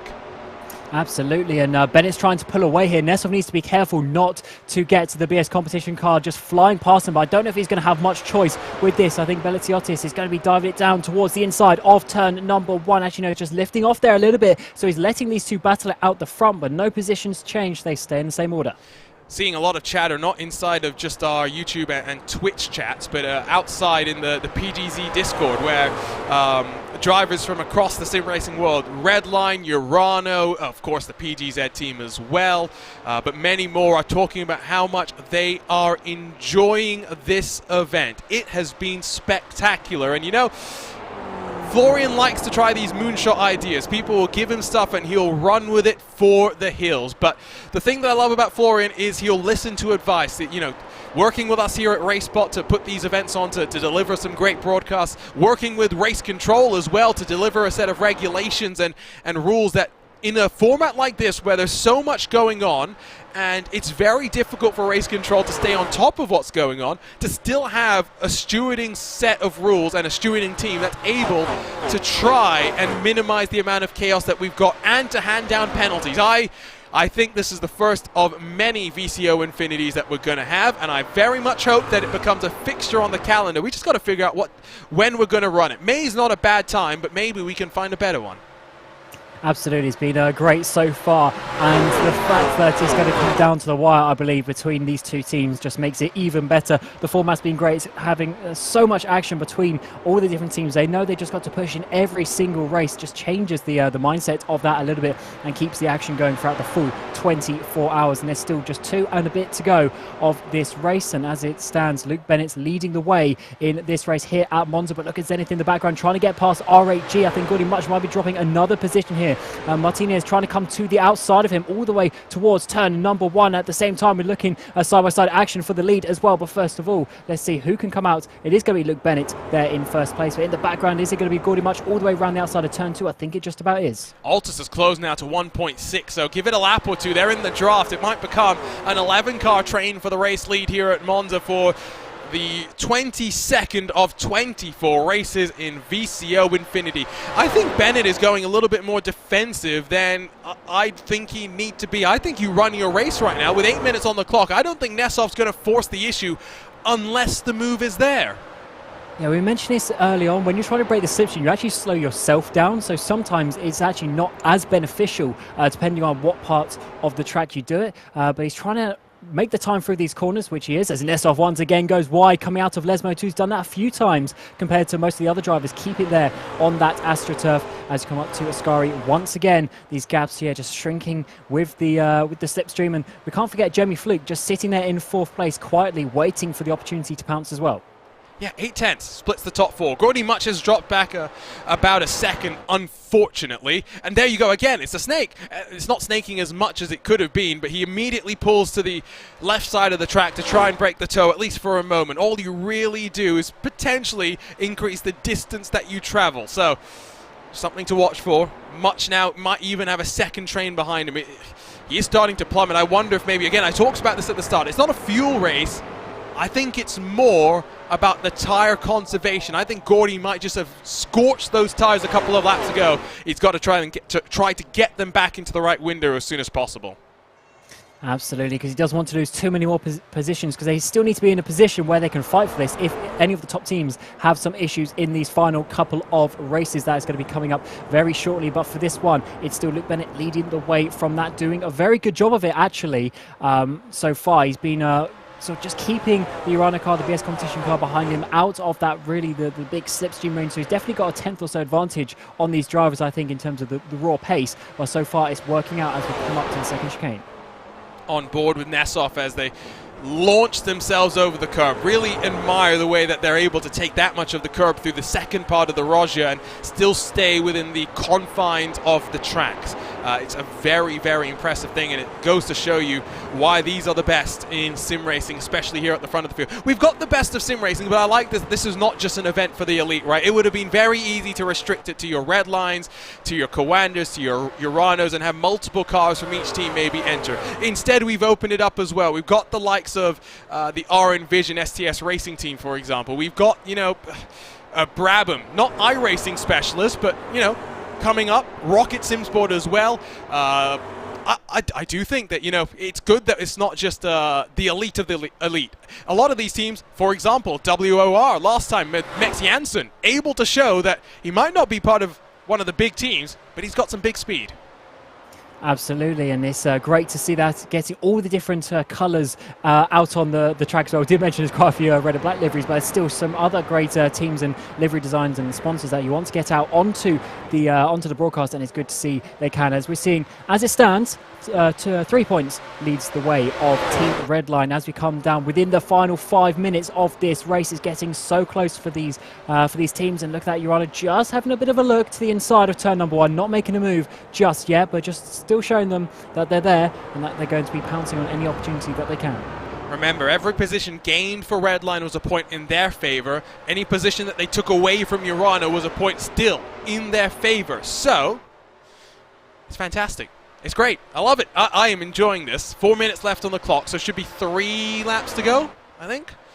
Never trust the commentator's math. 3 laps. I do think it's going to be 3 laps, because when they get there, there's going to be less than 2 laps. So yeah, it should be, including this one, 3 laps to go, which is enough time for these places to swap still, and still less than a second for the top 3 drivers in this race. Ben he's trying to pull out a gap. He's definitely got a few tenths here and there on the drivers, but obviously there's just so much slipstream around this track. It just pulls Nesov and the cars behind right back into its Veloce go off in the background. Veloce, I think they're not really bringing Altus in so much as T3 and Veloce are falling into the clutches of Altus, SRC Movano and the Team Fordzilla teams. 3.5 minutes as we come to the line once more. It will be the penultimate lap about to get underway. So 2 more trips around Monza. Our final trip to the Temple of Speed, the final time we break out these GT3 machines as well. It's been good to break out of the norm. Usually in iRacing special events, it's the BMW, it's the Lamborghini, it's the Porsches that rule and dominate the field. We brought out the McLaren, a car that maybe 5 years ago you'd see in World Championship competition. Not so much right now. Look at the line that Bennett is trying to take. Just minimize the distance on the run down to turn 1. And this could be the important point for Nesov. Is he going to dive? He dived with 2 laps to go back at Spa a few races ago, Mitchell de Jong, and then overtook on the final lap. So let's see if he does it again today. He's going to have to try and work his way up towards Bennett, though. Bennett has got that extra couple of car lengths that he really needs to avoid a big dive bomb. It's opened up, hasn't it? It's about 5 car lengths that it's opened up through turn 1. Nesov maybe hanging back. Well, was it you that mentioned this a bit earlier? You can't stay on the bumper heading out of corners. You do have to set it up. You want to be a little bit further back so you can slingshot yourself down through these long straightaways. Yeah, if you're right behind them, you don't get the sort of the the slingshot effect, the sort of elastic band effect when you go past the car. You only go past with maybe 1 or 2 kph difference. You want to be coming past with 5, 6, 7 kph difference, so you can actually physically get past them before the braking zone. So this is actually quite a nice distance as we come on to the final lap in a few moments' time. But I do wonder if this is actually just Luke Bennett having the advantage, maybe with the tyres, as you were mentioning earlier. He was taking it pretty cautiously in the first half of the race, and maybe that's helped him when we get to the second half. It is a 6-car breakaway. Both Veloce as well as T3 sliding into the clutches of Yannick Lapchan, Sam Michaels and Josh Poulain with 1 lap left to go. 2 races after this TCR at Silverstone before our final race. The LMP2 car heading out to the Circuit de Spa-Francorchamps. How does Luke Bennett, how does Alexei Nesov play this one? Remember, they are the 2 fighting for the championship. RAG's technically in the mix, but they are very much on the outside looking in right now. 20 points back from Urano, 23 back from Redline as things stand. White flag in the air. We're racing around Monza one final time. Bennett continues to try and break the toe. Defends to the inside line. Nesov will try and take this opportunity, although the long way around, backs out of it for now. Trying to the Roger one more time.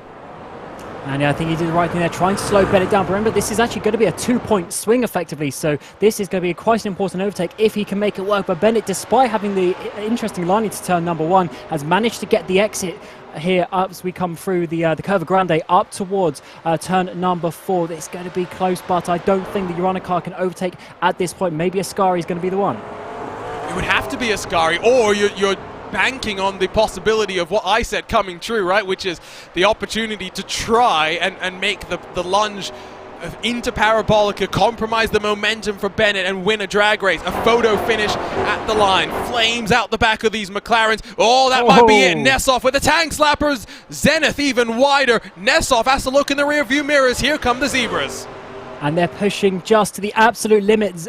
Bennett's got a bit of a gap here as we come through Ascari for the final time. So basically, Nesov really needs to look out for the cars behind to not lose any more points. But this is really at the exit out of Ascari, could be crucial. And I think it's actually BS Competition who might be making the move here.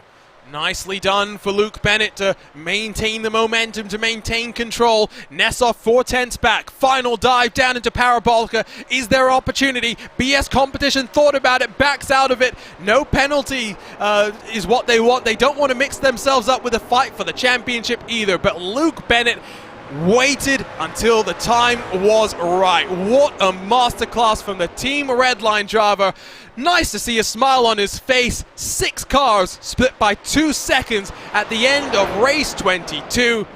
It was all about the strategy, timing out your moves. Sam Michaels will get past Josh Poulain, or it's a photo finish between the 2 of them at the end of this race. But again, Redline with the advantage. 2 races left to go. And that could be a very crucial overtake from Bennett there, back sort of halfway through this race, getting towards that race lead, because a couple of points here and there I think is what's going to decide it. You've seen Redline and Urano, they've really been on the podium so many times, really getting themselves up there towards the front, that it's going to come down to these final 2 races. Every point is going to count. And Bennett there, even once he got into the lead, he just seemed to have that tiny bit of an edge to hold on. When Nesov was in the lead, the cars were basically on his bumper the whole way around the lap, whereas Bennett could always get that extra couple of car lengths that he needed to hold on. So fair play to them and Team Redline. They're going to come with a 3-point advantage coming into the final 2 races. That was some damage to the Triton racing machine. Burst Esport, Brabham, I believe that is, and then Rocket All with a battle to the line as we finish up our race here today, waiting for the final cars to come across the line. 39 started. We ended up, I believe, with 3 retirements. RN Vision STS, PGZ Motorsports, and Legions of Racers. A TR powered by Geeks Energy, I think, might have retired at the very end of that race. Only 2 cars not on the lead lap of those that got close to the finish. It was Netrex and that TR powered by Geeks Energy machine. So let's grab a look then at your race results for the 22nd of 24 races in VCO Infinity. It is Luke Bennett at the top of the pile. Alexei Nesov 4/10 back at Monza. We thought it might be closer, but a masterclass from Bennett to work his way to victory lane once more. BS Competition in 3rd What a drive from Bellis Titiotis with Jamie Fluke 4th, Much 5th, Martinez 6th for the Zenith Esports team. Again, 2 seconds splits the top 6. What a race it was. Dion Fiallo and Tristan Iglesias dropping back towards Yannick Lapchan and Josh Poulain, but they hold on.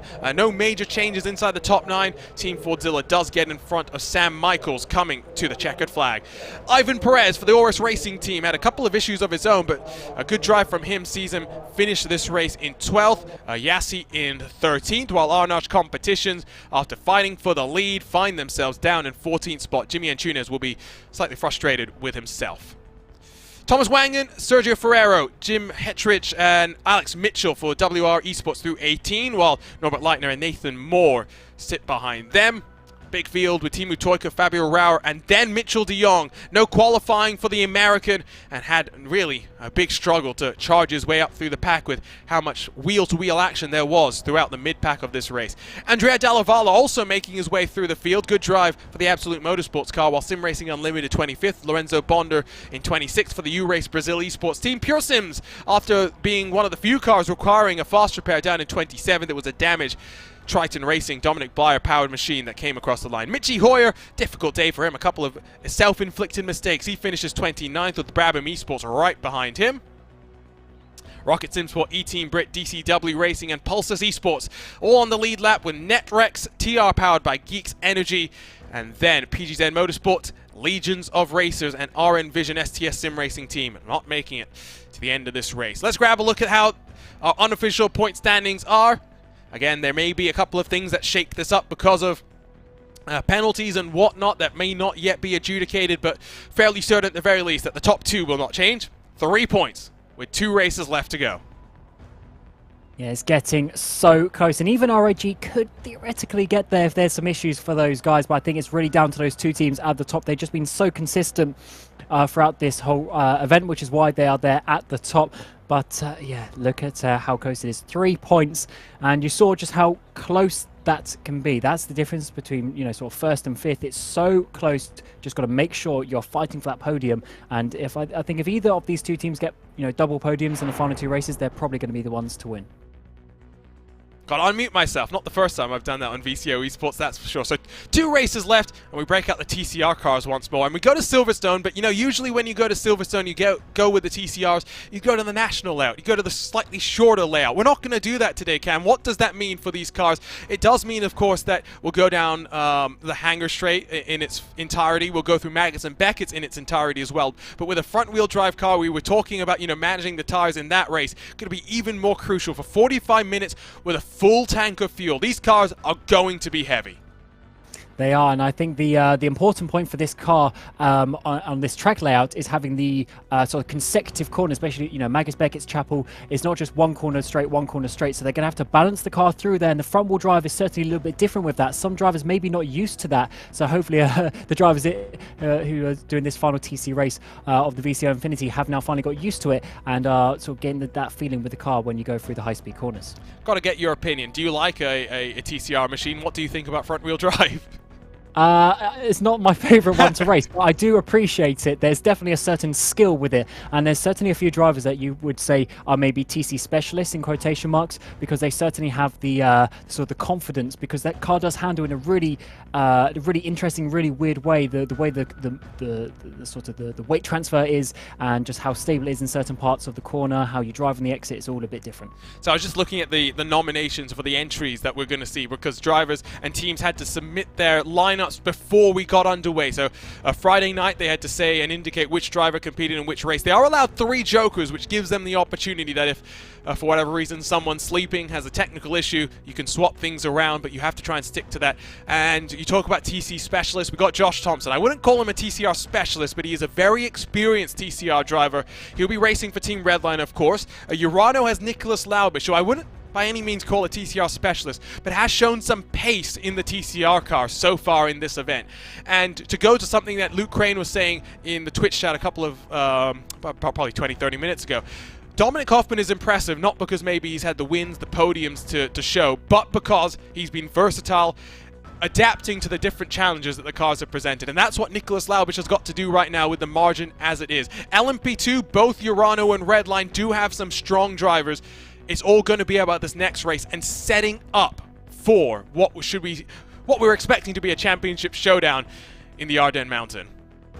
Yeah, if it's getting close to the front, how much do you risk it? We did see Hawkin and Laubish have a really amazing fight to the line in Daytona in the early hours of the morning when I was on as well. A little bit of contact there as we got towards the start-finish line as well. Laubish coming out on top in that one, but it was such a close race. I think this car is going to be very interesting with the way that it's going to work at this track as well. So whoever comes out on top is going to be good. But how much risk do you take? Do you risk it now, or do you wait to risk it in the final race in an hour's time? That's what we're about to find out. But it's getting really to the crunch time now for these teams with just 2 races left in the VCO Infinity. And it's not that I don't want to be staring at the camera, but I am a very busy man right now, controlling the production, doing commentary as well. Let's just say I have my hands full. Let's grab a quick look at these official points standings, because we can get confirmation from race control. 3 points between Redline, Urano, R8G in third. Remember, there's more prize money for the top 3. 4th through 10th all walk away with $100 each, but it's very much looking at those top 3 as the exciting ones. You've got a tie between Arnage and Veloce for 7th. We'll keep an eye out on that as well. Obsidian 3 points back, a further 3 points back to the Was Cooking Racing Adventures. If you had told them after the horrific start, they were on an episode of Kitchen Nightmares basically in the first couple of hours of this race, it has definitely looked up since then.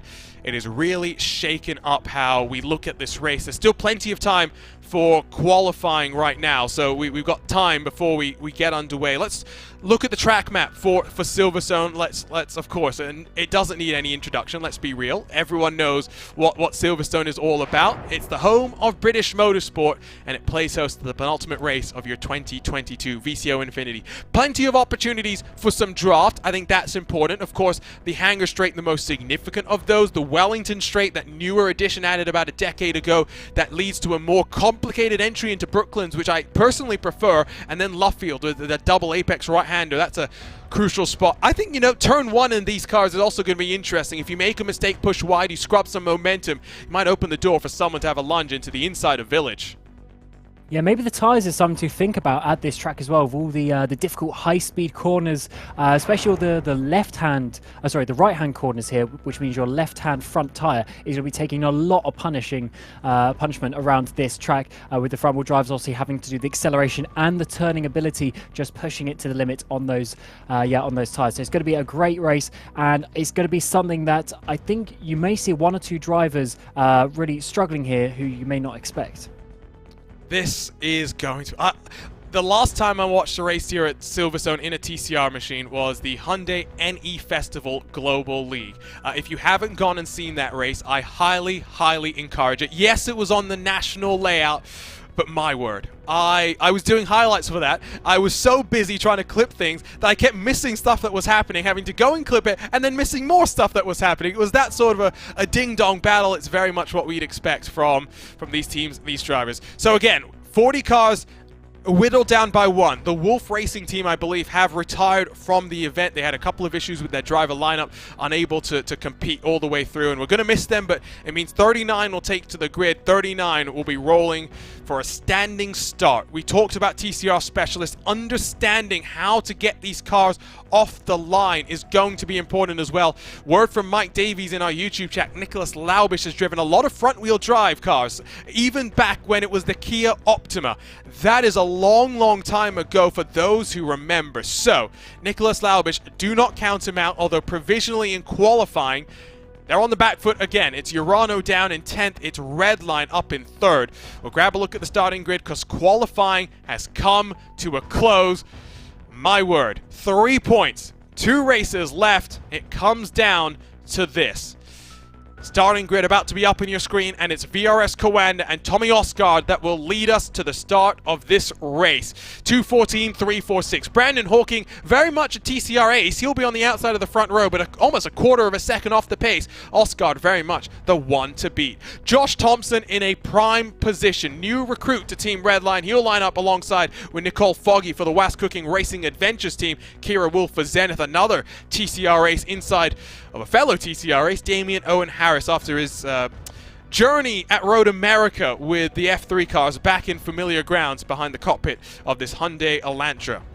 Jake Burden joins us on the inside of Ade Koba Lopez. Plenty of TCR guys at the front of this field, as you'd expect. Florian Lebigra in 9th with Nicholas Laubish. 2nd in the championship, down in 10th on the starting grid. Team Fordzilla's Will Chadwick rolls from the Porsche Esports Carrera Cup Great Britain straight into TCR action in this VCO Infinity. He'll line up alongside the 2020 iRacing World Championship Rallycross driver Luis Nunez. Norbert Leitner, Jerzy Glack in 13th and 14th, with Ryan Barneveld rolling 15th. Wout Royer alongside in 16th. That will be fun for the PGZ Discord, that's for sure. Kazuki Umashima and Emily Jones, 17th and 18th positions. Trek Esports and Oris Racing Team complete the top 20, while Mika Hakimi rolls 21st for Brabham alongside Adam Pinchez. Jamie Fluke, after a great run at Monza in the McLaren, struggles in qualifying. We'll see what he can do from 23rd alongside the Legions of Racers car. Absolute Motorsports in 25th alongside with Stephen King. For the Pulsus Esports team, Simsa Esports and Pure Sims roll alongside each other from row number 14. DCW Racing, as well as the Wolf Racing team, they're back in the field, so it's another car that is not gridding up for today's race, because we do only have 39, I do believe, so that's through the top 30. Our Envision, WOR, E-Team Brit, and Race Clutched through 34.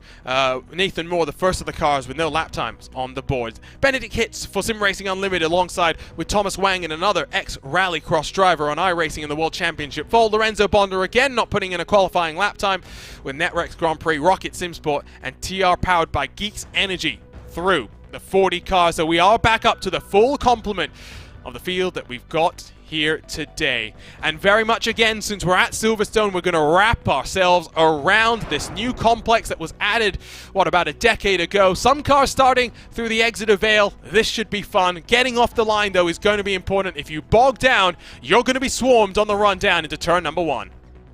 And that is not what you want to be doing if you are either Redline or Urano. Urano, they had difficulty in that qualifying session, down in 10th place. They've got work to do if they want to win this championship. To quote Joshua Chin, can you smell what the fog is cooking? They're expecting a lot from Nicole Foggy from the outside of row number 2. 2 races left in this new greenfield offshoot experiment from VCO. VCO Infinity has been a blast so far. It continues here at Silverstone with the TCR cars for the final time today. Tommy Osgard on pole position. We're underway from the home of British Motorsports. A couple of cars struggling off the line as they run themselves down into turn number 1. Red line on the flashes immediately telling Mivano, we're here for the championship. Don't fight us too hard. Nice start from T3 Motorsport, who boxes out Jake Burden in the Yas Heat machine. All the cars safely through turn 1. They focus now on this loop into Village. And it looks like, it's been a pretty nice start, which is good to see all the teams getting through this first sequence of corners, because this is a really difficult part at the race start.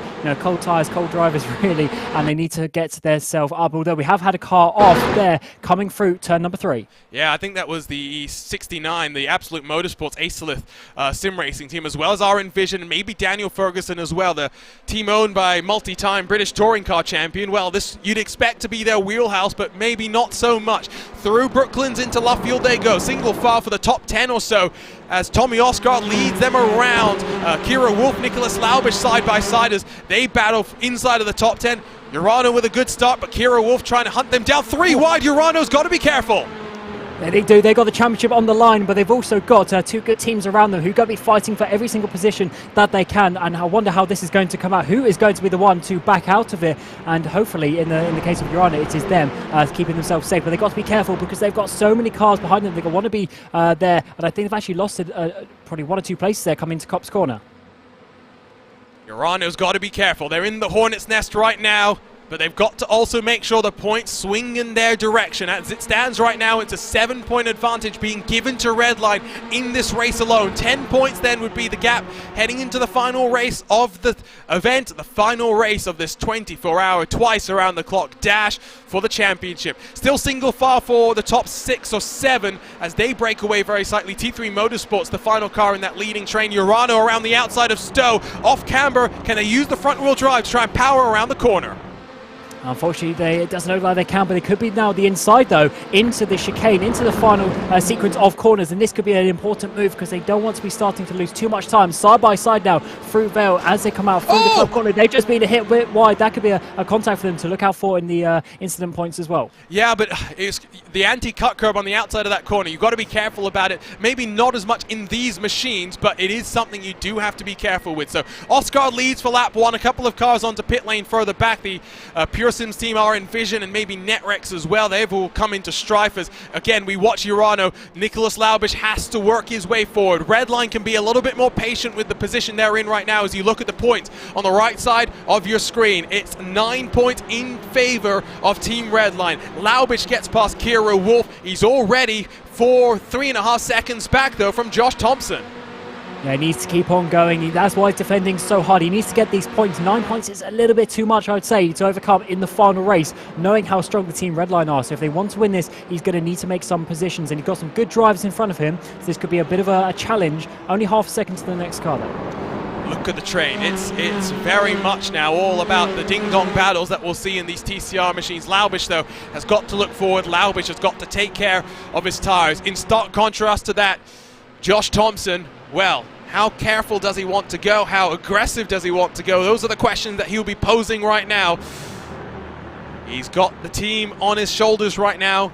Next up, again, we will head to the circuit to Spa-Francorchamps with the LMP2 cars. Urano, Redline likely to be somewhat similar on pace, although Daniel Lorenzo will take the number 90, the Urano Esports car from the hands of Nicholas Laubish. He's quick, but maybe not as quick as someone like Joop de Ligt, or maybe even Dylan Shrivens. Not Paddy Wolf. Team Redline will see Patrick Holtzman take over. It's been a very good day for Holtzman, to say the very least. Oscar, a 10th.5 clear of Brandon Hawking. Josh Thompson behind. Brandon Hawking wants to win another race in this TCR machine. He absolutely does. He absolutely loves it and is doing a really good job so far. But Oscar, obviously very fast driving, needs to find a way to get past. For these top four staying very close together, bumper to bumper as we come through this final sequence of corners. And I think for Josh Thompson, he can probably just afford to sit here for a little bit. He knows that a couple of teams behind aren't really challenging him too much in that regard. He's probably got the confidence on them. So the focus is really going to be on how far can Urano get up. They've dropped off the back of R8 over the course of the lap, a few more tenths, so Laubish needs to be careful not to lose contact for this top battle. Emily Jones into pit lane, not sure exactly what happened to her in the Veloce Esports team. Maybe coming down for the fast repair, I'd wager, likely to be the situation. Laubish is closing on Lebigra in front of him and is inside of this drafting train that leads all the way up to the front of the field. So that's important for him. Thomas Wangen, I think, well, there's a big puff of smoke as they all fight for some track position outside of the top 20. In fact, it's just on the edge of the top 30. It's about 2 wide, 3 rows deep, as leading the way in this one, I believe, is Rocket Simsport. Very hard to tell because of how close they're all following with one another, but at this point, they're all just fighting to try and make sure they stay out of trouble. Mika Hakimi fighting with Javi Ross in the Oris Racing Team car. Long way around in a TCR car with the front-wheel drive nature, not where you want to be. You can't get on the power as early as you want. Some more door banging between the two. And that is going to allow the Pure Sims car, the Apex car actually, to come up the inside. BS Competition trying to get involved as well as we come up towards Cops Corner. That could be a couple of places lost for Mika Hakimi if he's not careful. That is, well, actually he's got round the outside, but we've seen that isn't always the best option because you can't stay on the track, and BS Competition are going to be having the inside for the next corner. See, rear-wheel drive, it's a slightly different situation. In these front-wheel drive cars that always want to understeer it, you get on the power, you got to be careful. Here comes Will Chadwick to make the pain even more for Mika Hakimi, but Hakimi chops the nose off of the Team Fordzilla machine, holds on to that spot for now. Obsidian Racing at the front, though, trying to catch up to T3 Motorsports. That gap building up once more. Crucially, that's what's going to separate Urano and Redline further. Redline can hold third. At the very least, Urano will be trying to get up into the 6th position, I would wager, when we look at things on those live points and how close it is at the front. Also, a big shake-up from 7th backwards as Obsidian up a couple of places. Arnage is going to be bundled down very slightly, and of course, Damien Harris, one of his specialties is TCR. He'll bring T3 Motorsports into the fight for 7th, 8th, maybe 9th position as well, with 38 minutes left to go in this penultimate race of the day. Let's grab a look then at some replays of what happened on the start, and let's start with, well, the start. What happens to Pure Sims as they run their way down into the village loop? So looking inside, and oh wow, slam dunk penalty for RN Vision. Wow, that was that wasn't even close to making the corner. I think he just he gets a bump. Got hit. Oh, he got hit. Yeah, that was so fast. 3 cars skittled into each other. That is very unlucky, to be honest, with the contact before that. So let's see if we can figure out who this is. So this is looking rearwards from Pure Sims. So it's RN Vision that does the hitting, It's RPC, Thomas Wangen, that would have initiated the contact there. That is such a shame for those drivers, because at that point, when you're getting that close to the corner, you can't look in your mirrors anymore, and no chance to avoid it. That's really not what they would have wanted, as we're seeing back with the Obsidian car. You mentioned this a little bit ago, just starting to splinter from that top 5, a second back now, as you go to BS Competition, who are also trying to fight themselves up into that top 15. Another look at something that's just happened as Race Clutch fighting with, I think that's the DCW car. You can tell by the pattern on the front of it. Oh, yeah, there's grass there, my friend. Oh, my word. And I think he's just going to be able to stop that in time before coming through to turn 3. But as you saw there, once you go onto the grass, nothing you can really do. Such a fast corner, you lose all of the control of the car. But he did well to save it in the end. Got to remember as well that I think now he'll invoice the track for some lawnmower services. That was he was trying to just get to the inside of the next corner, but he forgot that, well, there's grass there on the outside. Sometimes you're just pushing too hard and you push past the limit. 1 point as well between Obsidian and Was Cooking Racing Adventures, that they battle for 7th in the championship. Big gap back from the tail end of this train, which sees Brabham Esports 3-4 seconds clear of Kazuki Umeshima, so big separation. Urano now on the back of Florian Lebigra. Yeah, he's getting very close now. He was about a second or so behind 2 laps ago, but he's caught up and is now really on this train. He needs to start picking off these drivers, though. 35 minutes to go in the race. Every position is going to count for these guys. When you're 9 points behind, it's a little bit out of reach. If he can get that down to sort of 5 points behind, they really have a big shot as we get into the final race in Spa. There's a look on board with Nicholas Laubisch. Nice and bright. Last time we checked in, or I checked on him, I should say, it was very, very dark.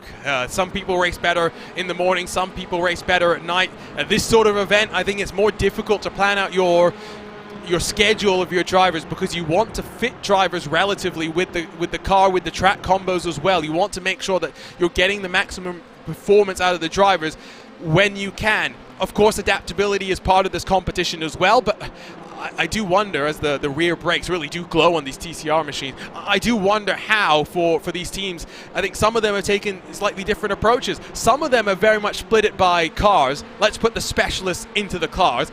Others have said, okay, let's take a more overall view of what we're going to do. Let's make sure that our drivers get a little bit of rest as well.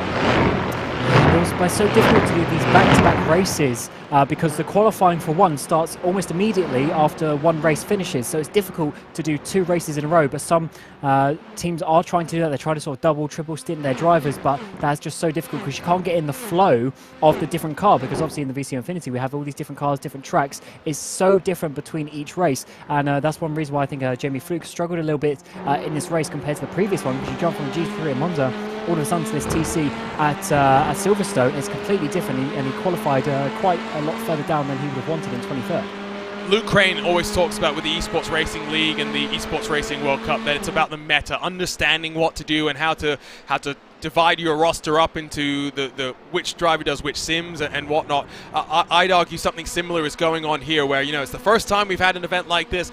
Maybe drivers have also seen that it's very difficult for one driver to, especially if the race goes a little bit longer, right? They're meant to take 45 minutes, but sometimes they can take longer because you know, the white flag comes out at the very end when time expires. You got to do one additional lap. It's very difficult to get out of one race, head sometimes across the world virtually, into the next race, and then do qualifying, regardless of whether you can get up to speed in time. We're more just talking here now, Cam, about the time constraint, right? Being able to get out onto track and put the lap time in. It's why many teams have not been able to get laps on the board, as there goes Urano trying to get to the inside. They'll have to try and set this move up as they work their way to the Wellington Straight.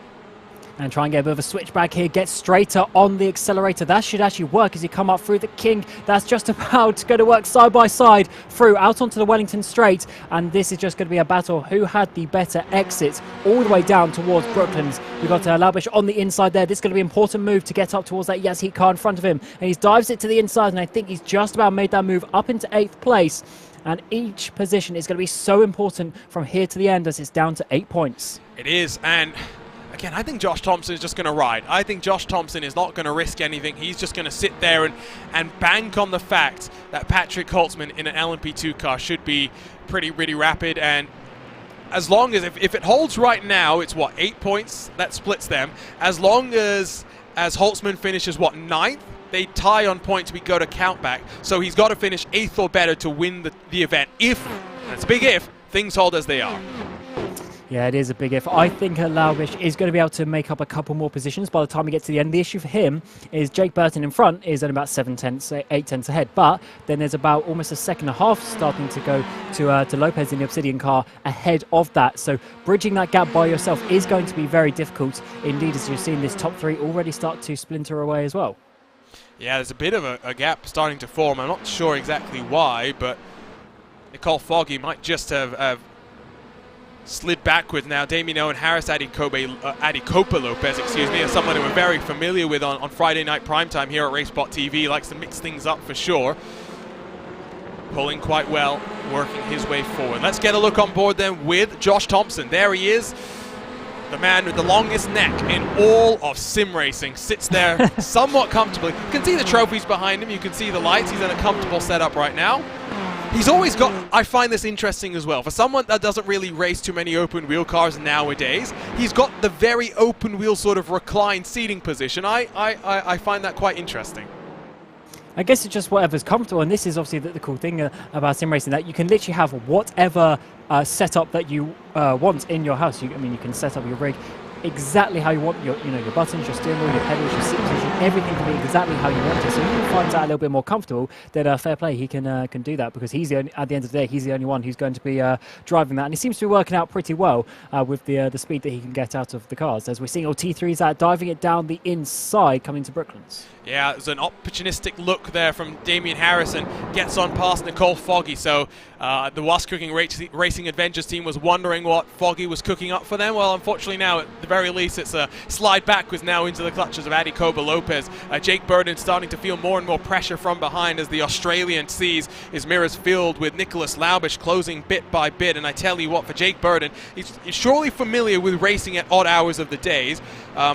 Have a feeling it's not too bad for him right now to finish off this event. We get a look on board with the Australian. You see a bit of bodywork from, I believe, one of his race cars. It looks like a Toyota 86 rear quarter panel, if I'm being completely honest. For someone who's a much more of a V8 supercar specialist, this surely can't be too different. Yes, it's a front-wheel drive car versus rear-wheel drive, but the type of racing, right, the wheel-to-wheel nature of it, the racecraft that goes with that is something that he'll be intimately familiar with. And driving sort of an unsophisticated car, if that makes sense, compared to the more... Shots the GT3s. fired! No, I just mean the GT3s, they're a bit more, tame and calm and controlled, whereas the TC cars are a little bit different, a little bit more twitchy in some areas. You see the drivers really sort of working the wheel, not necessarily in a bad way. That's just obviously the type of car that it is, and he's going to have to try and defend from someone who's going for the championship. So I know, how much does he fight it? Because he knows that Laubish, he needs to risk it in the Urano car, but Jake Burton, he just wants to get a nice top 10 result. Well, you want to risk it, but you can't risk it so much, right, that you lose too much ground, because a point's a position, right? So let's say he drops down to 15. I think at that point, it's basically one hand on the trophy for Redline. I'd still argue that as it stands right now, it's one hand on the trophy. Redline basically stay out of trouble at Spa. Their speed is significant enough that they should be okay. But you've got to be calculated. You also can't afford race control to get involved. And that's a weird place to have a look, if I'm being completely honest. He's going to force Jake Burden to try and give up the position. Burden's going to get a slightly better run off the corner. They almost bang once more. No, side by side, just a nose alongside. Laubish still trying to fight that one back. And Laubish is trying to do what he did a couple of laps ago, but fortunately for him, Jake Burton has got it. Is he going to dive, though, down to the inside of Brooklands? Yes, he is. Can he make the corner, though? He's got in a lot later on the brakes. Sort of a double apex style corner. He's made it stick. That is 7th place for Laubish. He's got a couple of seconds to get to the car ahead, so he needs to stop fighting with these guys. But I think Jake Burton is going to come straight back at him. It's 1.9. Adikoba Lopez past Nicole Foggy. So Was Cooking Racing Adventures sliding back now to 6 will be the next car in line that Urano will try and close onto. Burden, Lebigra, and Kira Wolf all in this pack as well.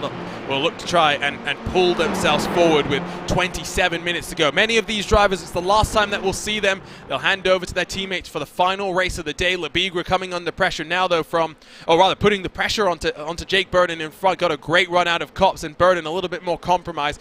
Look at the balance of the car through Maggots and Beckett's. Got to be careful with track limits as well. It was updated as part of that collaboration that iRacing had with the Mercedes AMG Petronas Formula 1 team. It's a little bit more tight now. Can't really push as wide as he used to be able to do before. 3 cars breaking away at the front, 3 cars in that first of the pelotons, and then there's a second group chasing them down, which of course sees Nicolas Laubish and Urano at the front of it. And he's pulled away by a couple of car lengths, and this is what he needs to do, because if he starts battling with these guys, I don't know if he's going to have a chance to catch up. He needs to use that speed, because it's now just over 2 seconds to Foggy in front of him, which is not the pace that they would be wanting to battle for the championship. Of course, this number 90 car needs to work its way up towards those cars ahead, try and pick them off one at a time, but there's still plenty of time with just under 27 minutes to go in race 23. A couple of battles further back that really aren't making a difference in the points within the top 10. Legions of Racers have just lost 2 positions to the Absolute Motorsport and to the Trek Esports team. Let's grab a look at someone in particular that I did want to have a look at his setup, because Kazuki Umashima is one of the most veteran drivers that you can find here in iRacing, especially at a World Championship caliber competition as part of this Burst Esports team. But when you look at his setup, it is deceptively simple. That is a single monitor quite far in front of him, and you think of the level of racing that he's been at, it honestly doesn't look like that setup has changed too much in the past decade or so. Well, they do say all these, the modern equipment and things that you can get, it obviously makes you maybe the tiniest bit quicker, but a lot of it is about your comfort and how used to it that you are, because if you're unused to the pedals and you don't have the feel that you want, then you're going to be a lot slower. So if you're happy with something, don't if it ain't broke, don't fix it, and everything like that. So he's obviously comfortable and having a good time there battling with the Simsa car behind him. I love it. It shows as well, you don't need the best of the best equipment to go fast. You just need something to get started. Something like a G27 or I guess a G29 now is more than sufficient to get you started on your road to becoming an iRacing driver, whether it be a World Championship level driver, whether it just be someone who's looking to have a little bit of fun here on the iRacing service, where every day is race day, and that's one of the most fun things we can do. The great thing about iRacing, at least for me as well, is not just its persistent online multiplayer nature, but the fact that you can do anything at a reasonably competitive level with its ELO system. You can go do some stock car racing at Daytona, or even a short track if you wanted to go to Phoenix, for example. IndyCars, we saw them racing earlier today. Dirt Oval, you've got the winged World of Outlaws cars as well as the late models at the World Championship level as well. Now returning is the late model series. Rallycross, off-road trucks, which is getting its own World Championship showcase this coming June. It's not far away. We're about 6 weeks away from that kicking off. Catch it all on the iRacing Esports network. Let's look at the front of the field, where it's been quiet for Mivano, been quiet for Thompson as well. It's been quiet for this man, Tommy Osgaard, who looks like he's about to get beamed up. Scotty, beam me up.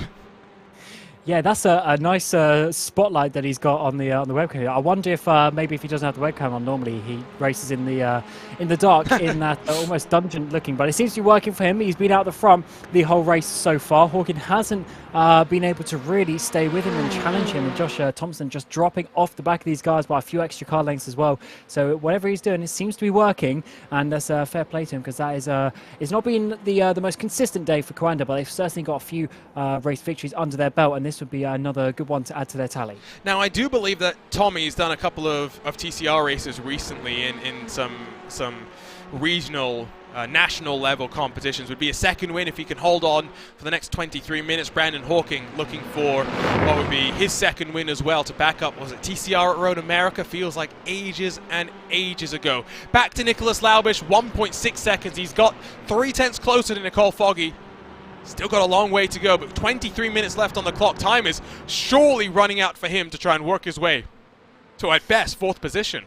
Yeah, I think he is definitely bridging the gap slowly but surely. So I think he can get maybe the car ahead of him for the Was Cooking Racing. But I don't know about the cars ahead of that. It's going to be a bit of a struggle. A second and a half he still needs to do to bridge the gap. He certainly, got the speed, but unfortunately, when you qualify a bit further down, this is just the type of drive that you're going to have to deal with. How competitive this series is, how close everyone is on the lap times. You can't, just suddenly jump from 10th to first place. Into Stowe he goes. Third gear. Always curious to see how different drivers use the gearing. Taking full advantage of the track limits. Looks like as well Adikoba Lopez is having a look up front to try and get a move done potentially on Damien Owen Harris. There's also some battling through Stowe as BS Competition get in front of Team Fordzilla. Will Chadwick then defends hard as Johan Royer in the PGZ Motorsports car will have a lunge around the outside that becomes the inside of Vale. Arnage and Adam Pinchez will have a lunge as well. Fordzilla, well, trying to defend, they lose 2 in 1. They now have to look even further back. Here comes Xavi Ross to join the party.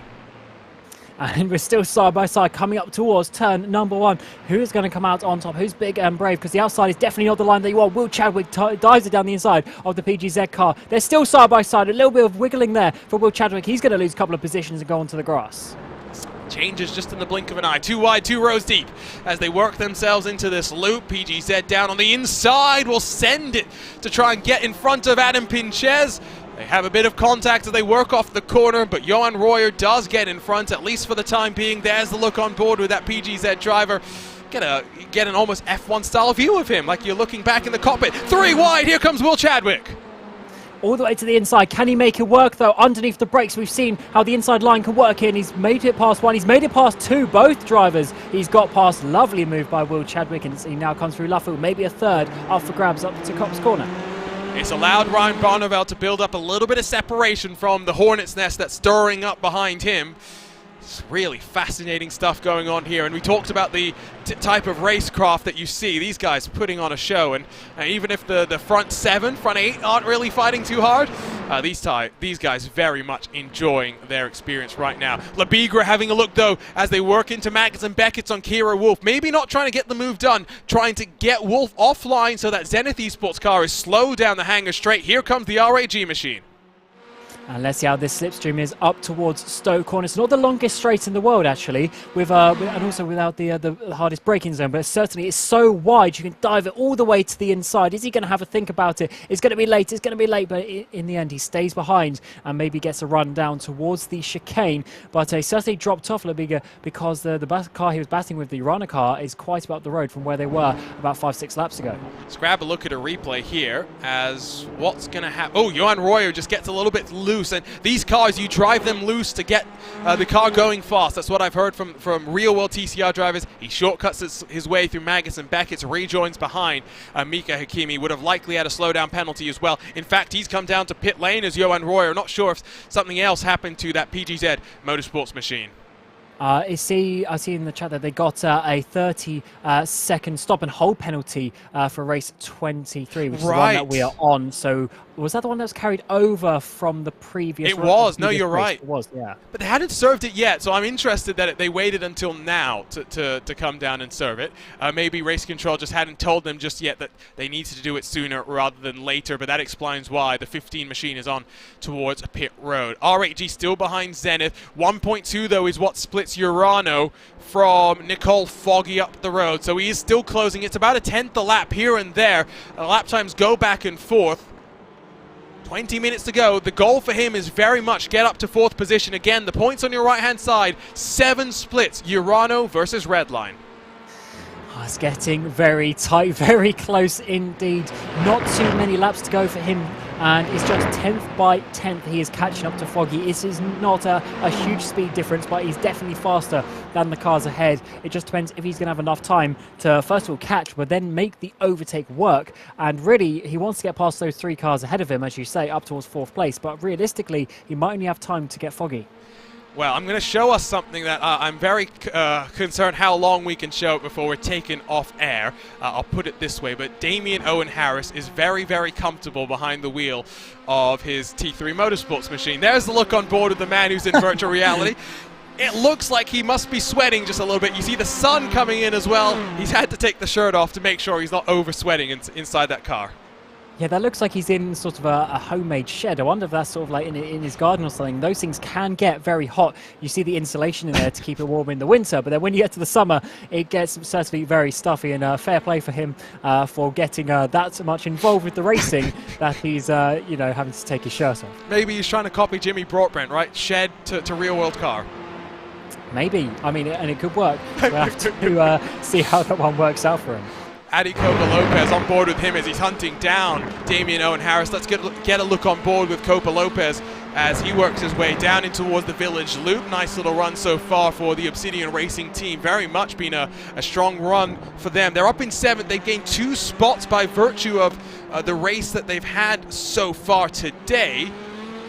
Nicole Foggy, of course, behind them. 35 points being gained. You can see it on the right-hand side of that live standings graphic as they work themselves onto this race. You can also see behind Copa Lopez all the different iRacing awards and certificates that he's collected through his time here on the sim.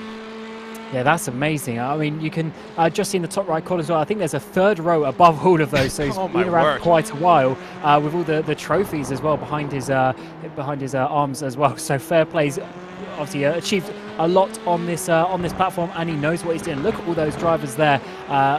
You know, just racing, enjoying themselves as we come towards already the final race and just under 17 minutes to go in the penultimate race. I do like getting a look on board with these drivers, seeing what their setups are like, how focused they are, especially the emotions at the end of the race. I mentioned it again at Monza, but Jamie Fluke at the SCO Sprint Masters last time, the disappointment from him, it was palpable. And Lewis McLeod actually said, "Oh, I want to go and give him a hug." And I do not...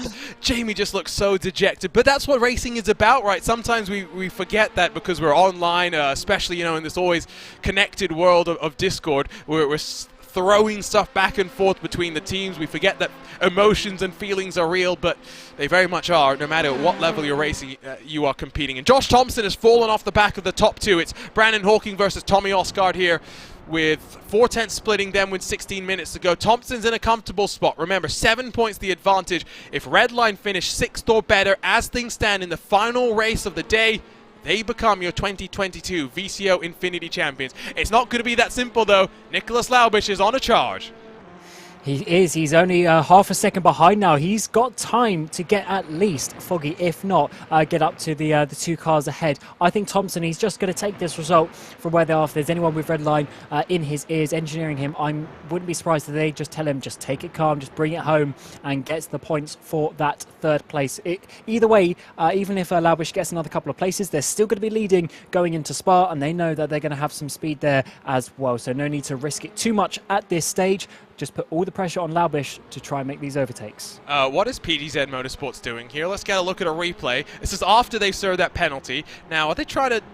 What is going on? I am very confused. Oh, he's purposely trying to lose it, isn't he, on the entry to pit lane? It looks tidy for now, but I think there's something... Oh, wait. Don't tell me he's going to back himself down pit lane. He is, isn't he? I mean... He obviously had the 30-second stop and hold penalty and decided that his race is over. But, of course, the VCO Infinity is a more serious competition. But he's just trying to have a bit of fun here in those front-wheel drive Hyundai Elantras. So, yeah, obviously just not the race for them. But that is because they span out Netrex in the previous race. So, you know, you can only blame themselves for that one. It was clumsy. It was very, very clumsy. That's for sure. Here's Nicholas Laubish is on board again as he's focused on the task at hand, chasing down Nicole Foggy, and then the gap in front has opened up to 1.4 seconds. So if he wants to work his way up to 4th, he's got to get past Foggy now. 15 minutes left in this race. 2/3 of the way through this race 23 of 24. I don't think he's close enough, though. He's going to have to try and have a lunge somewhere else. Copa Lopez trying to snake as well with Damien Owen Harris. Yeah, they are battling side by side for P4, but also this battle for P6 is certainly a very important one for Laubish, trying to be a bit of a wider line, trying to get a bit of a straighter exit as we come down towards the final chicane, just gaining those couple of thousandths here and there. and it's really getting to that crunch time for Laubish, because if he can make this overtake now, that will open the door for him to get maybe one of the guys ahead. But if he stays here for a couple of laps, I think that will lose his momentum as we go in side by side. In stow as well, a bit of contact between his other Ford Zilla car and the car behind him, which is the Absolute Motorsport, I believe. No, it's Oris Racing. I got confused as well for a second. The liveries are very, very similar. That's about as close as you can lean on one another without it ending in tears. Fordzilla not having any of that, to put it mildly. And as things stand as well, big changes as we look at those points, not just inside of the top 3, but inside of the top 10. Veloce's down to 10th, Arnage down to 9th. Remember, prize money all the way down to 10th position in this 2022 VCO Infinity. Talk more about Brandon Hawking very quickly, because he's been a machine so far today. I saw a message from his ex-teammate Dion Fiallo saying that his average finish, I'm talking about Brandon Hawking here, not Dion Fiallo, is 3rd in the races that he's competed in so far. That, given what we've seen, the level of competition is remarkable.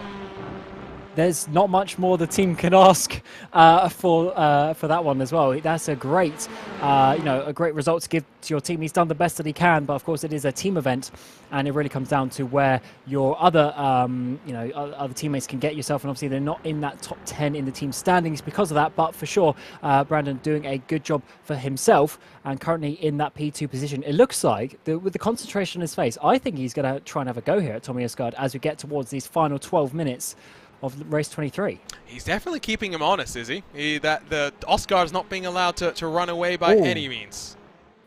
I think Laubish has got foggy for P6. He has, you're right.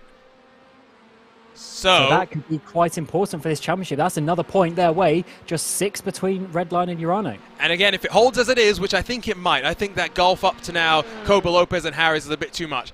If Redline has to finish 5th, so each position that Laubish is gaining makes it a little bit easier for Lorenzo to be looking at the championship picture, as Kira Wolf now gets past Jake Burden as well. Oh, plenty of battles going, because they know this is coming up towards the final sort of 5-6 laps of the race now. They know that the opportunities are going down for them as we try to get a bit of a dive there. Labiga, he's going to hit the Yas Heat car there coming into the chicane. He should really not take that position and really give that one up, because that's too much contact, but he has taken it actually. But I wouldn't be surprised if we might see a penalty for that, because I believe that he was just a little bit too late on the brakes there, pushing the Yas Heat wide. I think you redress the position. It's something that's, very Australian in some ways. You redress the position, you make sure you don't get any trouble. You make sure the stewards look on you favorably. Let's get a look at that entire sequence, starting with the move from Kira Wolf. Nice and easy. Jake Burden didn't fight. I mean, likely thinking as well of that car behind as well. And then it was that run down into Vale. It was a great launch from Burden initially, and then, yeah, he's not even alongside, is he? He's just pushed him out of the way. Yeah, well, I was going to say something a bit less nice. I was going to say punt to pass, but here's the look on board with Labigra. You can see the send, and yeah, he uses Burden to get to the apex. Yeah, definitely, just too late. And I'm surprised he didn't give that place back, because it's not like he would have lost too much time to the car ahead either, and it just helps the situation, just a bit more of a sportsmanship attitude. But obviously, if he wants to leave up to the stewards to see if anything comes from that, then that is obviously his right to do so. But sometimes not the best way to go racing. Down the old pit straight, in towards Cop's corner. Sim racers have proved that you can go side by side here, by the way. You don't need to believe everything you see in a certain open wheel championship. I always, every time I come here, I got to throw that in. I am very excited. I think this is a cool weekend of motorsports. Of course, we've got VCO Infinity, which I'm loving. Excited we get one more race after this as well. But we're going partying in Formula One, more than a race. Yeah, we are certainly on. It's going to be a great atmosphere there. Obviously a bit later as well, being at least for the European time zone where I am. I don't have to wake up at 5 in the morning. I'm happy. Yes, for being Miami. But also, what's quite interesting, a little bit off topic, but it's at 1/2 the hour. For the race start time, which is very unusual. I wonder why that is. Yeah, I did notice that, and I wasn't 100% sure, if I'm being completely honest, but maybe we can figure that out. Back to the front, Hawking still hunting down. Well, he's like a hawk right now. Eyes forward. There's a lapped car that might play a factor. That's Cass Corby in the E-Team Brit number 9. Now, does that present the opportunity for Brandon Hawking to have a lunge? I would not be shocked. Do love as well the Movano, the SRC Movano livery, of course. SRC Squadra Corsa, Movano Racing coming together to build this new juggernaut of a team. We see them more in sports cars than anything else, especially in the prototypes. But I gotta say, I do love myself a livery like that. Plenty of color, plenty of accents as well. Reminds me of a certain Artifact Racing livery. Yeah, it is nice. It certainly stands out a bit with the yellow on that car as well, and that you can never also beat the Coanda one with the purple, the whites, and the orange as well on that car, and it's proving to be a good battle at the front here. But Oscar's just having enough to hold on at this moment in time. Hawkin has been within sort of half a second for a few laps now, but just not able to get the run that he would have wanted so far. Still some laps for him to be able to do that. About 5 laps left in the race for him to try and make this position. But Oscar just keeping it nice and consistent at the front. The back of that car says follow Coanda Simsport. That's not the type of following that I think Brandon Hawking wants to be doing. When it comes to Coanda, purple and orange is nice, but of course they race under the VRS banner in some other series where they go black and red. Do you have a preference? Because I'll be honest, I prefer the purple and orange. There are enough black and red cars. We're looking at 2 of them fighting for the championship here. Yeah, we were having that conversation earlier as well. There's a lot of black and red on the track indeed. I do like, because purple and orange are like low-key some of my more favourite colours. I do like the more wacky bright colours in the palette. And there goes the E-Team Brit letting them through, so no hold-ups for Tommy Osgaard, leading the way as we come towards 7 minutes to go in race 23 of the VCO Infinity. But we're also looking back a little bit further at Will Chadwick. Is actually, no, it's not, sorry, it's the Altis car battling with Brabham car, getting a bit of a slide through Magnussen Beckers. Yeah, but front-wheel drive, just stamp on the throttle, he'll be bailed out. It's easy mode in some ways, isn't it? But that's Mika Akiwi who's gotten past as we ride on board with the Spaniard Luis Nunez representing, of course, the Altis Racing team as they work themselves down onto the hangar straight, nice and tidy, at least for the time being. Laubish has broken away from Foggy, who's right now in the clutches of Kira Wolf, but I don't think Laubish has any chance of closing a 2.5 second buffer basically to the 2 in front of him. He's looking at 6th in this penultimate race of the day.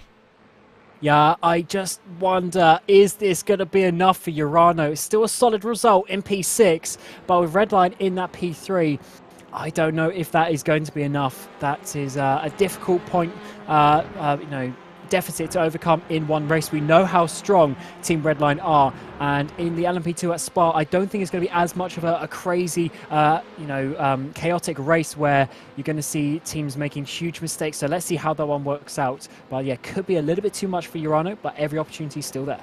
You saying that means it's going to be crazy. It's just the way it's going to work. Josh Thompson did lose about 6/10 though to T3 and to Obsidian last time around. So it's about, what, 2 seconds that gap? I think with 6 minutes left, it's not really a likely possibility that Thompson's going to get caught and mobbed. But you do need to keep that in mind. BS Competition as well as Xavi Ross and the Oris Racing team are side by side with one another.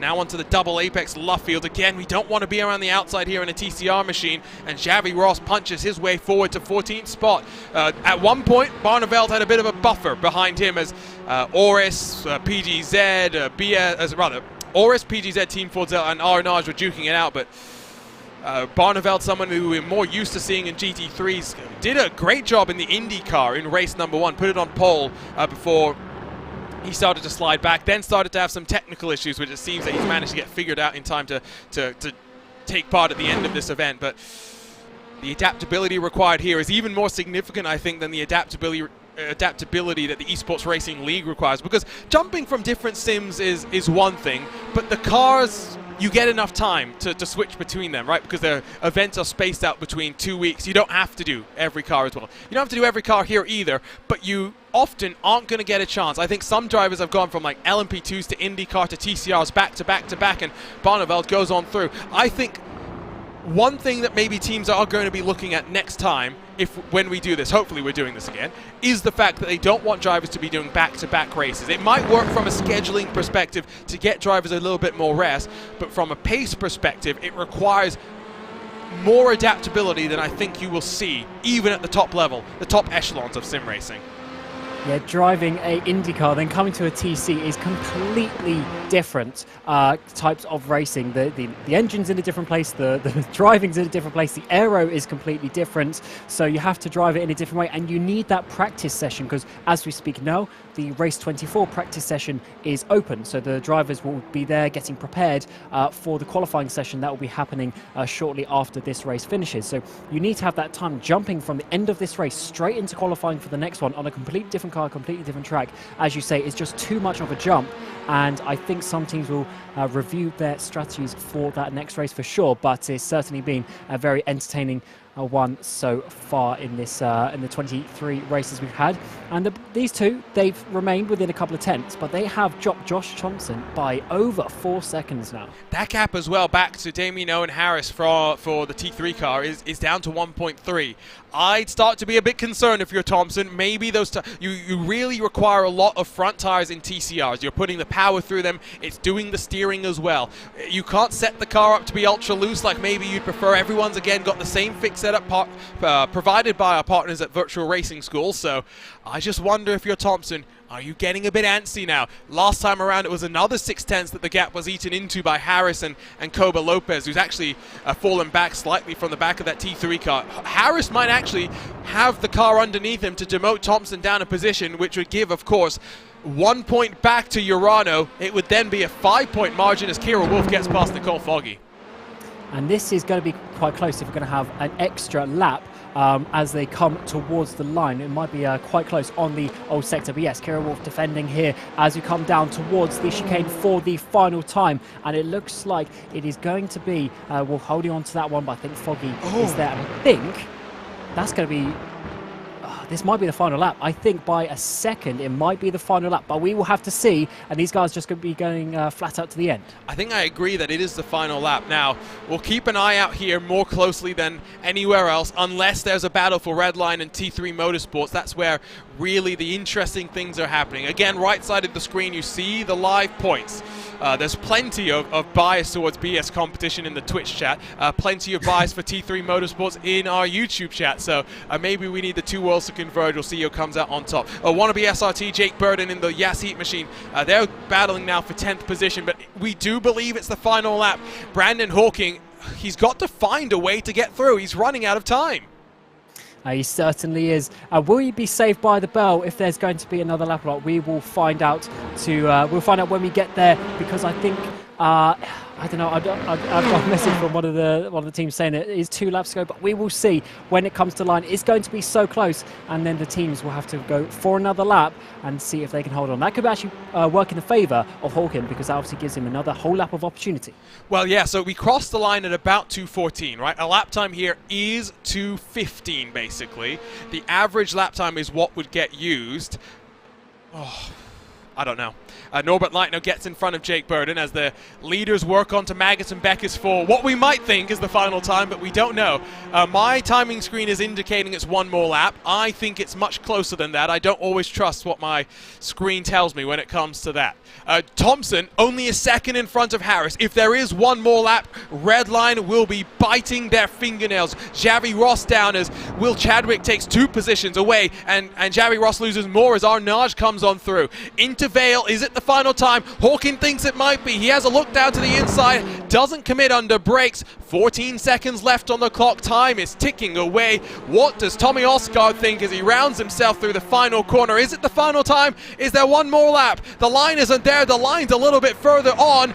Tommy Oscar looking to make another victory. A white flag in the air. We get 1 more lap. Josh Thompson, watch out. And Hawkin has every opportunity now to do it, but as you're right, Josh Thompson needs to not lose this position. That could be quite crucial. Laubish is stuck in that 6th place. It looks like Thompson does want to make a mistake on this final lap and lose out on this podium place. That was as close as you could reasonably get to getting the checkered flag versus the white flag. And maybe that's why Brandon Hawking didn't commit at the end of the day. He realized that there was 1 more opportunity to pounce. He's got to push for all he is worth. 8/10 the gap between Harris and Thompson. T3 Motorsports might be Urano's best friend when all things are said and done, heading into the final race of 24 in VCO Infinity. Through Luffield for the final time. Hawking still 3/10 back. Yeah, he's never been able to get a run on Tommy Osgaard. I think Osgaard might be able to hold on to this as we come on to the final lap. Hawkin needs to press on. He's lost about maybe a car length or so over the course of the last half a lap, and this is really coming up towards the final opportunity. Up into Stoke Corner, then into the chicane is going to be where he gets it done. On board with Hawkin, the SRC Movano car pushing nicely through Copse. Both drivers getting a nice run as they sling themselves into Maggots and Beckett's, a historic complex and a fun complex in these cars as well, to just manage the momentum, be patient on the throttle to get the run down to the hangar straight. It is still 6/10 splitting Thompson and Damien Owen Harris.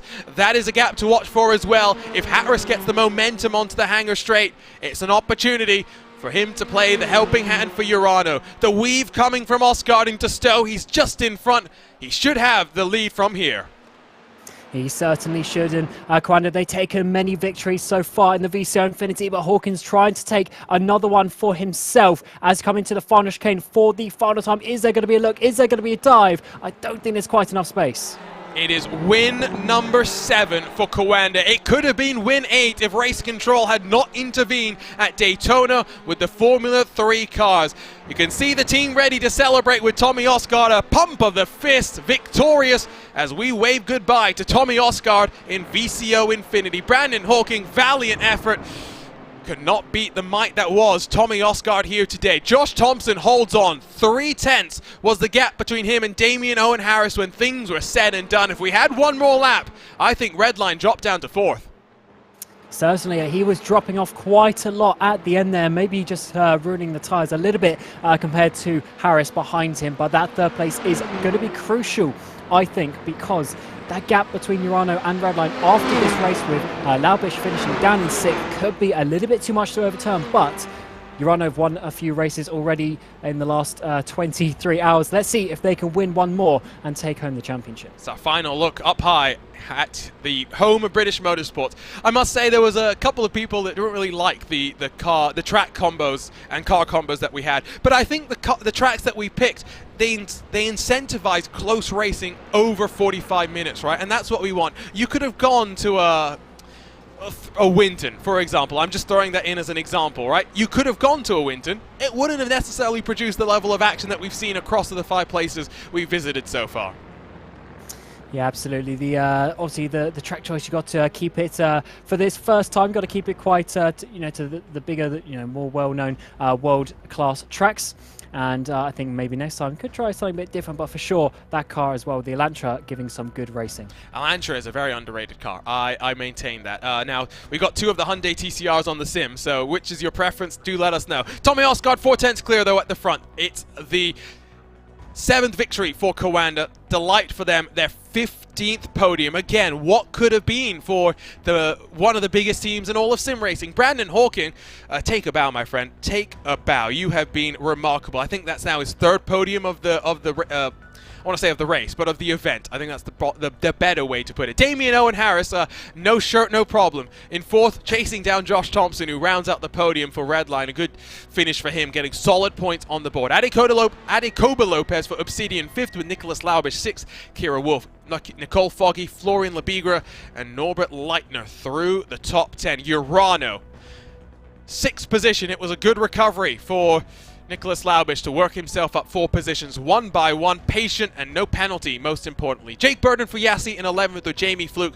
in 12th, bit of a buffer back to the Apex Racing team, and no man's land as well with Triton behind him. Will Chadwick at the front of BS Competition, Simsa, Oris and Arnage. Simsa taking full advantage of some issues for Oris and Arnage in the closing stages with Kazuki Umeshima 19. Thomas Wangan, final outing for him as well for the RPC Esports team, completes the top 20.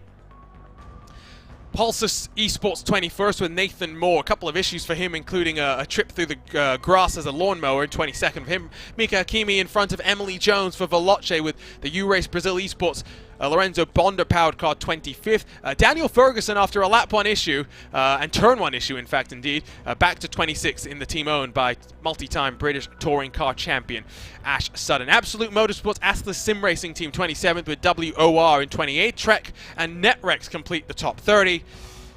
with 35 cars on the lead lap. Wolf Racing Team, DCW, Legions of Racers, Sim Racing Unlimited, and RN Vision Sim Racing Team. Those cars, E-Team Brit and Altus, 1 lap down. Not sure what happened to Luis Nunez. We must have missed that one.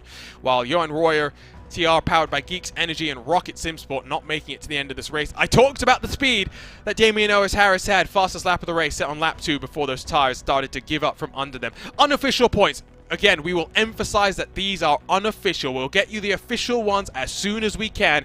As it stands right now, 6 points splits Redline and Urano after 23 hours of action. Still 1 more to go. It comes down to our final.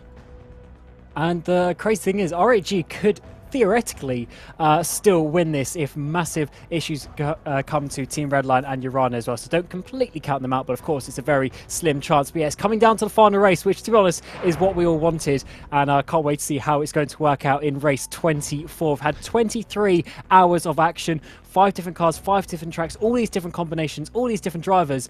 But it's going to come down to this last 45-minute race.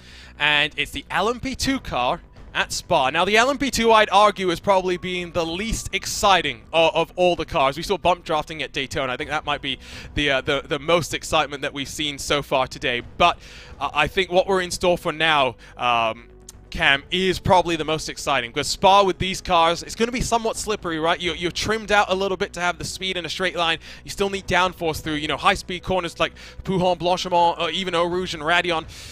I think we're probably going to see more Josh Rogers domination when it comes to this LMP2 car. He's been definitely the one to beat. So realistically, we're looking behind. So let's say Urano finishes second. Really, we are looking at Redline just having to finish 6th if that's the way that things play out. Yeah, the way that it's worked with Coanda not really being in the fight for the series victory today, even if they come and win this race, that could take points off other people effectively. The likes of Urano, as you say there, that could influence this championship quite a lot. So that's going to be interesting how that one works out. But you can't take away how fast Coanda have been. It's just the consistency that you need to fight for a championship over these 24 different races. As you say, at Spa, low downforce. The car might be just moving around just a little bit. And the pit stop, because we're not going to make it on fuel. So a pit stop to go in this final race. Got to get the strategy exactly right with when you come into the pit lane.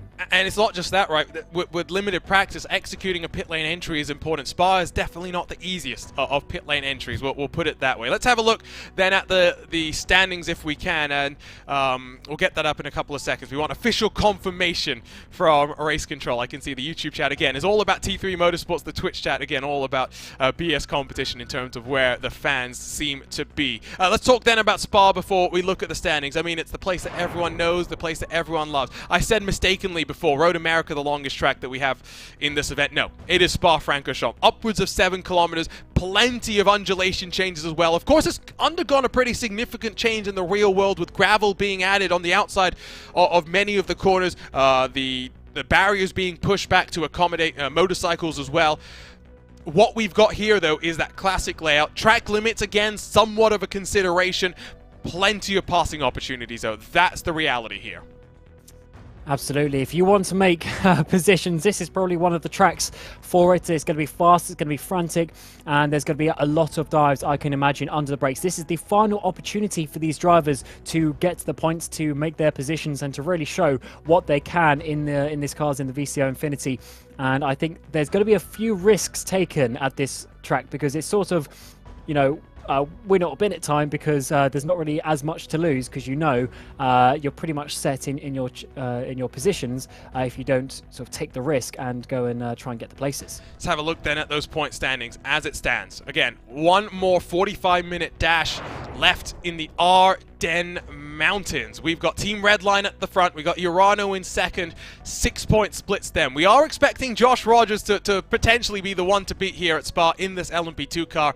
It means if Urano finishes second, Redline can finish 6th and still win this championship. The pressure then really is on Urano. And, you know, patience from Nicholas Laubisch. We saw the way he was calm and you know, working through that TCR pack. That goes out the window now. You can afford to be even more aggressive. You certainly can. And just looking at the practice times as well, it is so close between all of these drivers. Let's see how that one works out in the qualifying session as we get to the grid in a couple of moments' time. But yeah, I think this is built up to be an amazing event to the end. And there's so many teams still involved that are just trying to get on the podium. They're trying to get some good results, and they could really be a big factor in this championship battle. Because remember, 1 point per position is going to be very intriguing with that sort of 6-point gap. It's only 6 positions, which is not a lot, but that could very quickly change. We talked about this in the first 3 hours. Urano's consistency was somewhat surprising. Sebastian Schmalenbach, the team manager, was thrilled to see how it was going. It comes down to this. 5 minutes of a qualifying session means you only get 1 lap time for qualifying. It means there's no banker lap. You got to make sure you don't fall afoul of track limits. I mentioned that might be something to think about. See how many cars actually don't put in a lap time here, because this is one that's somewhat important to make sure that you're actually towards the front of the grid, especially if you're Urano, especially if you're Team Redline.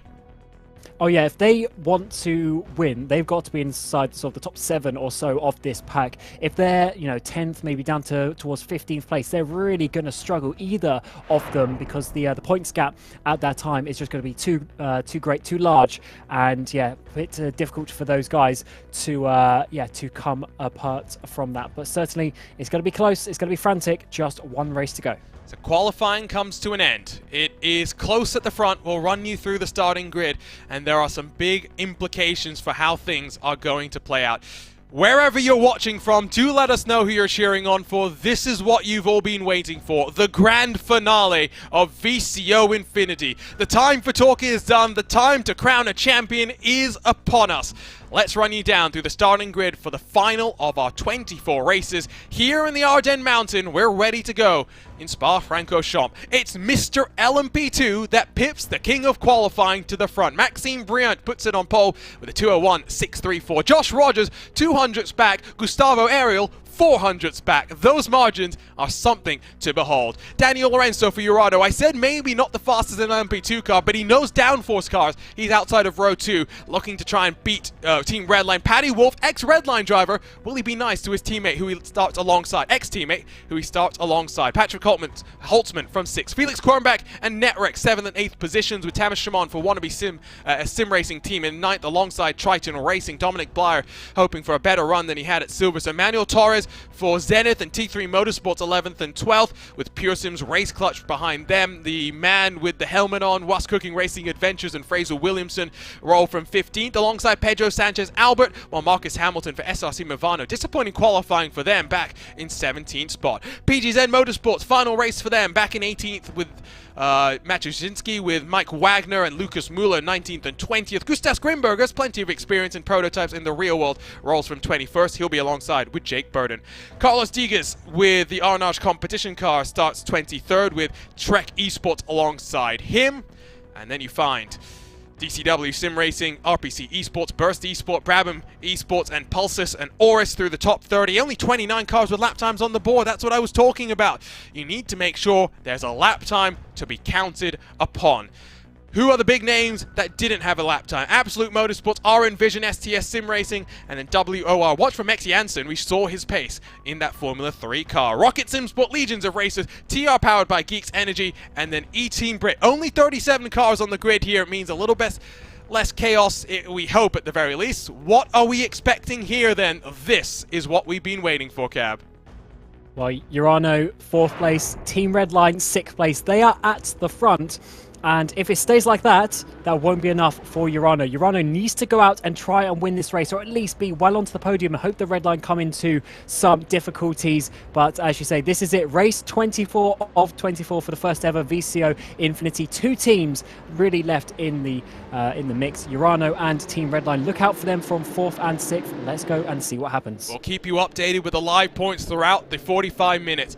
23 races done, 1 to go, 6 points. Splits Redline, splits Urano. It's all about, though, the LMP2 car at the front of the field. We're underway at Spa-Francorchamps for the final time today. The grand finale of VCO Infinity. Single file for the top 3. Nice and early was the jump from Maxime Briant. Urano looking to the outside. Paddy Wolf with a monster of a launch, almost up into 4th. Urano hold that position. Holtzman down to 7th. Big drama, though, through La Source. Plenty of cars getting mixed up there. Yeah, not a good start from Team Redline, but they know they can take it a little bit more cautiously. They need Urano to go and really be aggressive on this as we come up through the Camel Straight for the first time. RAG goes side by side with the Apex Racing team going towards this, but it's actually Kawanda on the outside trying to go from third to first, all the way around the outside of Lakecom. Are they going to make it work? Yes, they are. Out of nowhere, going up to first. What a move from Josh Rogers. That was a move worthy of one of the best in sim racing. Rogers to the front, Ariel second, Brient from pole down to third in the blink of an eye. Behind them, Pure Sims T3 Motorsports have swapped around, a bit of separation, and that's the Hornet's Nest where you saw that Pure Sims card with Daniel Chavbo really getting mixed up there. I think there may have been a bit of contact, but they gather it up, they hold on to it for the time being. Fraser Williamson loses a spot to Owen Carl in the race clutch car. Down through Pouon they go. We don't call it the double gauche, we call it by its proper name, Pouon. This is where, though, you start to get that toe. As you begin to work your way towards Stavelo to curve Paul Frere, you climb up the hill into Blanchimont. Josh Rogers already half a second clear. Yeah, that was a commanding move in the first sector, but now, as he come out into the third, he needs to try and make sure that he pulls away if he wants to get this lead, because it's fast, it is frantic, and all these cars behind are staying so close together, and we saw just how big the slipstream effects can be in this car as they come up to Blanchimont for the first time. Is there going to be any moves? Is anyone looking to make anything as we come into this final chicane on the first lap? Veloce going a bit wide. So, there's whoa, that was wide from Rogers. Ariel almost tagged him as well, but they somehow gather it up. Lorenzo had a look to the inside of that Maxime Brient car, who's weaving back and forth saying, no, no, no, not now, I'm holding on to this one. Redline still in 7th, Urano in 4th. It favors Redline as it stands. Points up now on the right-hand side of your screen. We'll track them through the course. 3 points, 3 positions, splits these two cars on track. 3 positions is 3 points as well. So if Urano win this race, if Redline stay there, then that is going to be for them. But anyway, to the front, there's going to be some side-by-side action up towards Lakecom. Josh Rogers defending on the inside. Brian trying to push him along, but it's actually going to be Ariel on the outside trying to make this work. But it could be Brian, actually, who to go side-by-side, but they haven't been able to make it work coming through this sequence of corners. No changes of position, but certainly everyone getting a bit close. Got to be very, very careful at the front. We'll look also at some of the action further back. There's some separation forming between 8th and 9th. Already 1.5 seconds as Jake Burden, the Asset car, got a bit wide. Big smoke as well as Triton Racing locks the right front down the hill into that right-hand hairpin, which again, we talked about double apex at Luffield. You can do the very same thing down before you get to No Name Corner. At the front of the field again, though, it's RAG back in front of Brient, who was giving that bump to Josh Rogers, trying to work his way up into second. We're going to look at a tactical race. We're also looking potentially at a fuel-saving race, not to try and do anything too drastic, but it's all about minimizing your time then in the pit lane with that one pit stop we're expecting about 35-40 minutes into the race.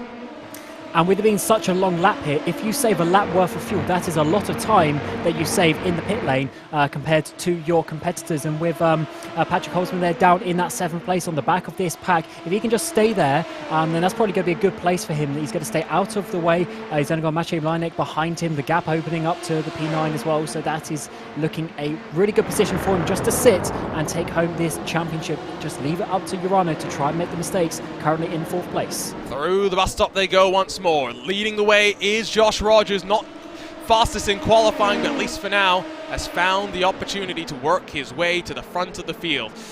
Into La Source they go, the 2-kilometer run, then out of La Source all the way down into the braking zone.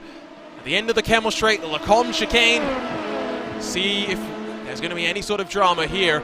Looks as though for the time being, I think Rogers is going to control the tempo of this race. Not in the position to do any fuel saving. For Urano, I think the urgency will be there. They can't do much about where Redline's going to finish. It's all going to be about where they finish. RAG with the overspeed, with the draft. Gustavo Ariel, one of the drivers with 10k I rating, just 4 of them across of the iRacing service in road course competition, finds his way back to the front.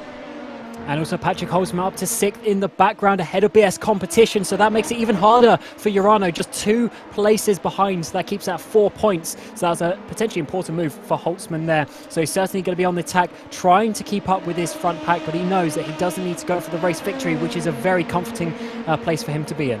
Yep, no, I think that is the most important thing, right? It's always nice to win a championship by winning a race, but sometimes you win a championship by finishing in 6th place. It's as simple as that. Now, track limits, we'll talk about that again. I hope we're not going to be talking about disqualifications with the incident limits that we've seen already so far today.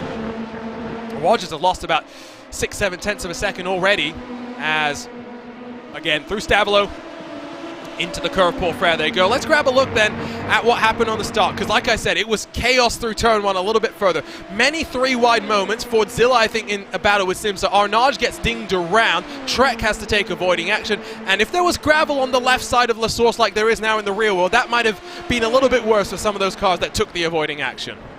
Yeah, you can't do that anymore, so that is pretty much one of the reasons why it was brought in there, because over the last few years, track limits at Spa have become an increased issue with drivers taking liberties, and yeah, it's good to see that the gravel's been reintroduced at certain points, and maybe it'll come to this platform at some point in the near future. We're getting some side-by-side battles. We've got three wide almost coming in towards turn number one. Pure Sim trying to get upper place, but I think they just lost out in the end. Mike Wagner in that Team Fordzilla car will drop to the end of the field. He's had an issue as well. This is for 7th on back. Obsidian and Pedro Sanchez Albert leads a bit of a train as they work their way up the hill. It's all about the draft. And speaking of draft, here comes Rogers once more. To the inside, he'll look on Gustavo Ariel in the RAG machine. RAG third in the championship. Can't really be caught by Kawanda just yet, but wow, that was assertive from Ariel, having none of it. And now 5 cars at the front are starting to pull away very slightly. It's about 1.3 back to Patrick Holtzman in the red line machine. And Josh Rogers thinking about a dive down into the hairpin, not quite enough, but this battling has really brought these guys together. 1 second for the top 5 in the final race of the VCO Infinity. It is absolute action here, as it should be, and it's great to see these guys pushing to the absolute limit. This must be so difficult for Urano, currently in that 4th place. They know they need to get past these cars, but everyone's sort of being aggressive ahead of them. They don't want to risk the championship and not having any chance at all. And remember, again, we talked about how maybe it's been a bit pedestrian in this prototype machine over the course of VCO Infinity. Of course, when it was Spa, it was going to be something exciting.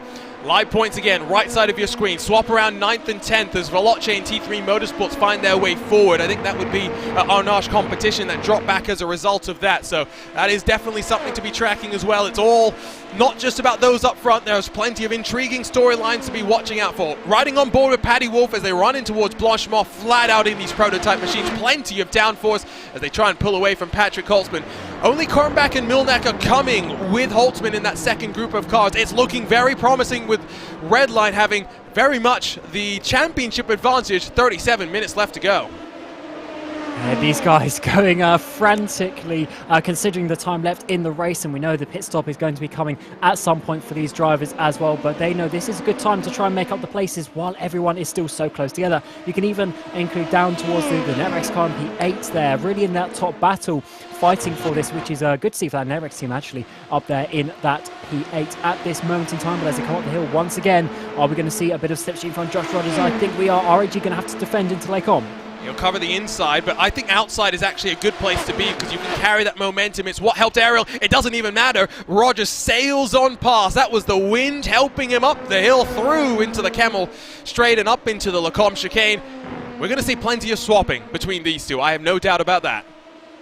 It's always good when you see a top driver work. Look how calm Josh Rogers looks, even though he knows he's fighting for the race victory. He's just gone back and forth with Ariel for a few times at the front of the pack. He just seems so calm and in control of what is going on, which is why obviously he's won so many races in his career so far. Still 1.5 seconds for the top 5. Patrick Holtzman just a little bit further back from that, but P6 still good enough for them. And Urano at one point are going to have to start challenging Briant in front of them. Yeah, and I wonder what the mentality is now if you're Urano, right? Are you just saving the fuel? Are you just waiting for the pit stop time here? Have you practiced the entry? Are you feeling confident about being able to go longer, be on lighter fuel for longer, go and do some very rapid lap times, and then emerge at the front with a shorter pit stop? Surely that's what they're thinking about right now. It's so difficult because also if you pit a bit early, you might come out in traffic. Race control, who is this for? Trek Esports, I guess that is for the turn 1 collisions that you were mentioning earlier. Drive-through penalty, and that's going to take them out of contention for some good points today. Not going to matter too much, of course. We're more focused if race control decides that Redline or Uranos or those around them are involved in anything. Here's a look on board with Daniel Lorenzo in that Urano number 90 machine for now. Given an opportunity by Nicholas Laubish to still push for the championship. Currently P4 on track. Bit of separation building between Brient as well as those in front. Seems like there's been an issue for someone. I see Dominic Byers on pit lane. Maybe he's trying to get the stop out of the way early. Bit surprising. You'll carry more fuel for longer. Yeah, but you also have a shorter pit stop because you'll just have to top up the 10-11 minutes or so that we've done so far, assuming you started on a full tank. But let's see, once again, the slipstream up towards Lake Com. Are they going to swap positions for the 4th lap in a row? No, looks like he's going to be lifting off, pushing Josh Rogers up towards Lake Com and just holding it there for a moment. So they decided they don't want to battle and they want to just see if they can keep it calm for a few moments. Seems like Arnage competition might have been involved in something as they worked their way to the very bottom of the track. So behind them's the 13. It's legions of races on the inside. And, oh, well, 2 into 1, car into the wall. That's how it goes. Yeah, just that's not a corner that you want to go side by side in. You really need to get the exit out into the back straight. And unfortunately, 2 cars making a collision. And that is, yeah, just going to take them out really off the points. I saw they're all down in sort of 35th position, which is not where they would have wanted to be, as we're seeing Patrick Holzman here on board P6 in the race, sitting pretty there, 2 seconds off the lead. He's just watching these guys enjoying himself, I would assume, because he knows there's no stress on his shoulders at the moment, and he can just get a bit of slipstream there from Paddy Wolf. He's been consistent, has Patrick Holzman, across the different cars, whether it be the F3. I remember some good performances from him in that one. Has got 2 victories tied with Mandanark, Bennett and Oscar as the second most winningest driver in this VCO Infinity. Rogers clear of the field. 4 wins. He's been a machine, especially in this prototype machine.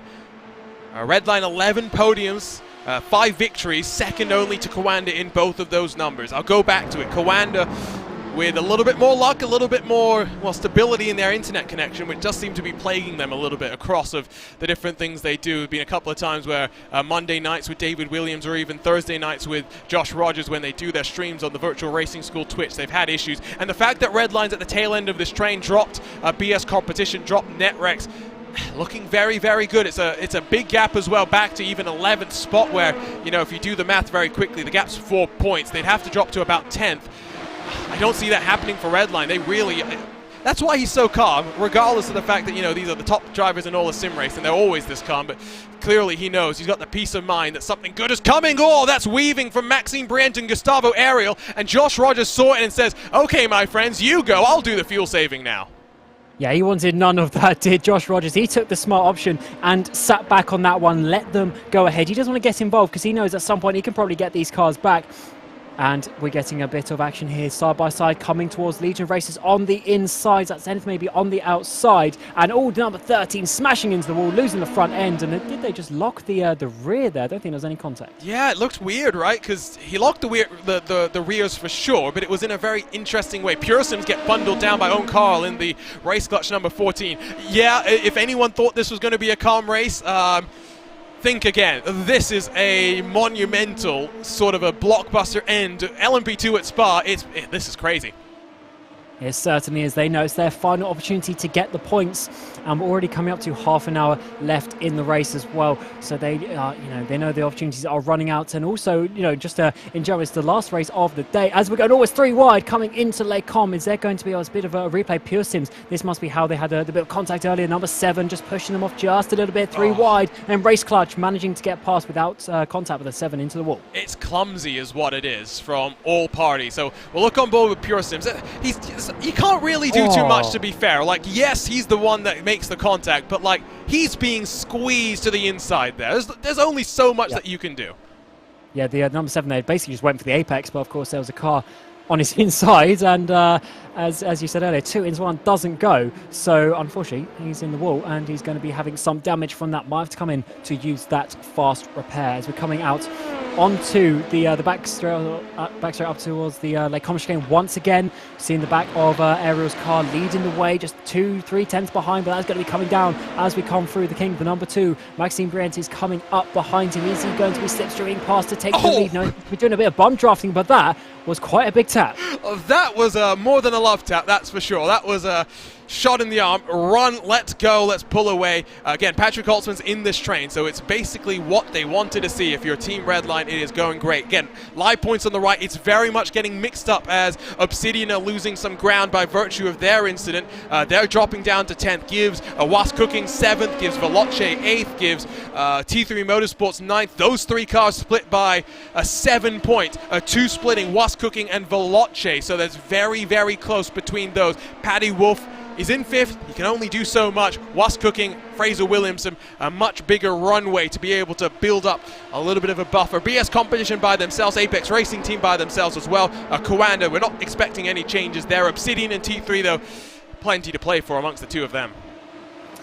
Back to the front, Ariel has pulled away during this, the mid part of this lap, and I think he's really out of the major slipstream of the cars behind as well. This could be a bit of a breakaway as we come into the final half an hour of the event of the VCO Infinity, but of course that is going to come down with the slipstream, but he's not going to be completely just freight trading them along. He's starting to get out of that. Let's see if he can continue that. The issue is we've got the Kemmel Straight coming up once again, so they're going to just close back up. Josh Rogers there in 3rd place, getting close to Maxime Briand again.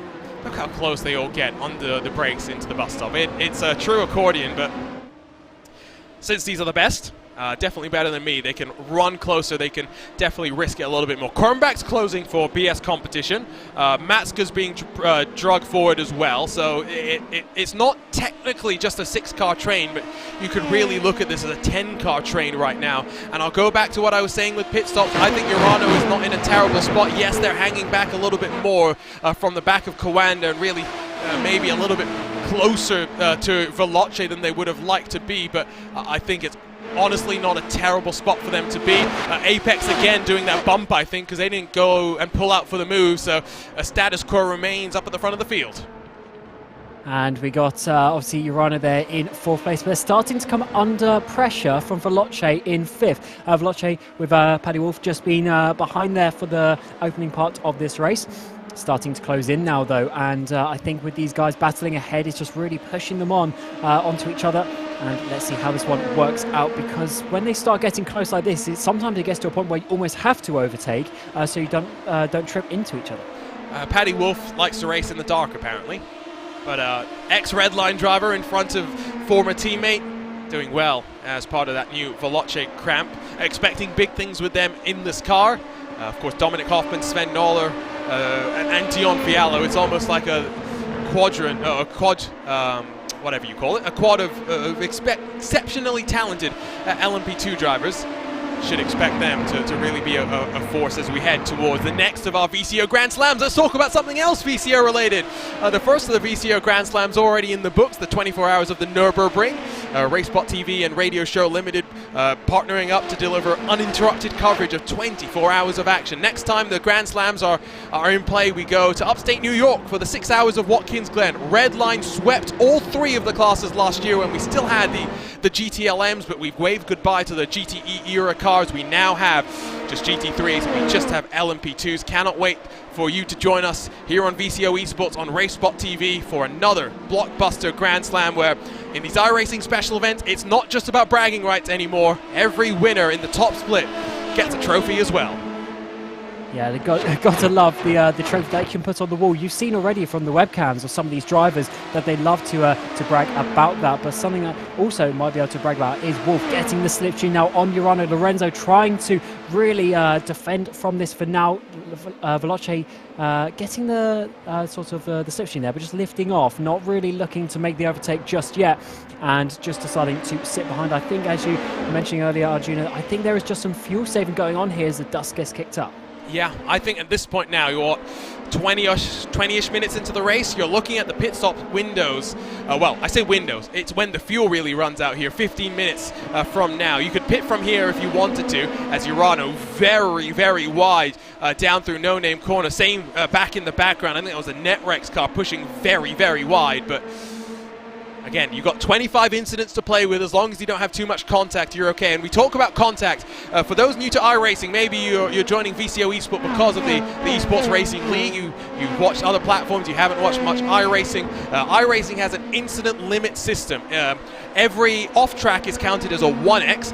Every car contact can be anywhere from a 0x to a 1x to a 2x to a 4x. Those points get added up. If you reach 25, in the blink of an eye, you're disqualified. It's instant. iRacing is automated, all of that, and it means that you do have to be very, very careful with how hard you're pushing. We saw a couple of disqualifications to the line here at Spa. I believe it was in the Formula 3 car. Maybe it was a TCRs. I can't remember off the top of my head, to be honest. No, it was GT3, excuse me. It was BS Competition. I think that was one of them. It is definitely something that you have to be very, very vigilant when you are thinking about it. Nice and calm then for your prototypes. I think we'll see more bump drafting as we get down to Le Mans once more. We certainly will. These drivers just wanting to stay in this line for this moment in time.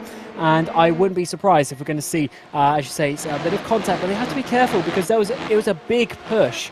It was Brient, wasn't it? A big push on Ariel a couple of laps ago, and you don't want to be spinning around drivers as we've seen already in a number of cars so far today. When you start pushing the car, if you don't do it dead straight, and then you can spin around the car ahead, we've seen penalties being given for that, and it's not very nice indeed to see that happening because it's often a very high-speed crash. But for now, that looked like it was fairly calm going to Lake this time around. But as you mentioned earlier, it's really the top 7 or so in that opening group, top 8 even, with networks back there. And all of these guys, in theory, could get on the podium today if they play their cards right. Yeah, very much so. It's a great way to end, where it's not a super speedway style race like Daytona in the Formula 3 car was, but it is still something. Maxime Brient, what does he listen to when he's driving? Because he's always just grooving with some sort of beat. You got the head going back and forth. He's feeling the rhythm. He's feeling the vibe, if you will. And, well, at least for now, he's doing well. But Gustavo Ariel, through the middle portion of the lap, has opened that gap up to 7/10 of a second, 8/10, as they work their way through Stavolo. Going a bit wide, though. Is starting to get a bit of a gap. 8/10 this time around. Let's see how close it is by the time we get to the bus stop chicane for this next time. But for sure, the gap's starting to just open out a little bit now over the course of the last lap or so. And this is really going to make it harder for some of these guys to make some overtakes if they want to. And into the bus stop chicane, are they going to close all back up? It looks like Josh Rogers big on the brakes coming in there, and look how close they are once again with the accordion effects. Yeah, that's a great shot, because now you can also see that Kornbach is in the mix, Milnek as well. There's that second group that sees Pearson's own car, Fraser Williamson and company all working through that bus stop chicane.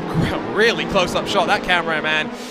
Couldn't get much closer to the action if he wanted to, although for those that remember that classic shot that Formula 1 had of the, as they're coming down right through there at Eau Rouge, just to the wall, there used to be a cameraman there. Because that wall's been pushed back very slightly, you're not going to get that camera angle anymore. One of the random things that I peruse when I'm looking online. So there's the train, BS competition closing, and again, we'll go back to it. If things hold as they are, Urano has to hope that Redline slip at least one position back. Urano would then still have to win the race. Yeah, that is the issue that they've got. Even if they win the race at the moment, they make 3 overtakes, get to the front and take victory. Still, Patrick Holzman is in the right place for Redline. That 6th place is all they need to just confirm this out of uncertainty for the Urano team. So Urano needs to try and do something. It's just difficult to do that. It's so close, it's so tight in the VCO Infinity that obviously they just can't really just push and make up the positions. But we still have a pit stop to come. We still have some obviously action, some overtaking to come. So it's still all to play for, and don't count them out just yet.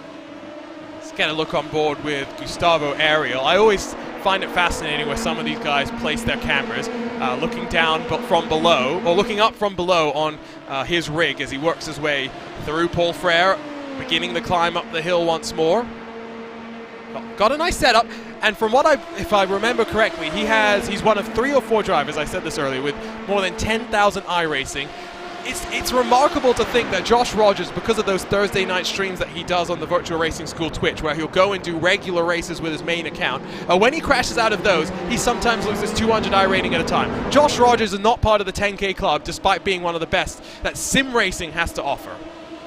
Yeah, there are definitely a few drivers out there, though, that don't use, as you say, their main accounts for the sort of the more public races, because they want to make sure that they are there in the special events, getting into those top splits and keeping their rating as high as possible. But it is good to see, as you say, some other drivers do like almost risking that rating because they know they can probably just get it back when they do results like this, because the strength of field is still pretty high, even in races like this at the VCO Infinity.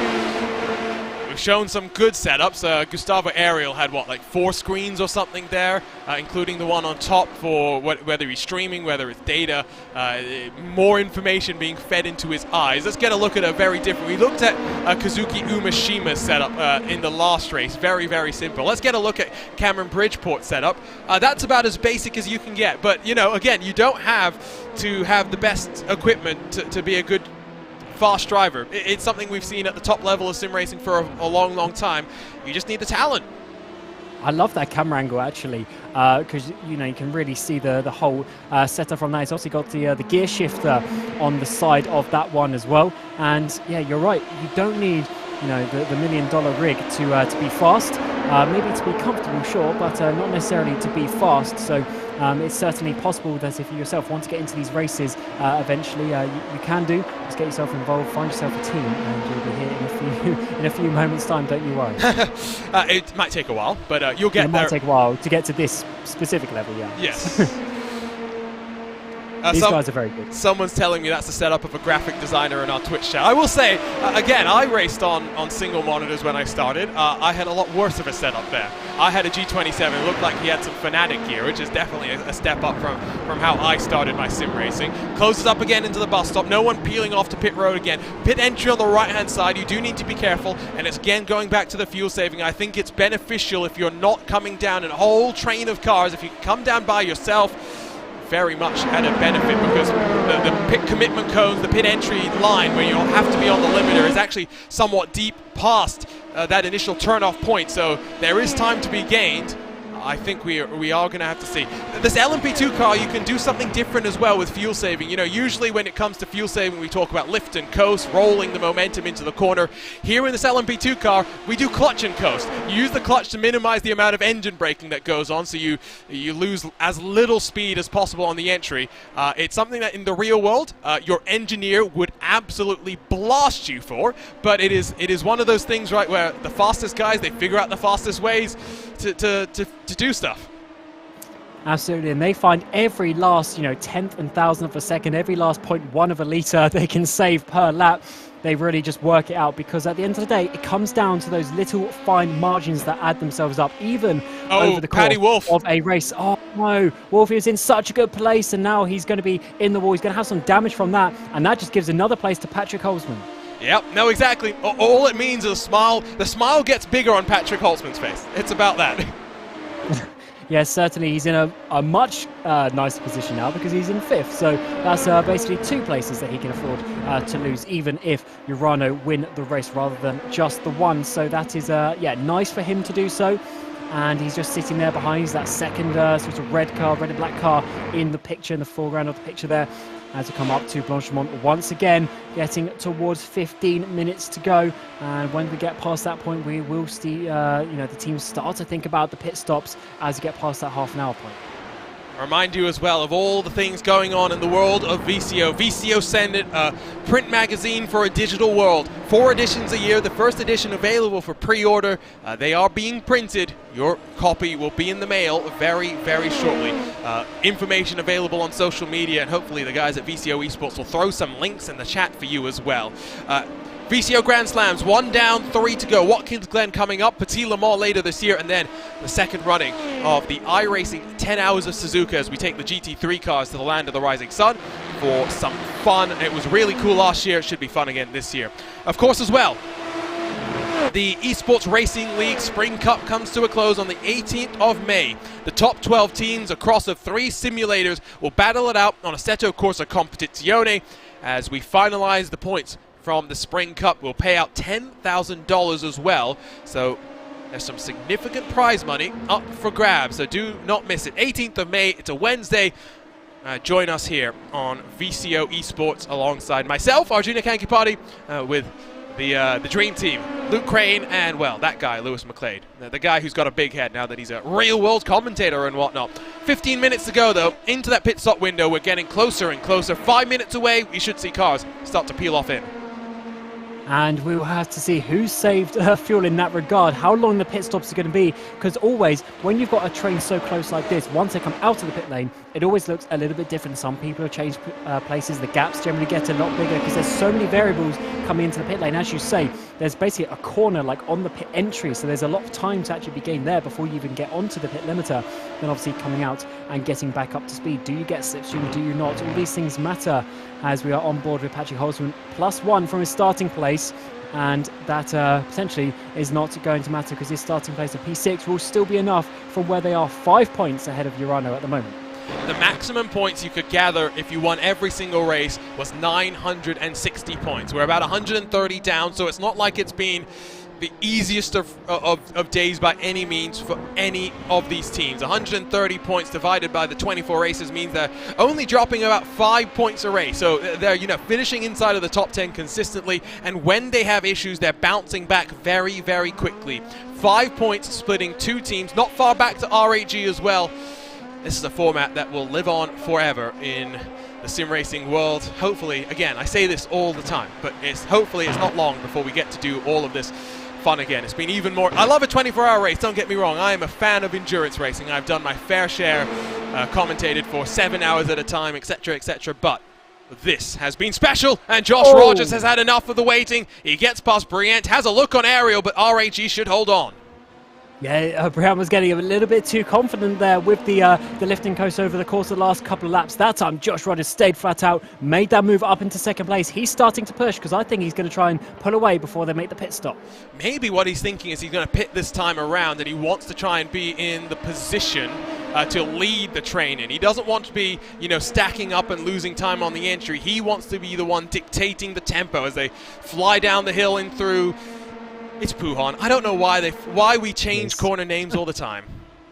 Yeah, this track as well has about 3 corner names per corner, and it's not like it's sort of sponsor related as you have on some tracks. It's literally just what people call it.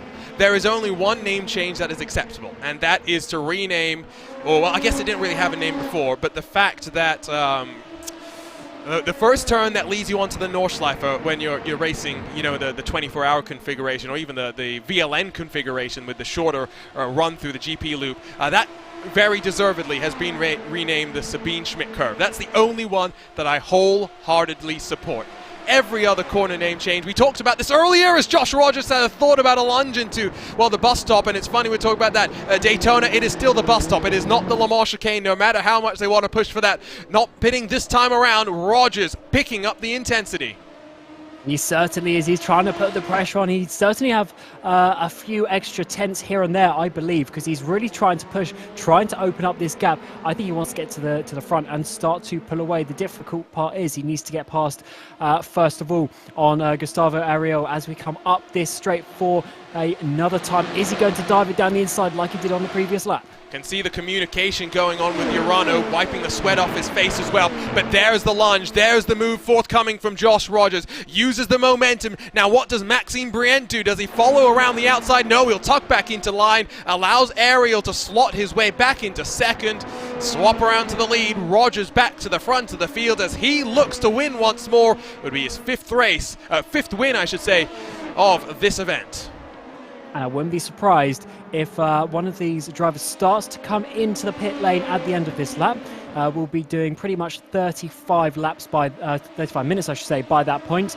And that is generally the rough estimate for this the fuel tank in this car. But obviously, if you saved a bit of fuel, going a bit longer means you'll have a shorter pit stop. But look at Josh Rogers starting to pull away, starting to open up this gap. It's really go time for him. Now, 11 odd minutes left. Remember, it is a 45-minute race. We're about 35 minutes into it. Is someone going to box early? You're always going to be towing people out of this corner, so there's only so far you're going to be allowed to break away. Getting word from Dylan Bobo Shrivens that Danny Lorenzo, someone put the barbecue on outside his window. His eyes are watering, but at the very least I'm sure that's a nice smell, and he can taste what is left, what's going to be ready for him in about 10 minutes time when he's done with this race. And hopefully there'll be some champagne for those guys, but it's not enough at this moment in time. 5 points between them. We come across the line to be pretty much 10 minutes left. Anyone diving in just yet for an early stop? No, they'll continue on, all trying to have the shortest pit stop possible. So let's see how they go after this other lap. 10.5 minutes to go as they come across the line in towards turn number 1. Josh Rogers leading the way. And it's not over yet, though, because Ariel's so close behind. It was very, very close to La Source, and I think Ariel's going to just be able to tow up and get through unless there's going to be some coordination amongst the two of them. We'll wait and see. Opens up back to Urano, but RAG in a great spot to get that run up the hill. Now Kornbach and Milnek for BS Competition and Netrex are closing, but out of drafting, or not out of drafting range, out of touch, I would say. There's RAG sliding their way back forward, nice and simple, not really fought back. Maybe the reluctance from Rogers to fight that gives me the indication he'll tow back to the lead next lap around. Maybe he's pitting the next time by. Yeah, for sure. He certainly wants to do this more flip-flop technique rather than just sitting behind. You can see how much it spreads out the field rather than bunches everyone up. And obviously there's always a few tricky situations that come for that when the drivers are tripping over themselves. So this way, as you see, they've really pulled away from that battle. So for the top 8 guys now, just stretching that gap, trying to make a sort of place for them really to fill in after the pit stops, I would assume, and also just to try and pull away so it's not a sort of 5-way battle for the lead and it goes back down to a two-way battle. Let's go backwards in the field and look at someone who's trying to fight to get up and hold on to 7th spot in this championship. Obsidian Racing only 2 points back. Veloce tied with T3 Motorsports as it runs by right now, but Fraser Williamson in the Was Cooking Racing Adventures. His picture, of course, had just a helmet. There's a look at the face of the Scotsman. Always difficult to understand what he's saying, I will admit that, but it's par for the course for Fraser. He's an LMP2 guy. He loves a bit of LMP2. The thing that I always remember with Fraser is the fact that there was a race at Sebring. I think it was the 12 Hours of Sebring a couple of years ago. Ran himself into Sunset Bend.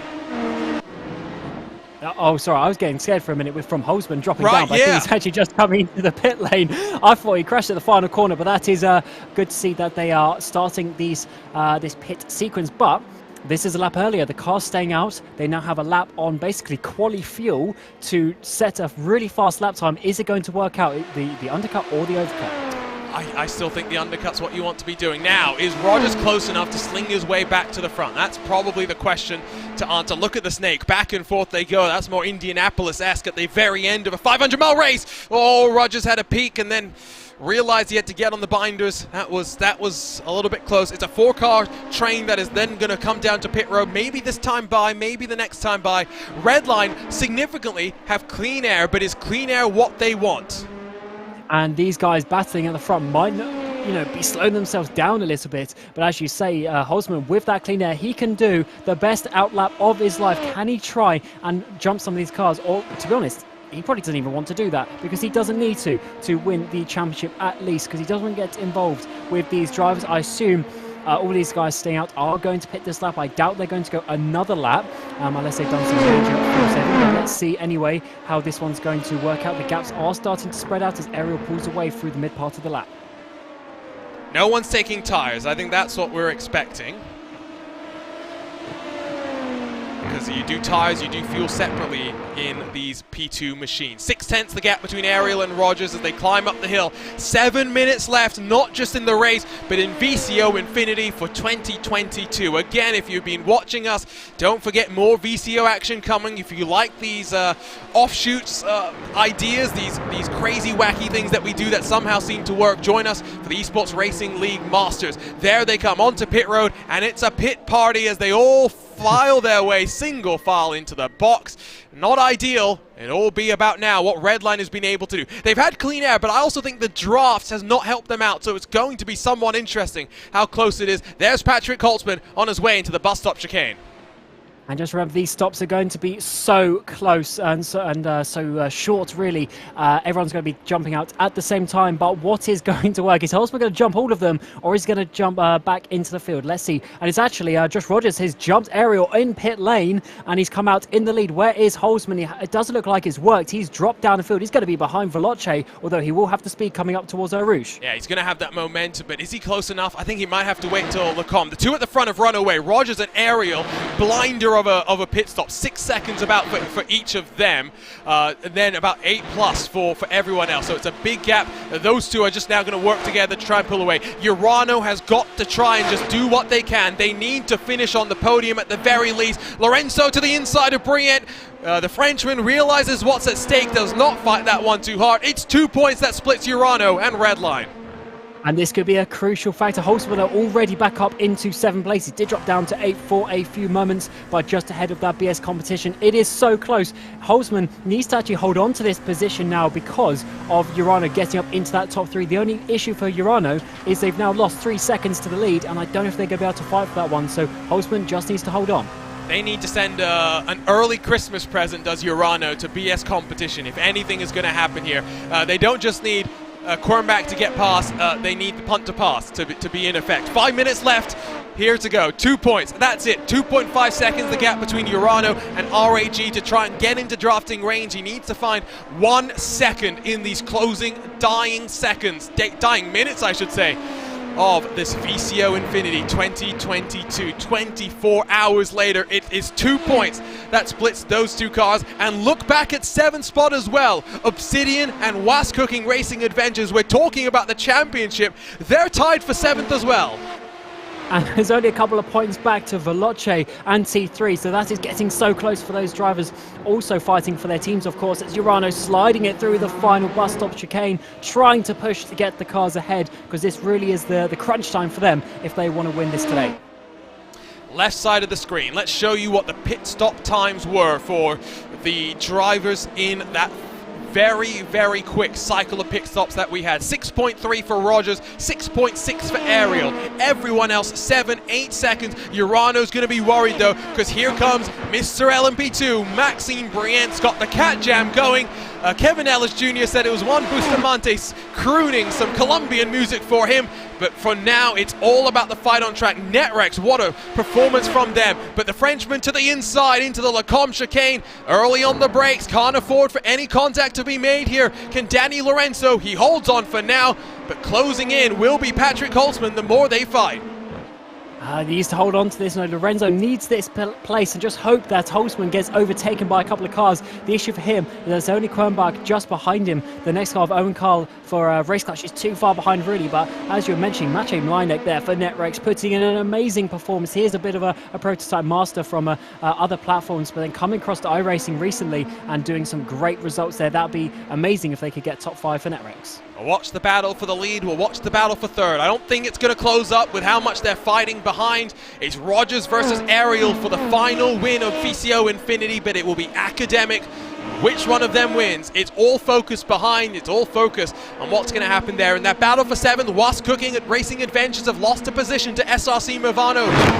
1 point in favor for Obsidian Racing after the issue that Pedro Sanchez Albert had here in Spa. Getting so close up and down the field. Remember that top 10 in general gets some prize money, so that is why they're fighting for that, because they know that they want to get the prestige as well before we potentially come back to VCO Infinity in the future, trying to improve their positions from that one. We look back towards Urano trying to just do something about the top 2, but Ariel and Rogers really are the standout performance today at this LMP2 in Spa. They are just pulling away at the front there, and it's going to be so difficult for them to come on as we're getting already. Is this the final lap of the race? I think it might just be. Yeah, I think it will be. There's a look on board with Urano's Nicolas Lauber. She's behind the scenes working right now and trying to figure out what's going on. Shake of the head. You can see the frustration. They've done everything that they can. But right now, it is advantage Redline as the final lap of VCO Infinity is underway. Gustavo Ariel too far behind to challenge for the race lead. But here comes Briant with the overspeed with the draft. He slots his way up into 3rd. Urano down to 4th.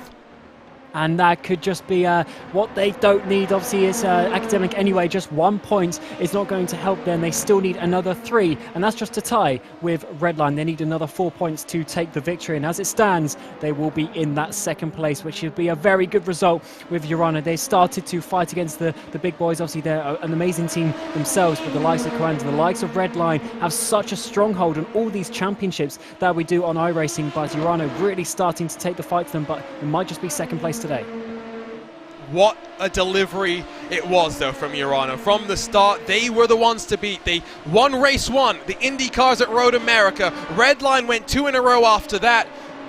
It's been a fascinating day. It's been a performance from Urano that they will be very, very proud of. Josh Rogers has broken away at the front of the field. He should be winning once more in an LMP2 car. Will be Coanda's 8th win, will be Rogers' 5th win if he holds on with 20 seconds left on the clock. But the plaudits will not go to Coanda, even though they have won the most races in VCO Infinity. The plaudits will go to Team Redline, your 2022 VCO Infinity champions. Josh Rogers will celebrate a victor here at Spa-Francorchamps, but it's all about Redline victorious in the 2022 VCO Infinity. Patrick Holtzman crosses the line in 7th. It's good enough to become your champions. What a performance all day from all of these teams. 24 amazing races, a completely new format. No one knew what was going to happen. No one knew what the best strategy would be. But in the end, it is Team Redline. How do they always come on top of so many of these events? Really good driving from them and their team, putting the strategy in place. And in the end, they only needed a 7th place in the final race to take the victory. They are the masters of multi-disciplined racing, whether it be the Esports Racing League, where they've missed out on the finals only once in our crazy, crazy format there. And here, a very different sort of a challenge, but the same adaptability, the same versatility required from the teams, from the drivers. Redline again on top. You wouldn't tell Patrick Holtzman cool as a cucumber. What an event. What a 24 hours this has been. The drivers will get a very well-earned break, so will we. Behind the scenes, our team at VCO, our team at RaceSpot TV have been working around the clock. Very, very long day for our race control team as well. We thank them for all of their hard work, but it's Team Redline ultimately that will walk away $2,500 richer and with title as VCO Infinity champions. 18th of May, will they carry this momentum on to the Esports Racing League Spring Cup? You'll have to wait and see. Join us on VCO Esports to find out. Let's run you down through the race results then before we confirm our winners here today. Josh Rogers makes it another victory for the purple and orange. 8 for the team, 5 for Rogers. Gustavo Ariel, a sterling drive from him in that R8G machine to come home in 2nd. The pit stop broke them away from the chasing pack behind. Maxime Briant comes home in 3rd, with Danny Lorenzo doing what he could for Urano. Too little, too late, unfortunately for them. NetRex, a breakout performance for them on iRacing. Great to see the quality and consistency that they've shown, while Paddy Wolf, after an issue down at No Name Corner, recovers up to 6th position. Patrick Holtzman comes home in 7th with the Redline team behind him, victorious for the 2022 VCO Infinity. Felix Kornbach, Owen Carl, and Tim Matska through the top 10. Owen Carl, fastest lap of this race in that race clutch machine. Fraser Williamson for the Was Cooking Racing Adventures down in 11th. We'll see where the championship shakes itself up for them. Zenith Esports 12th with Pure Sims right behind them. Then a bit of a gap to PGZ Motorsports, the late replacement team for Miranda's E-Stars, but always good to see how PGZ get on in these competitions. Triton Racing back in 15th with Jake Burton 16th. Obsidian Racing 17th, while Gustas Grimbergers for the Simsa Esports team comes home in 18th position.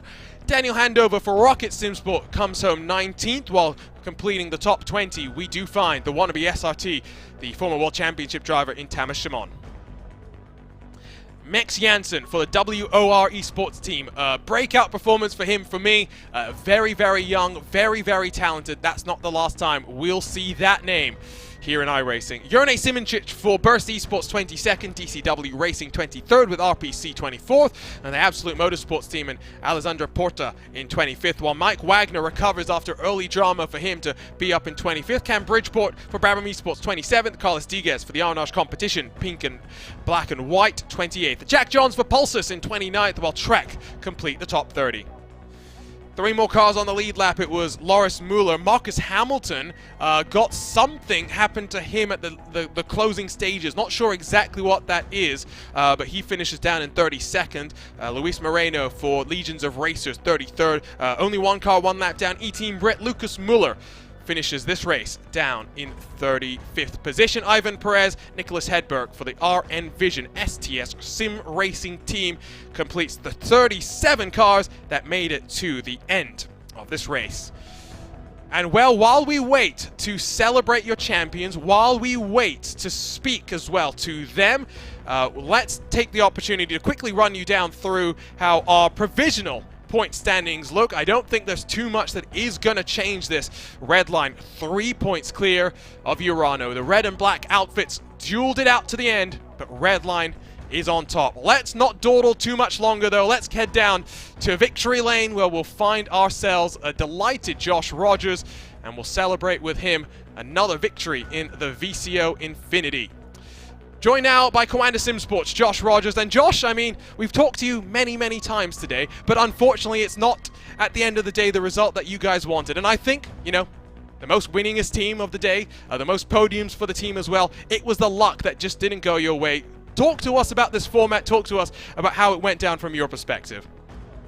Yeah, it's obviously unfortunate at the end. I mean, when you look at the stat sheet, we were we were on top of things, but yeah, just a bit of bad luck fell our way, and yeah, I think as a team we can still hold our heads high. We, you know, as a group, did an awesome job, and yeah, I think there's just a few things on our end in the back end that we need to resolve, and then we'll be back fighting in events like this. But yeah, it was an exciting format. Genuinely thoroughly enjoyed it.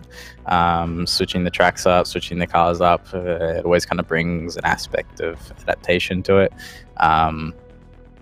Maybe there's, I mean, obviously it's the first run through of this, so I'm sure the guys at VCO will take all the feedback and make the next one even better. But yeah, no, it was awesome actually. I thoroughly enjoyed the event, and the fact that you have a new race every single hour just makes it that much more exciting too, not only as a driver but as a viewer too. Obviously strategy doesn't play so much into it, but yeah, no, it's awesome. And did you find anything within the team that you can improve? Obviously, you personally took a lot of race victories, but do you think there's anything strategically wise, maybe where you put the drivers at certain times that you could do, or do you think it was just that bad luck that really got you today? A lot of it was just bad luck, really. Unfortunately, in a 24-hour race, it's very difficult to manage sleep and where you put drivers XYZ. But no, I think as a whole, genuinely, we did a great job. Yeah, we can be very proud of our efforts. And yeah, I think as a team, we can still be very happy with the results. So yeah, enjoy it and come back next time. I think you need to get that internet fixed up. I think that's step one, Josh. It seems to be plaguing you guys a little bit too much. Great drive from you, great drive from the team. Go off and celebrate. It didn't end the way that maybe you wanted. It was a great performance. We'll talk to you soon. Cheers. Thanks, guys. That was a chat then with Joshua Rogers, victor again in VCO Infinity. Let's then confirm the point standings before we celebrate with our victors here today. We're just trying to get the confirmation up on screen for you right now. Just give us a moment, but it is Redline, 3 points clear of Urano. R8G a further 20-odd points back. What a format, what a championship. And it was the Redline consistency that ultimately took them forward. It was ultimately Urano's maybe struggles with the scheduling. You know, Alexei Nesov had to step in on a very, very short notice, Cam, that put them on the back foot. I think this is a format that when we do it again, a lot of these teams will learn from. They'll understand how to play the game. We'll put it that way, a little bit better. Yeah, they certainly will. But next time, I assume there's probably going to be different tracks, there's going to be different cars, there's going to be new challenges as well. So the teams will obviously need to adapt to those ones. But for sure, this was the first ever running. They're going to need to find out what they can do to improve for the next one. And I think overall, I think Urana really gave it a good effort from that point of view. And it was really just a couple of races here and there where they really lost out from that one. I'm sure. The likes of Dylan Scrims having that bad race in the Formula 3, only sort of 4 races to the end. He, be thinking of that just off the top of my head. But also Laubish struggling a little bit at Silverstone a couple of races ago. So just little things like that, I'm sure they'll improve and then maybe come back for the victory next time. Absolutely. Well, we're trying to still get the points. We'll show them to you before we wrap things up. Let's go then down and chat with the Team Redline drivers. Let's start with Patrick Holtzman, who really started his day off very, very nicely for the Redline team when he drove the Formula 3 car. Let's talk about this format and let's talk about the victory, Patrick. It's very, very different, but you guys at Redline, you've seen what we at VCO like to do. We like to challenge you guys to be adaptable, and over this new format, you guys ended up on top, but it was very, very close. Yeah, thanks. What a great event, and yeah, what a challenge it's been. I mean, mentally and physically. No, I've been here a few times before, and I'm keep saying the same thing about how amazing the team is. I'm surprised every time, over and over again, how well the team performs on the highest level, and I'm super proud of everyone. And yeah, I'm glad that I had my fair share in it. But yeah, heads off to Uano and RAG especially. What a fight they put on, and we had constant pressure for 24 hours, but yeah, super happy that we made it. And how did you like jumping between cars? Did you find that quite difficult, or was there, or was it quite good fun actually? The different challenges that come with that. Yeah, I mean, I only jumped between cars once, right, and that was now, and what a timing that has been, on the. I'm as sleepy as a human can be, and under the most pressure possible, having to somehow, bring this thing home with zero experience in the car. So I'm super proud of that one. That one feels even better than the F3 wins that I had throughout the day. And yeah, it's super tough. The format is amazing. It's super challenging as well because usually in a 24 hours race, you are prepared going into the event, and all you do is, you do a little bit of warm-up before you jump into your long runs or stints. But this right here, it just, it's constant pressure because you get out of the car and you just immediately practice for the next combination of, that you have to race on. And so you never have a break, which is really intense, but, even more so rewarding when you made it. Congratulations, Patrick. We're going to jump from you over to your teammate, Josh Thompson, one of his first major events as a member of the Team Redline. And Josh, I mean, it went quite well for you. We were talking to Paddy about, the challenges of jumping across the different cars, of the way that you're always basically being forced to adapt. From your perspective, first time really doing stuff with VCO, you've not really done much of the Esports Racing League stuff. What did you think about this stuff? To be honest, it was probably one of the most crazy and most fun events I've done. Like an entire series, for example. Obviously, I've done other leagues and stuff before. I've done the World Championship, I've done USCOs, I've done sprint stuff before, like World GT, but yeah, this was another level. So honestly, it was probably one of the toughest but most fun 24 hours I've ever done. And you had to do a few races with the touring car. How was it sort of merging that style of racing and then coming to this LMP2 as well? To be honest, it wasn't too bad. Like for me, I've already driven a TCR quite a lot. I've done it in other leagues as well. So that was kind of like a bit of a wild card for us, because obviously we knew we had that car ticked off for me. So obviously then I had to pick up a car. So that was the F3, which wasn't amazing, but it was okay. So for me, the TCR was the main goal the entire time. From like the second we got given the lineup, like the announcement about the cars and stuff, like I said straight away, that's the car I want to drive. So thankfully the guys gave it me. So yeah, overall jumping between the two cars as well wasn't too bad, because obviously the way I planned it, I had the F3 race first, so then I could just concentrate on one car for the entire event. So wasn't actually too bad. I couldn't have done what I think like Daenerys did it in the night, where he jumped between like 3 or 4 different cars. Like that was just incredible to see someone try and do that. So for me, I was happy just doing one patch at a time. Congratulations, Josh. Go off and enjoy this. Go off and I'm sure Yeah, rest guys. as well, because it was a pretty stressful day for you. Team Redline victorious here today. Well, Cam, unfortunately, that's all we got time for. Before we wrap up, let's get some closing thoughts. Let's talk about the format. Let's talk as well about what's left for VCO heading up through into the summer. We've got Esports Racing League, Spring Masters on the horizon, a very similar sort of new idea.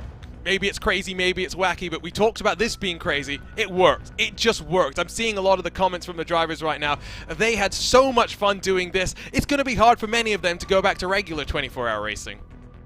It certainly is. It added a lot of extra sort of action and intensity. Often, especially in the second half of maybe a 12 or even a 24-hour race, it sort of calms down quite a lot, and you just go out and do your laps, and that's it. Whereas now you had to be on it. You had a race start to think about, you had pit stops to think about, strategy, different cars, loads of different things that really added to that. And I can't wait to see what sort of little changes happen when we come to this for another time. Esports Racing League Spring Masters Assetto Corsa Competizione on May 18th. We've taken the 12 best teams from the Spring Cup. We've gone across the world. Misano and Assetto Corsa Competizione. I think we went then to... Oh, my brain is not working right now. It's been a long day. But R Factor 2, we had fun with the Formula Pro car. I think it was at Silverstone. And then rounded it off on iRacing with the V8 supercars. It's been a whirlwind tour. We'll be back here on VCO Esports on the 18th of May. Wednesday evening, join us. I think it's 7 p.m. CEST. Same place on VCO Esports Twitch, on the VCO Esports YouTube. The Dream Team will be back. Myself alongside Luke Crane and Lewis McLeod. Can't wait to see what we've got in store for you then. Let's have one final look at the points before we say goodbye. These are official. These are confirmed. The race control team, we give them a big shout out as well. They were very, very busy behind the scenes. Ultimately, though, it is 3 points. Team Redline in front of Urano. What a day it was. Redline affirming themselves as one of the best that sim racing has to offer. Urano showing that on an even playing field with some craziness mixed in as well, they can fight with the best of them. For now, though, it is time to bid you farewell. This crazy idea worked. Should we do it again? You let us know on VCO social media. We'll be back May 18th for the Spring Masters. Plenty more going on in the VCO world, so do make sure that you join us on social media. Let us know what you want to see us do in the future. For now, though, we celebrate Team Redline as your 2022 VCO Infinity champions.